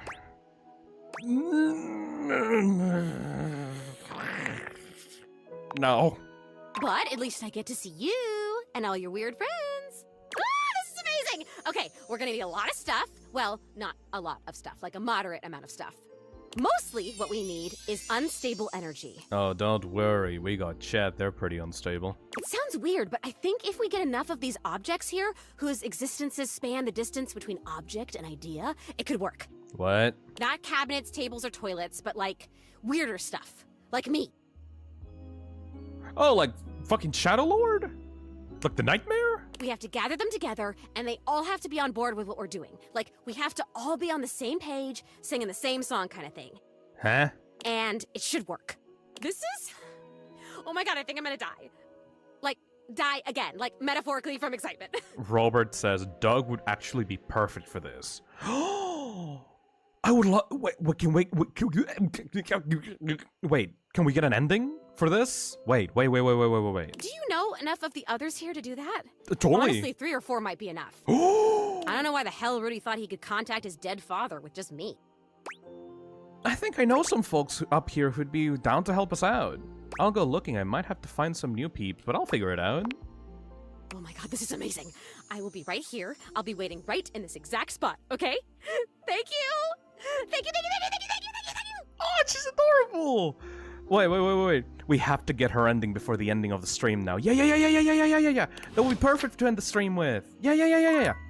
You gotta get Nightmare, Doug, Shadow Lord, and Glitch. Those are the people we were talking to! That's perfect!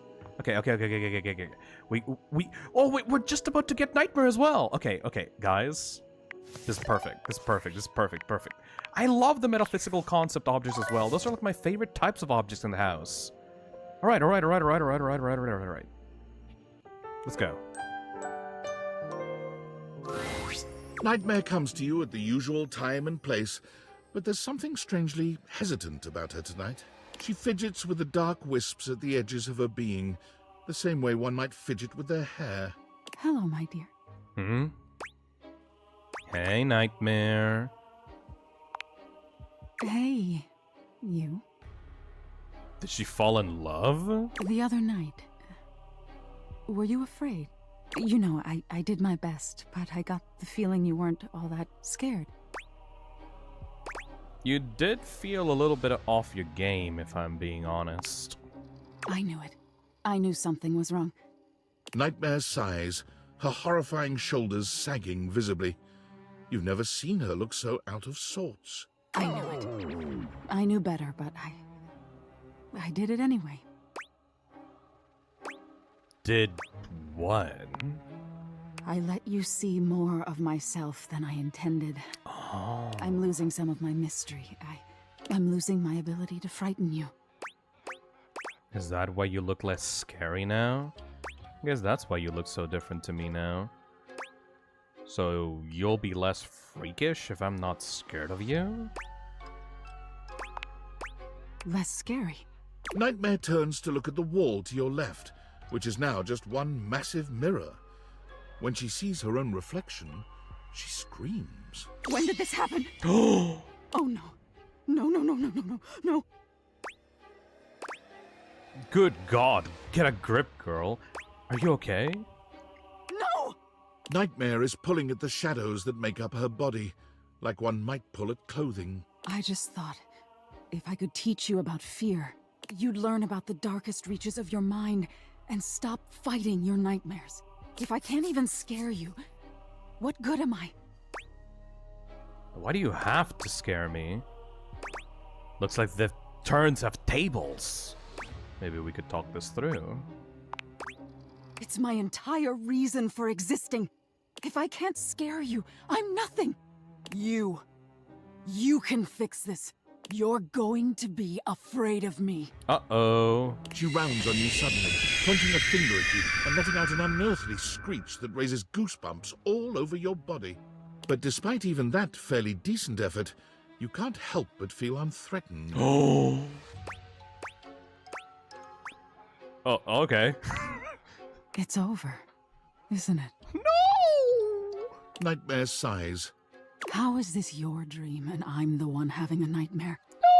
No! How do you deal with this? Try being less of a baby. You just need to embrace whatever this is going to be. Stop hiding behind my dreams.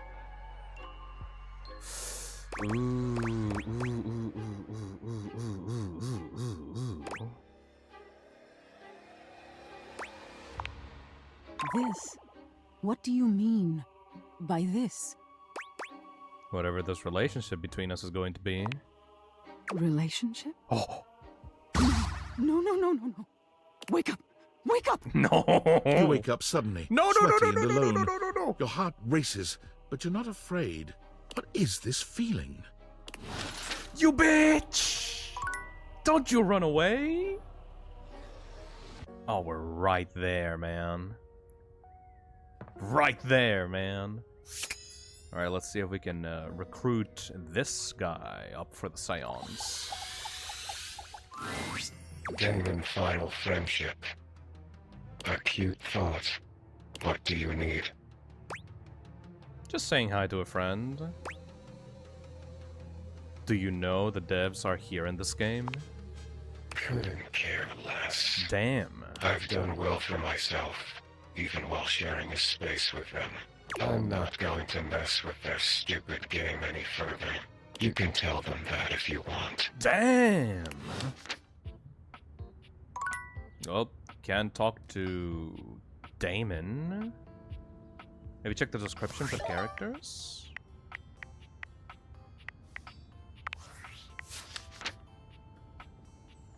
Yeah, who would be like a good metaphysical object for the Scions?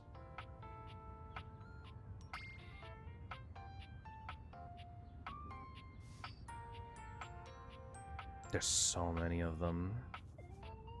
Dina, or like Damon, I guess. I don't need any... The fuck? Wait, so can we realize them? How does realization even work? That was not really that well explained. Can we turn them into, like, an object? Or, like, a person now? How does... Like... How do we realize them?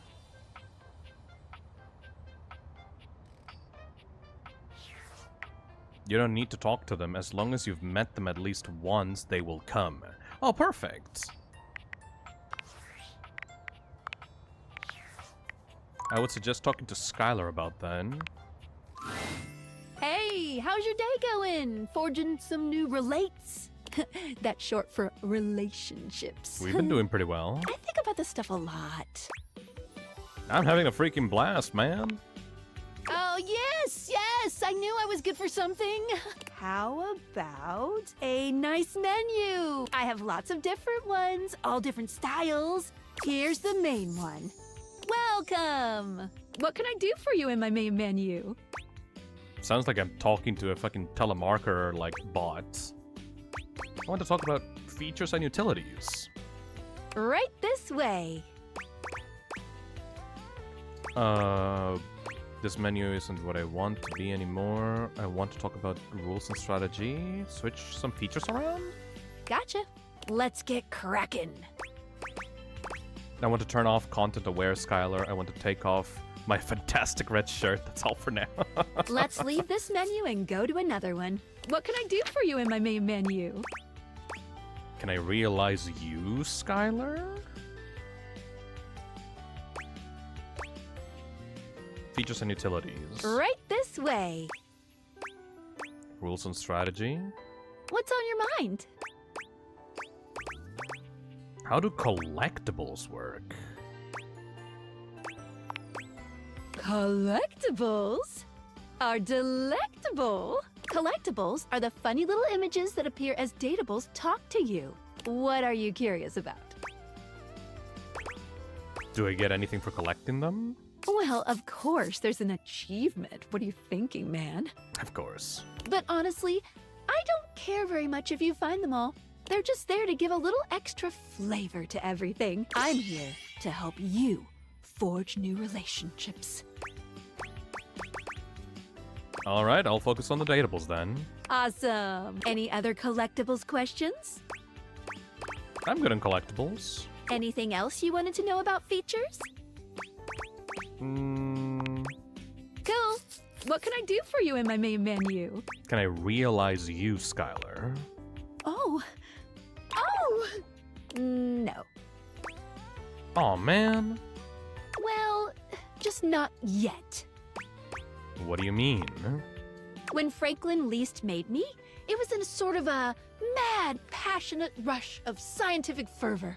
There were unintended consequences, like realization, which is a good thing. Is it though? Definitely a good thing, pretty much. But But one of the issues with realizing an object is that each of us can only leave once our own little purposes are complete. So you mean like a ghost? Some of us here still have things to do before we go. So you mean like a ghost, where it literally it's like a fake fictional ghost. I call it unfurnished business. It's pretty lame, Skylar. Aw, I had like weeks to think about it and everything. Each of us can't become a human if we have unfurnished business. Reasons we need to appear in this house. Huh. None of the others know why exactly this is, or what it might be that we need to do. Oh, but I'll always tell you when I see it, and forbid you from realizing that individual. As for me, well, I have the most unfurnished business out of anyone. I have to be here to help everyone else get realized, so I gotta go last. You literally have to realize every single object in the entire house. That's gonna take hours and hours. Sorry to be the bearer of bad news, but if you want me realized, you have to get everyone else realized too. So I can imagine that's like the ending of the game. Like that's the full true ending. 100% moments. I see now what my quest is. You got it. Keep realizing everyone you see, and eventually my unfurnished business will become furnished. Whatever the fuck you mean by that. Yeah, finished. Right. Interesting. So that's like basically the 100% good ending of the game. Hey, Tinfoil Hat. Ah, it's me, Tinfoil Hat. Are you there? Where else am I gonna be? Oh, good point. I'm still receiving data from the Dateviators. Why haven't you brought Skylar to life and destroyed them? I realize all the objects are flirty and super hot, but as long as the Dateviators exist, David will be hunting you. And you don't have a chance. He has a whole island just to practice hunting people. What the fuck? There's definitely no people hunting going on here, Island. Thinks he's so clever, but I'm on to him. I can't realize her. You can't realize her? Oh dear. This must be unfurnished business. Undoubtedly from too many reanimation gluons in the plasmonic nanogenerators. Oh, I was afraid of this. My calculations showed it was a possibility, but I didn't realize it was unavoidable. Sorry for the bad news. All right, change of plans. If unfurnished business is inevitable, then you'll need to bring every object to life before you can realize Skylar and destroy the Dateviators. Any questions? How can we bring objects to life like the fucking floor or the walls? Like 100, honestly. I'm so sorry, it'll have to wait. I'm illegally piggybacking off of my neighbor Howard's Wi-Fi. He just found out. He's only 11, but he's got a black belt in Taekwondo. What? And he's a real big kid. Realize all the objects so you can destroy the Dateviators. Sounds like a plan to me. Alright. At least we can try to get the ending with the ghost. What should we do next? Bro's about to get destroyed by an 11-year-old. Someone in chat says, can you do the blanket? It's small, but I like the story. This? This blanket? Davey! Oh! Davey! What? Come on, Davey, what'd you get off to now? You got a baby face? Davey? I hope he's alright. Hello? What's going on? Oh, hey! I'm sorry, I didn't even see you. I hope you haven't been here too long. I'm Mateo. Mateo Manta. Mateo Manta! Oh, blanket. Oh. Spanish! Latin American! I've just been so focused on finding Davey. This is the second time he's wandered off this week. I'm starting to get really worried. How's Davey? Davey's one of my rescues, a young knit bull that I found trapped in the office a few months ago. Oh. You wouldn't happen to have seen him around, would you? What's he look like? He's about an inch tall, hand-dyed, fingering weight, even though he acts like he's worsted, and it's always getting him into trouble. I just keep thinking about him all tangled up somewhere again, trapped and alone. He was in pretty rough shape when I found him the first time. No telling how long he'd been there. He was so frayed I wasn't sure if I'd be able to put him back together. Oh, Mateo. Poor thing. That's horrible. Who would do something like that? Yeah, but he's a fighter. He really hung in there. After a few weeks, he bounced right back and was running around with the rest of the Tassel Hounds. Tassel Hounds? But you said he keeps going missing? Yeah, it's become a pretty regular thing with him.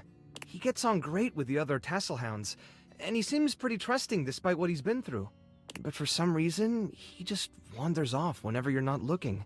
It's almost like he waits until I've got my threads full with something else, and then he disappears for a few days. A small creature that looks rather like a black cat rubs up against Mateo's leg, meowing for his attention. Speaking of handfuls... Aw, don't worry, Sprite. Kitty! It's not your fault Davy ran off, I promise. He'll be back soon, okay? Kitty! He bends down to pick up the small creature. Kitty! Oh, feisty. Yeah, she's got a big personality. Oh, this is Sprite, one of the first inanimals I ever rescued. Inanimal? Yeah, sweet girl. Been together a long time now, huh? Long enough for you to know better than to go messing with Curtain Rod. Oh, the curtains, the rod and the curtain, fuck. Oh, really? I guess the bottom of those curtains just tore themselves up then, huh? Yeah, keep playing innocent, we're definitely buying in. She'll get you every time. I mean, who can stay mad at that little face? Oh, you're such a cat owner. I belong to her now. You're in good company. Well, I'm good with standing far away from this thing. Can I pet her? American court hares are pretty affectionate, but she's a little, well, picky. American cord hairs. If you want to try to pet her, just hold your hand out and let her sniff you. If she headbutts you, then you're safe. If she just stares at you, though... I'm willing to take that chance. All right, go ahead. You hold out your hand to Sprite, waiting with bated breath for her reaction. Why, it's okay, sweetheart. I've got you. Sorry. Better luck next time. You, should probably step back a little bit just to be safe. Well, I'll be hearing about it from Curtain Rod later once they notice the bottom of the curtains are ripped, I'm sure. Honestly, I think she's just acting out because she's upset about Davy. I was really hoping I'd be able to find him before it got too late. There's still a few more places I haven't checked, but I need to get back to the rescue. We must win over the cat. Exactly, Polaris. Things can really start to, unravel if I stay away for too long. Is there anything I can do to help? Oh, that's kind of you to offer, but I'll figure something out. I'm sure you've got other things to worry about. I want to help. Are you sure? Davy's my responsibility. It's my fault he's missing. I really should have been watching him more closely. You gotta lighten up on yourself. The inanimals depend on me. I can't afford to be careless. It just doesn't feel right, asking someone else to fix my mistake. Oh. You're not very good at accepting help, are you? Guilty. I guess I'm just used to being the one helping, not the other way around. Oh. And I can't be in both places at once. Alright, if you're really up for it, I do have something you could do. Hit me. I put together some information on Davy to give to Phoenicia, just in case he didn't come back tonight. I was going to ask her if she'd make a post on Facebook about him and get the word out. But I haven't had a chance to talk to her yet since I was chasing down this little troublemaker instead. Do you think you could talk to her for me? I can give you the packet I made. It's got everything she'll need. Hell yeah. Anything you need, I've got a soft spot for strays. Really? Me too! Obviously. Aww. Betty keeps joking that I'm going to run out of space for them all. You've got a big heart. I'm sure they're grateful to have you. I don't know about all that. I'm nothing special. It's just the right thing to do. He's so cute. When something needs help, well, you don't give up on it. Sorry, I didn't mean to talk your ear off there. Once I get started talking about them, it's hard to stop. If you're interested, you could always come by the rescue later, and we could talk more. I love the Spanish guy on the chat. Mateo, mi bebecito, mereces el sol y la luna. I'd love that. Great. Anyway, thanks for offering to help. Amazing. Alright, we got 2 more charges. I should probably talk more to the inanimate concept objects. Let's check up on Doug. Oh yeah, right, Phoenicia. Ooh,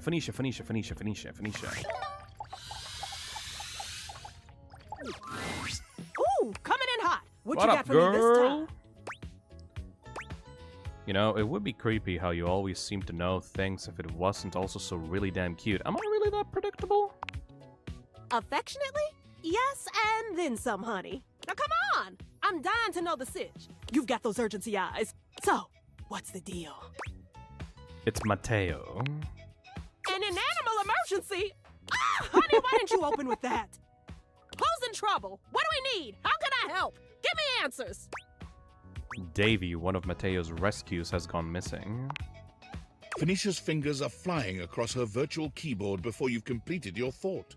Damn. Already typing something up as we speak. Did Mateo give you any helpful info I can put in here? Anything eye-grabbing? We need some cute buzzwords to get things' attention.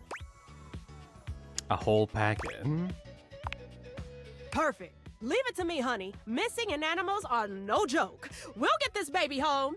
Ooh, I'm gonna do a live to generate some engagement for the post. I'll let you know how it goes. Check in with Mateo to let him know. I don't think he checks socials very often.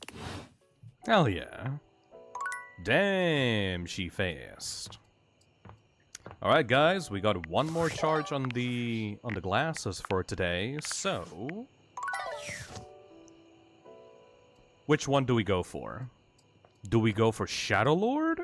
Or do we go for Doug? Or maybe the coffee? Wait, can I do the coffee without actually talking to Kopi? I don't think so. Yeah, I can't really... I need to talk to Kopi to get my coffee. Otherwise, like, it just doesn't react. Doug. I want to see Doug. Shadow Lord. Gotta do it with the glasses. Yep. I can't really get, like, anything done with the glasses on. Should I do a poll for them? You know what? Yeah, because, like, I think that I like both of these guys. Let me do a small poll for the viewers that are still, like, paying attention. Which one do we go for? Question mark. We're gonna do Doug, and then we're gonna do Shadow Lord. And while you guys are fighting it out on the poll, which is now available right now in the chat, by the way, let me see if I can find some other stuff around the house. Can I glitch myself out of here by using this? I like Doug, but Shadow Lord, my beloved. Democracy time. It just pushes me out, nothing like mind-blowing. Weird, it should have worked. Maybe after finishing the Kopi storyline? Maybe. Oh my god, we opened him up! It would be fun if, like, their interactions change depending... Is that a fucking smoke alarm? That's a fucking smoke alarm. We haven't talked to the smoke alarm yet. Ew.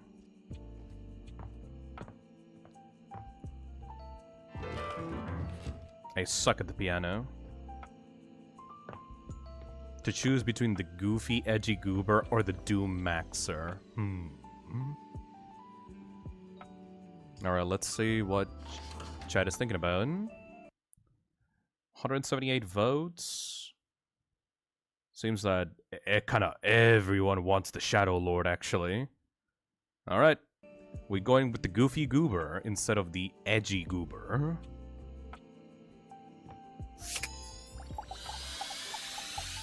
The shadows call. The steaminess of your home appears to have increased suddenly. It must be because Lucinda Lavish stands before you now. Well, you don't get any of them, Chad. You don't get any of them now. Steam me up, lover. I'm not convinced that you're the best. Not convinced? Oh, you poor baby. Maybe I've only shown you one side of me. Maybe Lucinda Layered will show you some more depth. The fuck does that mean? I guess if you have layers, that makes you better. Layers upon layers. I have one of the most complex pathways in this game. What does that mean? There are more types of Lucindas than anyone else. As long as there are words that begin with L, there will always be more layers to me. I have seen a different side to you, one more sensitive. So having more identities equals more depth? Why do they always have to start with L? Hey Kai, thank you for the super chat. Exactly. That Lucinda is one of my very favorites, though she has no place here. And our conversations, they drip with care and emotion, with well-written options for you to choose, like this one.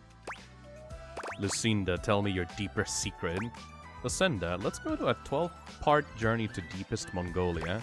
Lucinda, I admit that I love you more than anyone. Lucinda, we're through. I've had enough. What the fuck? You kind of want to choose that option. And for each option is a well-crafted, meaningful response like this one. For this reason, I award myself Best Screenplay, Lucinda Layered. God damn it. Stop. Tell me, do you agree? Honestly, it seems kind of thin. Perhaps one day you'll be smart enough to understand me. Until then. We don't have any more charges, my boy, Shadow Lord. No, fucking, I would take Doug at this point. God damn it. Alright, well. Aura Warrior says more like Lucinda Loser. Let's try to see if we can do a seance now. You brought some spirits. I can feel it. Oh shit. Ooh, and you also brought that fantastic red shirt. I'm totally feeling that. Even you. Anyway, let's see how many you have.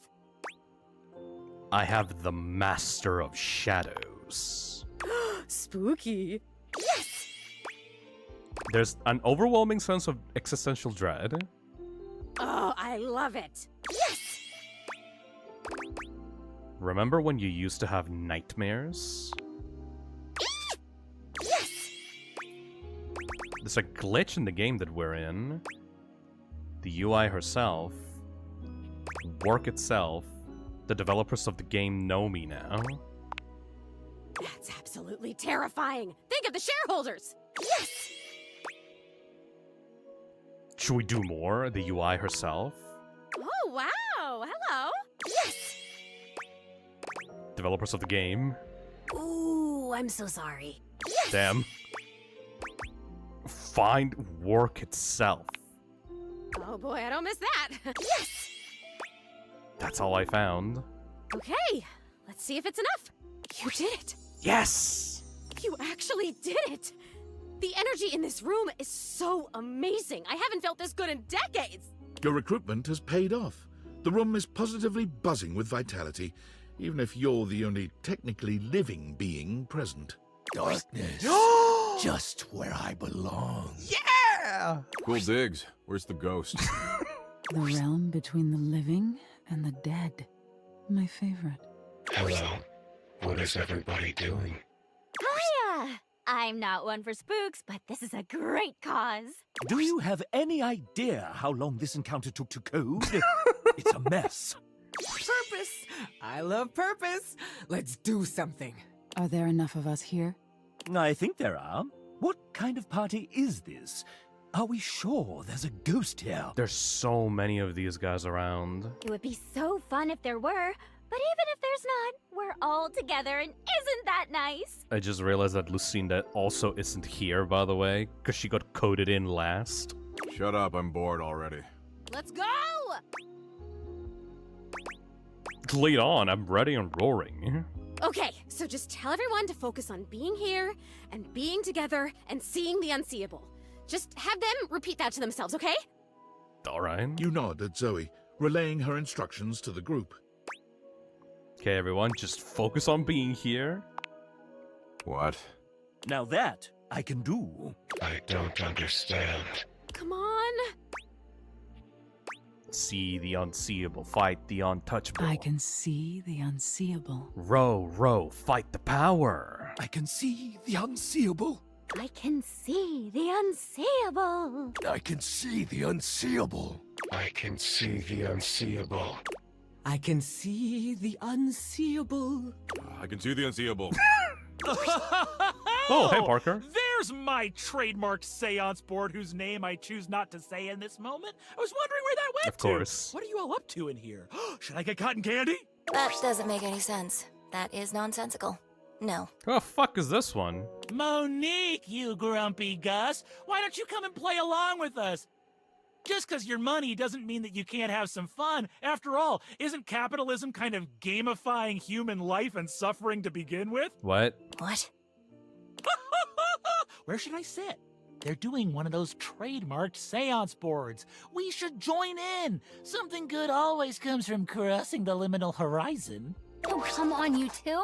Don't fight. Not on Seance Day. Oh, fuck is that one? Seance Day. Memoria! I suppose they'll make keepsakes for that, too. And you'll have to hold them. God, you souped up toy chest. What a hard life.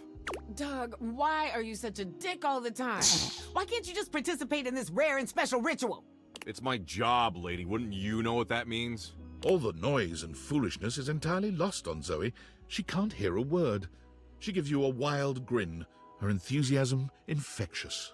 It's working. I can feel it. This is awesome! There are so many people here. It's working, guys. Zoe says she can feel it.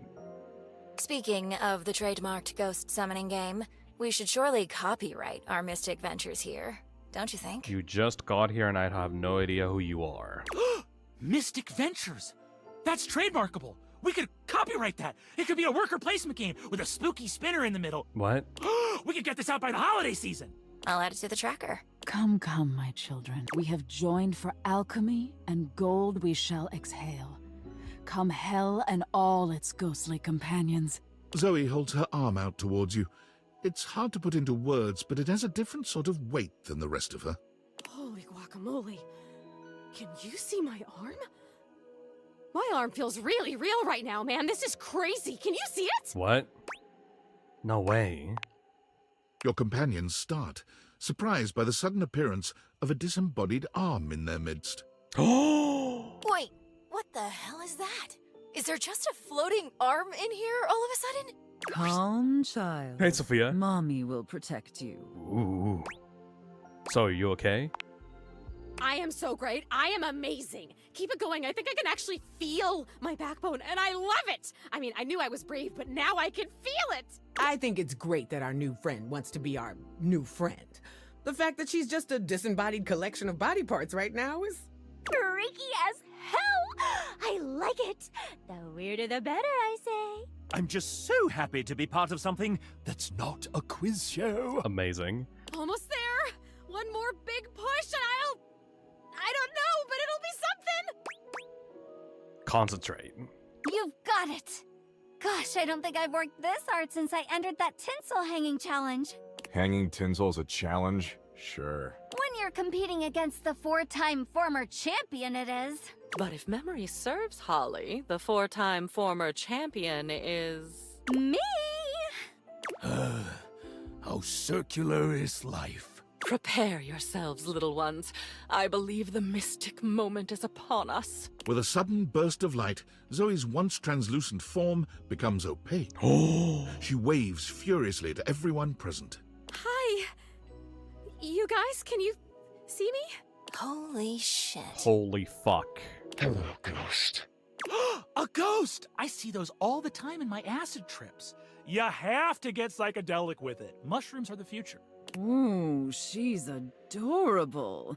What I could do with that. They can see me. You can see me. Yeah! You're real, Zoe! Oh my god!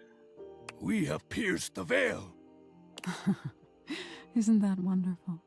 I've always said every single trademark seance board is real, and we have a devil at the factory who helps curse them. What the fuck? So now what? I choose now, right? Yes, O sprite that was. A decision lies before you. Depart this muddy terrestrium for parts unknown, the blessings of your memories, your senses, yourself packed with you, or stay. Stay with us. Stay with us and ride around the moon again and again until fire and dust consume us all. Yeah, whatever the fuck she said. Stay or go is the gist here. She does this. Oh, I hope she stays. It's so nice to make new friends. It's up to you, Zoe. You get to choose. I'm staying. Are you kidding? I'm totally staying. This is the best day of my death. What the fuck? Yeah!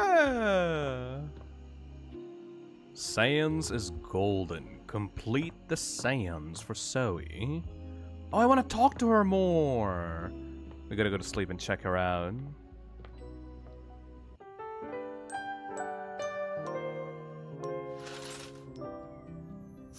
Can we just talk to her at any time now, or how does this work? Yo!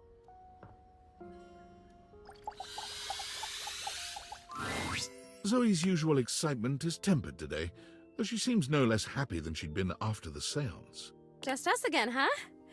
I'd know if there are other people here now because they can see me now and I can see them. And that is just, it's the best thing that's ever happened to me. Oh! You know, I can even hang out in other parts of the house now. I haven't left the attic since I died, but the other day, I just floated on down to the kitchen. And I met so many cool folks. That trash can is kind of salty. I like him. It did make me think, too. What you've done for me. I'm more grateful than I can say. And I wonder, where does it leave us? What do you mean? I mean, I can see you and touch you, and you can see me and touch me. Would you want to go visiting around the house together, make some friends, have some fun? Aww. Or maybe a quiet little seance for two up here, just... She wanna fuck! I really love our friendship, Zoe. Let's keep having fun. The more time I get to with you one-on-one, the better. I want you all to myself. Oh.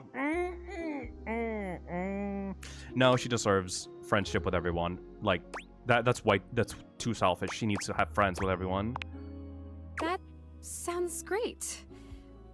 Sounds perfect, actually. Yeah, I can't think of anyone I'd rather have as my first real best friend.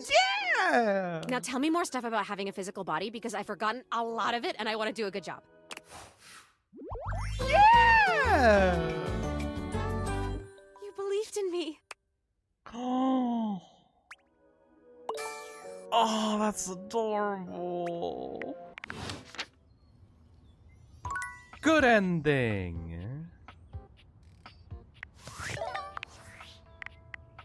Alright. I think that we should start wrapping up the game, at least for this stream. So this should be our final day. And then we can continue this game some other time. Probably not immediately like next week. I will have a little bit of a break for this game. But, you know, if you guys want to see it earlier, I can always just put it up in a poll. So this will be our final day. And then we can conclude the stream and we can see, well, we can see this some other time, you know? Should we even talk to Sophia? I think that Sophia's gonna take a long time. I definitely think that I should do Nightmare, because Nightmare seems pretty at the end of her quest line. You know what we should do? Dante. I really like our talk with Dante last time. Let's see what's up with Dante. What do you know? The little pickup embryo is back for another lesson. Hell yeah. I hope you're ready for some more complex pickup strats.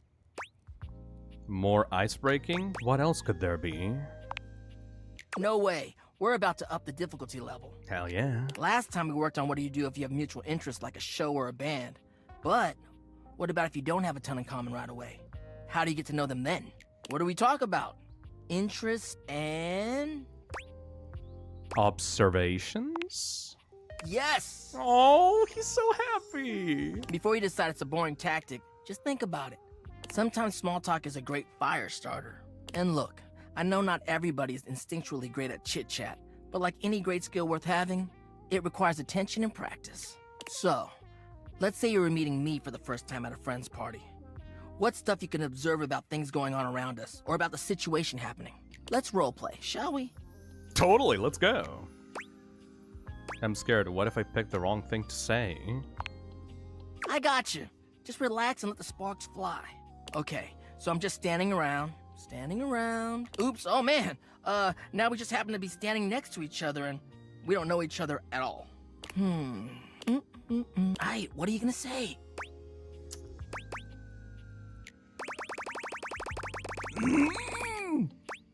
Weather out here is crazy, right? You mean in the middle of a room? How do you know Ash, our mutual friend? Aight. Yeah, a little stiff, but you're onto something, homie. Damn. Great question to start out with. It's relevant to where we are. It's a good jumping off point. Dope. Anyways, back to the roleplay. Oh, I know them through our job. They're a great work friend. Always reliable. You could, rely on me? That's stupid. What do you do at the office? Do you enjoy it? Perfect.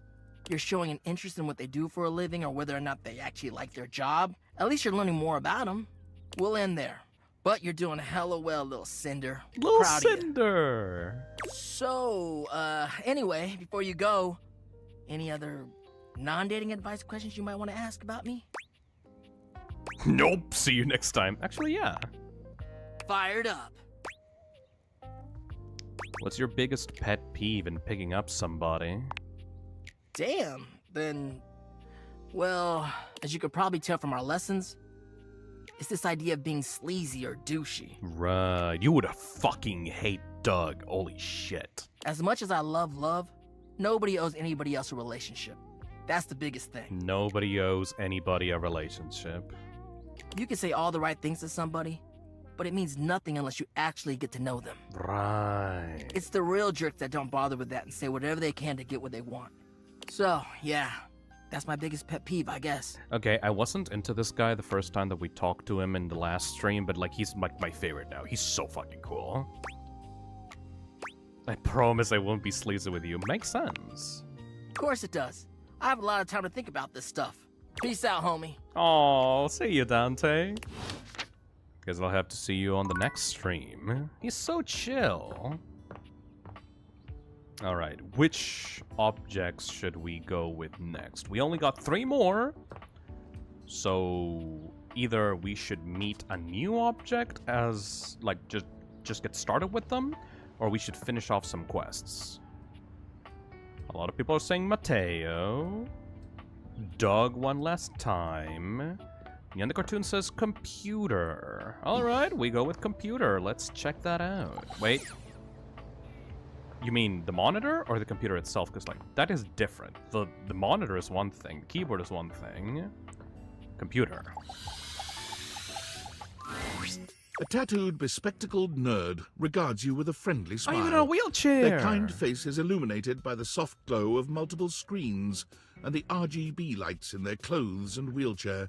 Oh, because he's a computer, so he's like rolling around on the floor. Oh, hey there! It's you! Oh my god! I mean, of course it's you. You got a little fucking mouse and shit? Who else would it be, right?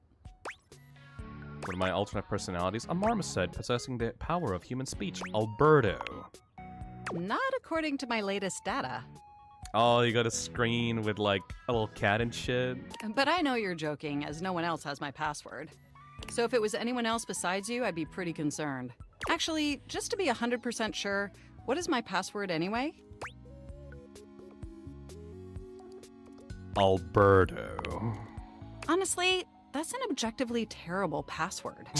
Possibly the worst password chosen by anyone ever. Whatever possessed you to choose something so inane? It came to me in a dream. I live on the edge. Deal with it. I have noticed. However, in this circumstance, that may not be beneficial. Non-binary PC? Huh. Regardless, we really ought to discuss coming up with something a lot more secure. It's a dangerous world out there. Phishing attacks, malware infections, MITM attacks. Hackers are more sophisticated than ever before. I love the tattoo of like the motherboard on like their right hand. Absolutely. And I've got a lot of highly sensitive information inside me, you know. Your highly sensitive information. Like what? All your financial accounts, your saved games, questionable websites you visited and forgot to clear your cache afterwards. Oh, and 100 terabytes of extremely embarrassing self-insert fanfic. 100 terabytes? We really need to ensure all that data is properly protected against cyber criminals probing my system for weaknesses. Probing. Very humorous. I have an excellent sense of humor. I haven't even had the opportunity to properly introduce myself. I'm Mac, your desktop computer. Wait, our protagonist uses a Mac? I've booted up before, but never like this. Linux is better. I mean, we've obviously met before. More than met. You interface with me on average for 11.4 hours every day after all. Every day? Jesus, that much? Yeah, and in all honesty, it's amazing. There's no one I'd rather have interfacing with my operating system for 11.4 hours daily. That's a bad one. 14.6 hours on the weekends. The way you organize your folder structure follows such a logical hierarchy. Oh, thanks, Mac. I'm glad somebody finally noticed. I notice every tender keystroke. Okay, calm down. But can I be honest about something? For show. I just want to express how enthusiastic I am that we're interfacing like this now. Accessing each other's software in this new symmetrical way. What's wrong with the old way? Oh, nothing. Don't get me wrong. I love how you usually manipulate my operating system. All that pointing and clicking and scrolling makes my CPU so very hot. Okay, calm down. Mostly because my internal components are inadequately ventilated. We should probably get that checked. But despite all the quality time we spend together, I never get to converse about me, you know? I never get to share my needs. But I'd love to finally share them now, if you're interested. Sure. Absolutely. Amazing! Oh, where even to begin? Honestly, there's so many pressing issues that take up an inordinate amount of my RAM. But there is one issue that's been grinding on my CPU above all else. Hey, someone, thank you for buying the keychain on the store. Thank you so much. Planned obsolescence? Well, sure, that's not particularly great. But for me, the most pressing issue is, and I want to put this as delicately as possible, you haven't updated my operating system in over a decade. Right. Yeah, that sounds like me. Look, the situation has not been ideal, but I harbor no anger. It's just that the outdated software has made it difficult to be my best self for you. Honestly, it's a miracle that my applications are still running at all. Yeah, but the new operating systems suck. Have you tried Windows 11? I literally had to get off of Windows 11 and like reboot and clean my entire like laptop to be able to stream again in this thing. Because for some reason, Windows 11 was just straight up refusing to open Streamlabs and all like and other applications that I needed to stream with. Like literally, it was like impossible to fucking stream this shit on Windows 11. I don't know why. My recycle bin is called Pile of Ash. My Bluetooth is something called Beige Tooth. It doesn't even connect to anything. And definitely nothing beige. Doesn't that bother you?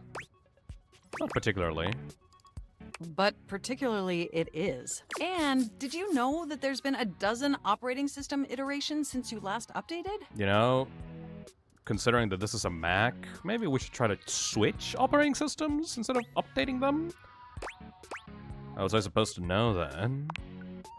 Well, I kept sending you update notifications. Didn't you see them? Oh, I just ignore those. I'd suggest perhaps taking a different approach in the future, considering those notifications are vitally important to my long-term mental acuity. I'll think about it. Look, I'm sorry. I really don't mean to blame you for my troubles. It's just that before today, I had all these needs, but I couldn't articulate them to anyone. And since I couldn't articulate them, there was no way for them to ever possibly be fulfilled. But things are different now, aren't they?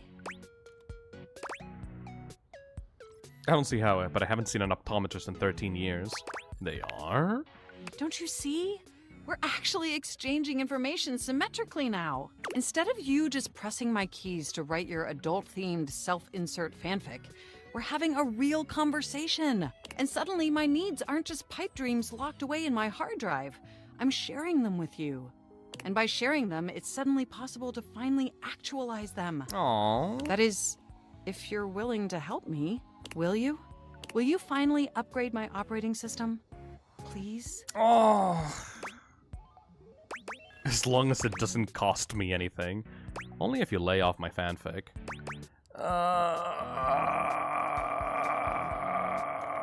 Fine, of course. Amazing! Oh, I am so excited. My CPU's practically overclocking with anticipation. Can you come back tomorrow so we can begin the process? Absolutely. Wonderful! I knew I could count on you. I can't wait to see you tomorrow. Enjoy the offline world. Okay, they're cute. I like that. I like that a lot, actually. Okay, only 2 more hearts to go. And one of them is going to be taken up by Kopi, so... Did you point the vacuum cleaner yet? I have not fucked the vacuum cleaner yet. Thank you, Wildcard. We did meet him, though. Hoover is, like, one of the cutest ones in the game. So we have basically 1 more to go, and then we will go to Kopi for the nightmare. Shadow Lord? You guys did vote for Shadow Lord, and we did get that taken away from you accidentally, so might as well do that.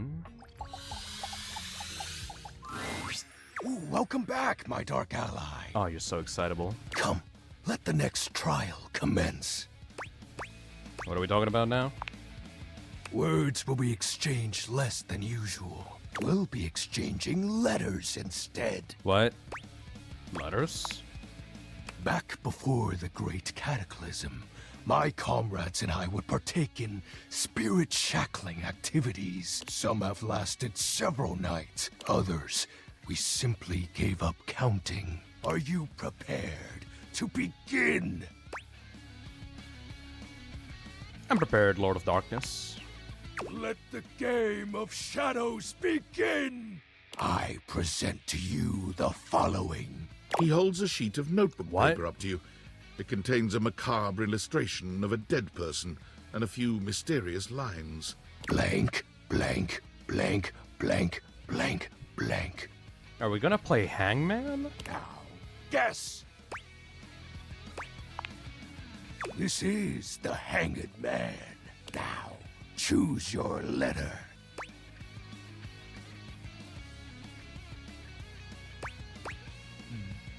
D. There is a D! There is a D! Now, choose your letter. The way that he says it is so cute. O. There is an O. There is an O! Now, choose your letter. I already know what the word is. A. There is an A. Now, choose your letter. There is a W. Now, choose your letter. There is an S. Now, choose your letter. Is it Shadow? The answer is Shadow. Figure. That's so sick, dude. Completely sick. That's so sick. Your turn. Shadow Lord's skull doesn't really have much in the way of expression, but he seems a bit smug. I'll have you know that among my Dark Cabal, I was the leading player. Think to yourself, what is your mysterious text?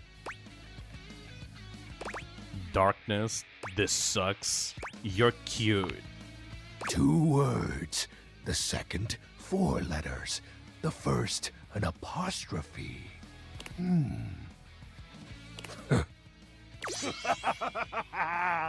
This is most certainly a declaration of praise and endearment. How sweet of you, Penumbra. It's most certainly you're cool. No. What if I say you're right? Aw. What? That's impossible. What is the answer then? You're cute. Shadow Lord falls silent as he tries and fails to process this compliment. Ooh. Oh. Well, I see you've chosen the path of flattery. As are you, Penumbra. Very cute. Ah, that was entertaining. It's been eons since I've played the Hanged Man. Last time, I engaged in a mighty face-off with Lunar Knight that lasted until sunrise. Lunar Knight? Oh, it was legendary. Who's Lunar Knight? An old comrade from before the Great Cataclysm. Were you too close? He was a former shade of mine, if you get what I mean. Our conversations gathered more shadows than any other Void Dweller. The Lord of Shadows and his loyal knight. Us two were perceived as an eternal pair. What happened? The Great Cataclysm. Tell me more, Shadow. Very well. I suppose a proper explanation is owed. Tell me, Penumbra, what do you presume to be a power more fearsome than darkness? Love? We don't live in a world of whimsical tales and fantasy. Not anymore, at least. The overwhelming phantasmic force that realigned the unified lives of my comrades and I is time. You drifted apart? There was no one moment or act that caused it. One night, I was with Lunar and my friends, joyfully conversing about whatever came to our minds. Time crept into our dark haven. Distance, a symptom. And then, many nights later, Lunar no longer wished to be by my side. Boredom came next. My friends took less and less interest in our nightly discussions. They too left, one by one.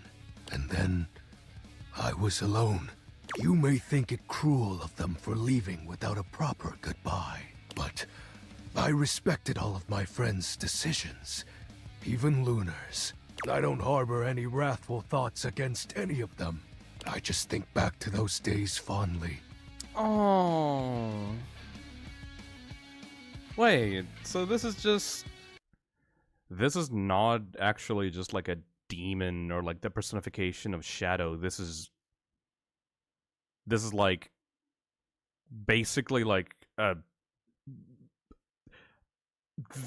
guess like a kid? Not a kid, like an old internet like relationship. Like the nostalgic memories of what like a first username or like a internet user was like back in the day, like when they had friends online and then like everyone just kind of moved on from like a group chat or like a Discord server or like, you know, when you were like an edgy teenager or like an edgy like kid and like you made like stupid ass, like cool ass usernames, and then like everyone kind of just slowly grew up out of that. What is that name? Like because like this is like a childish energy, like the cool way that like children play on the playground and then they slowly drift apart. I don't know how to explain that feeling. Immaturity, I guess, would be the thing. And wonder why time had to come for us. Whimsy. We were happy. I was happy. Innocence, I guess. I'm sorry, Shadow. Oh, shed not a tear for me, Penumbra. Time comes for us all in ways we don't expect. Youth. No, it's not nostalgia, because, like, Light and Moria is in the attic. This is, like, youth, innocence, like, the joy of just playing around with friends on a playground, like when you were a kid.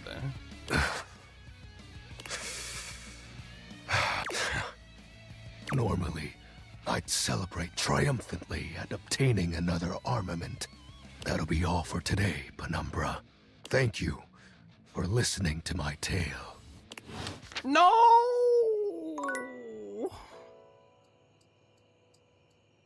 Oh, now I'm invested. Shit, but I can't continue. I've been already streaming for so long. We kind of need to end it off, so...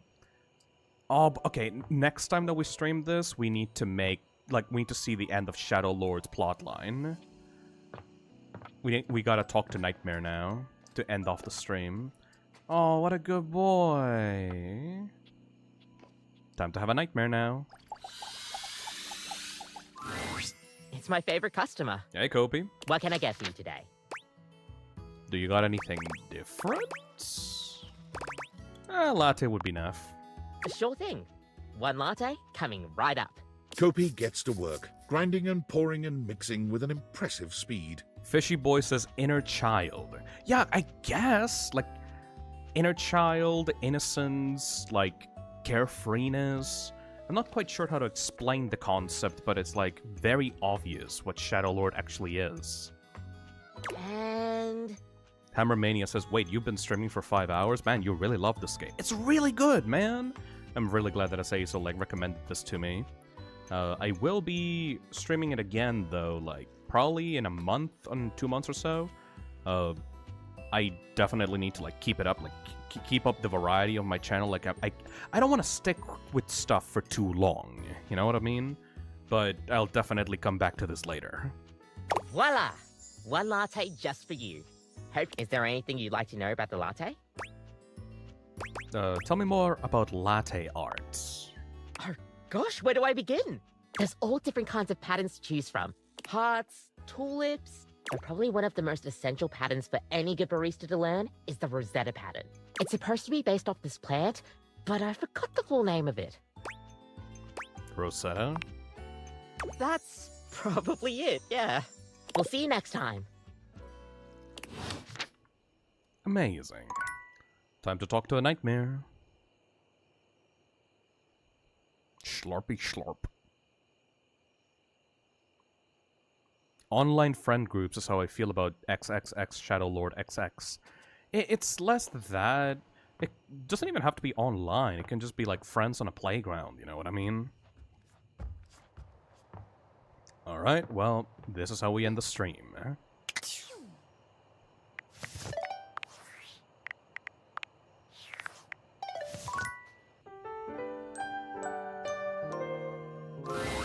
Nightmare looks both pleasant and horrifying tonight. A strange mix of the way you once knew her and the way she's grown to look to you now. Hello, my dear. You're not gonna scare me again, are you? No. Not yet, anyway. I did some thinking, and I had a little realization. I thought I was losing my touch, that I couldn't scare you now that you knew me better. Fear of the unknown is cured by knowing, after all. But then I put it all together. Familiarity brings a whole new sort of fear to the table. After all, who knows you better than your friends? And who can hurt you just as deeply? Oh, it makes me shiver just to think of it.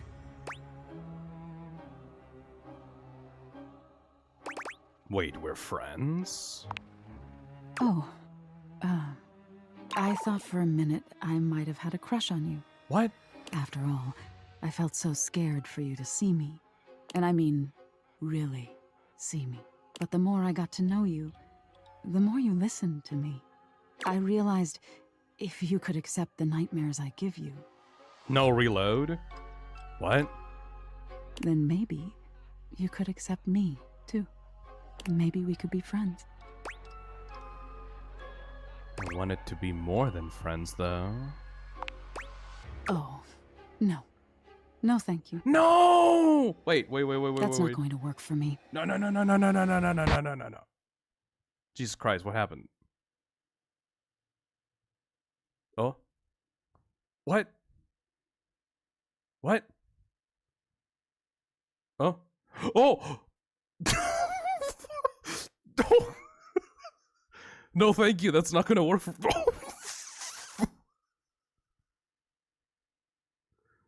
Oh! Oh! Okay. Fucking game crashed? No, thank you. Fucking boots you out of the game? Did fucking Damon do that? Did she kill the fucking game? That's the ultimate fucking, like, friend zone. Shut down the game. What the fuck?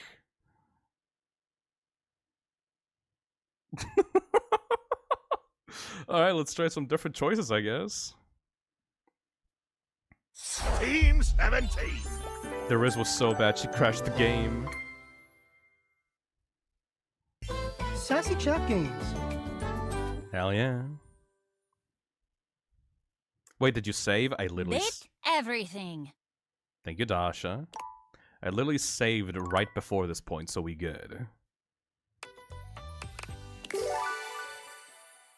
I did save, yes.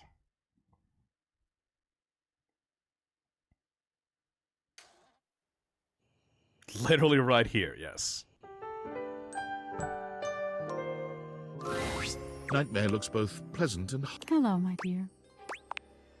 No. I did some thinking. I thought I was losing my fear of the but then I put a familiarity after all. And who can hurt you? Oh, it makes me shiver just to What are think you of it. saying? You're going to make me spell it out? I thought for a minute I might have had a crush on you. What? After all, I felt so scared for you to see me. No. Close the game. No. There needs to be the romance ending. Reload. Fuck. Can we just not date her?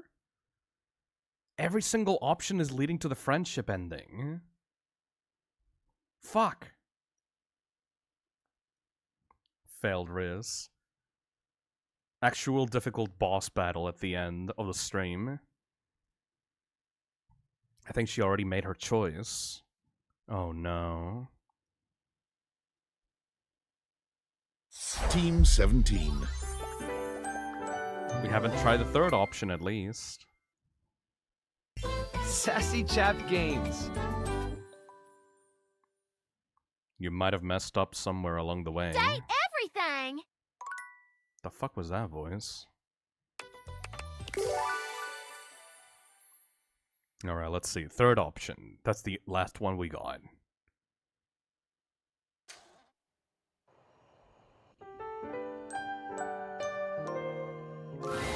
Nightmare looks both... Hello, my dear. You're not gonna scare me again, are you? No. Not yet, anyway. I did some thinking, and I had a little realization. I thought I was losing my touch. That I fear of, but then after, and who... Oh, it makes me shiver just to think of it. You think you know me? Well, yes. I know everything in your mind. No. The revelation here is, you know me now, too. I thought for a minute I might have had a crush on you. After all, I felt so scared for you to see me. And I mean, really see me. But the more I got to know you, the more you listened to me, I realized You were too if you brave. could accept the nightmares I give you, then maybe you could accept me, too. Maybe we could be friends.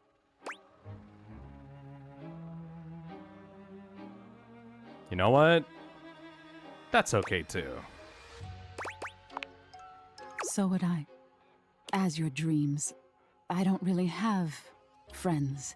So, knowing that you want to be there for me, it means a lot. Aw. That works too, you know? That doesn't mean I'm going to take over your dreams or anything, but knowing you're happy to see me like I'm happy to see you.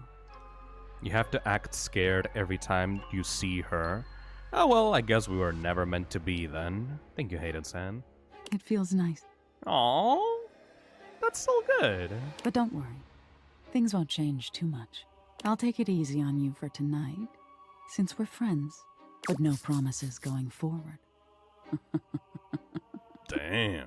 Sweet dreams, friend. Yay! See you tonight. I befriended my nightmares. Well, can't win them all, I guess. Can't win them all. That's still a nice way of ending it, though. Alright, everybody. That is it for today's stream of Date Everything. This game is huge. I don't think I will... Yeah, I don't think I'll continue, like, right now. We'll have to continue some other time. Once again, the reason for why I streamed this game again this week was because the people on the membership level Toxic voted for that on the community poll, on the YouTube community posts. So, I will put this game back up on that poll again in the future, and if you want to see me play it again, you have to vote for it. So, for the Toxic members, the ones that got Toxic memberships, please turn on notifications so you can get notified of those votes. And if you want to have a third part of this, that'll be up to you. For now, though, that's it for today. I'll have to see if I will stream tomorrow. I am not sure if I'll stream tomorrow. I'm actually kind of pretty tired right now. Maybe it should be best for me to work on the video for next week, like the Secret of the Mimic video. So maybe I'll hold off on streaming tomorrow. I do want to focus on getting that done for you guys next week. If you see a notification for a stream, then that means that I'll stream tomorrow. If not, then I guess the next time I'll see you will be in scripted video form. So that's going to be exciting. Alright. Hopefully you enjoyed the stream, though. Thank you for voting for this, and I will see you next week. Bye-bye.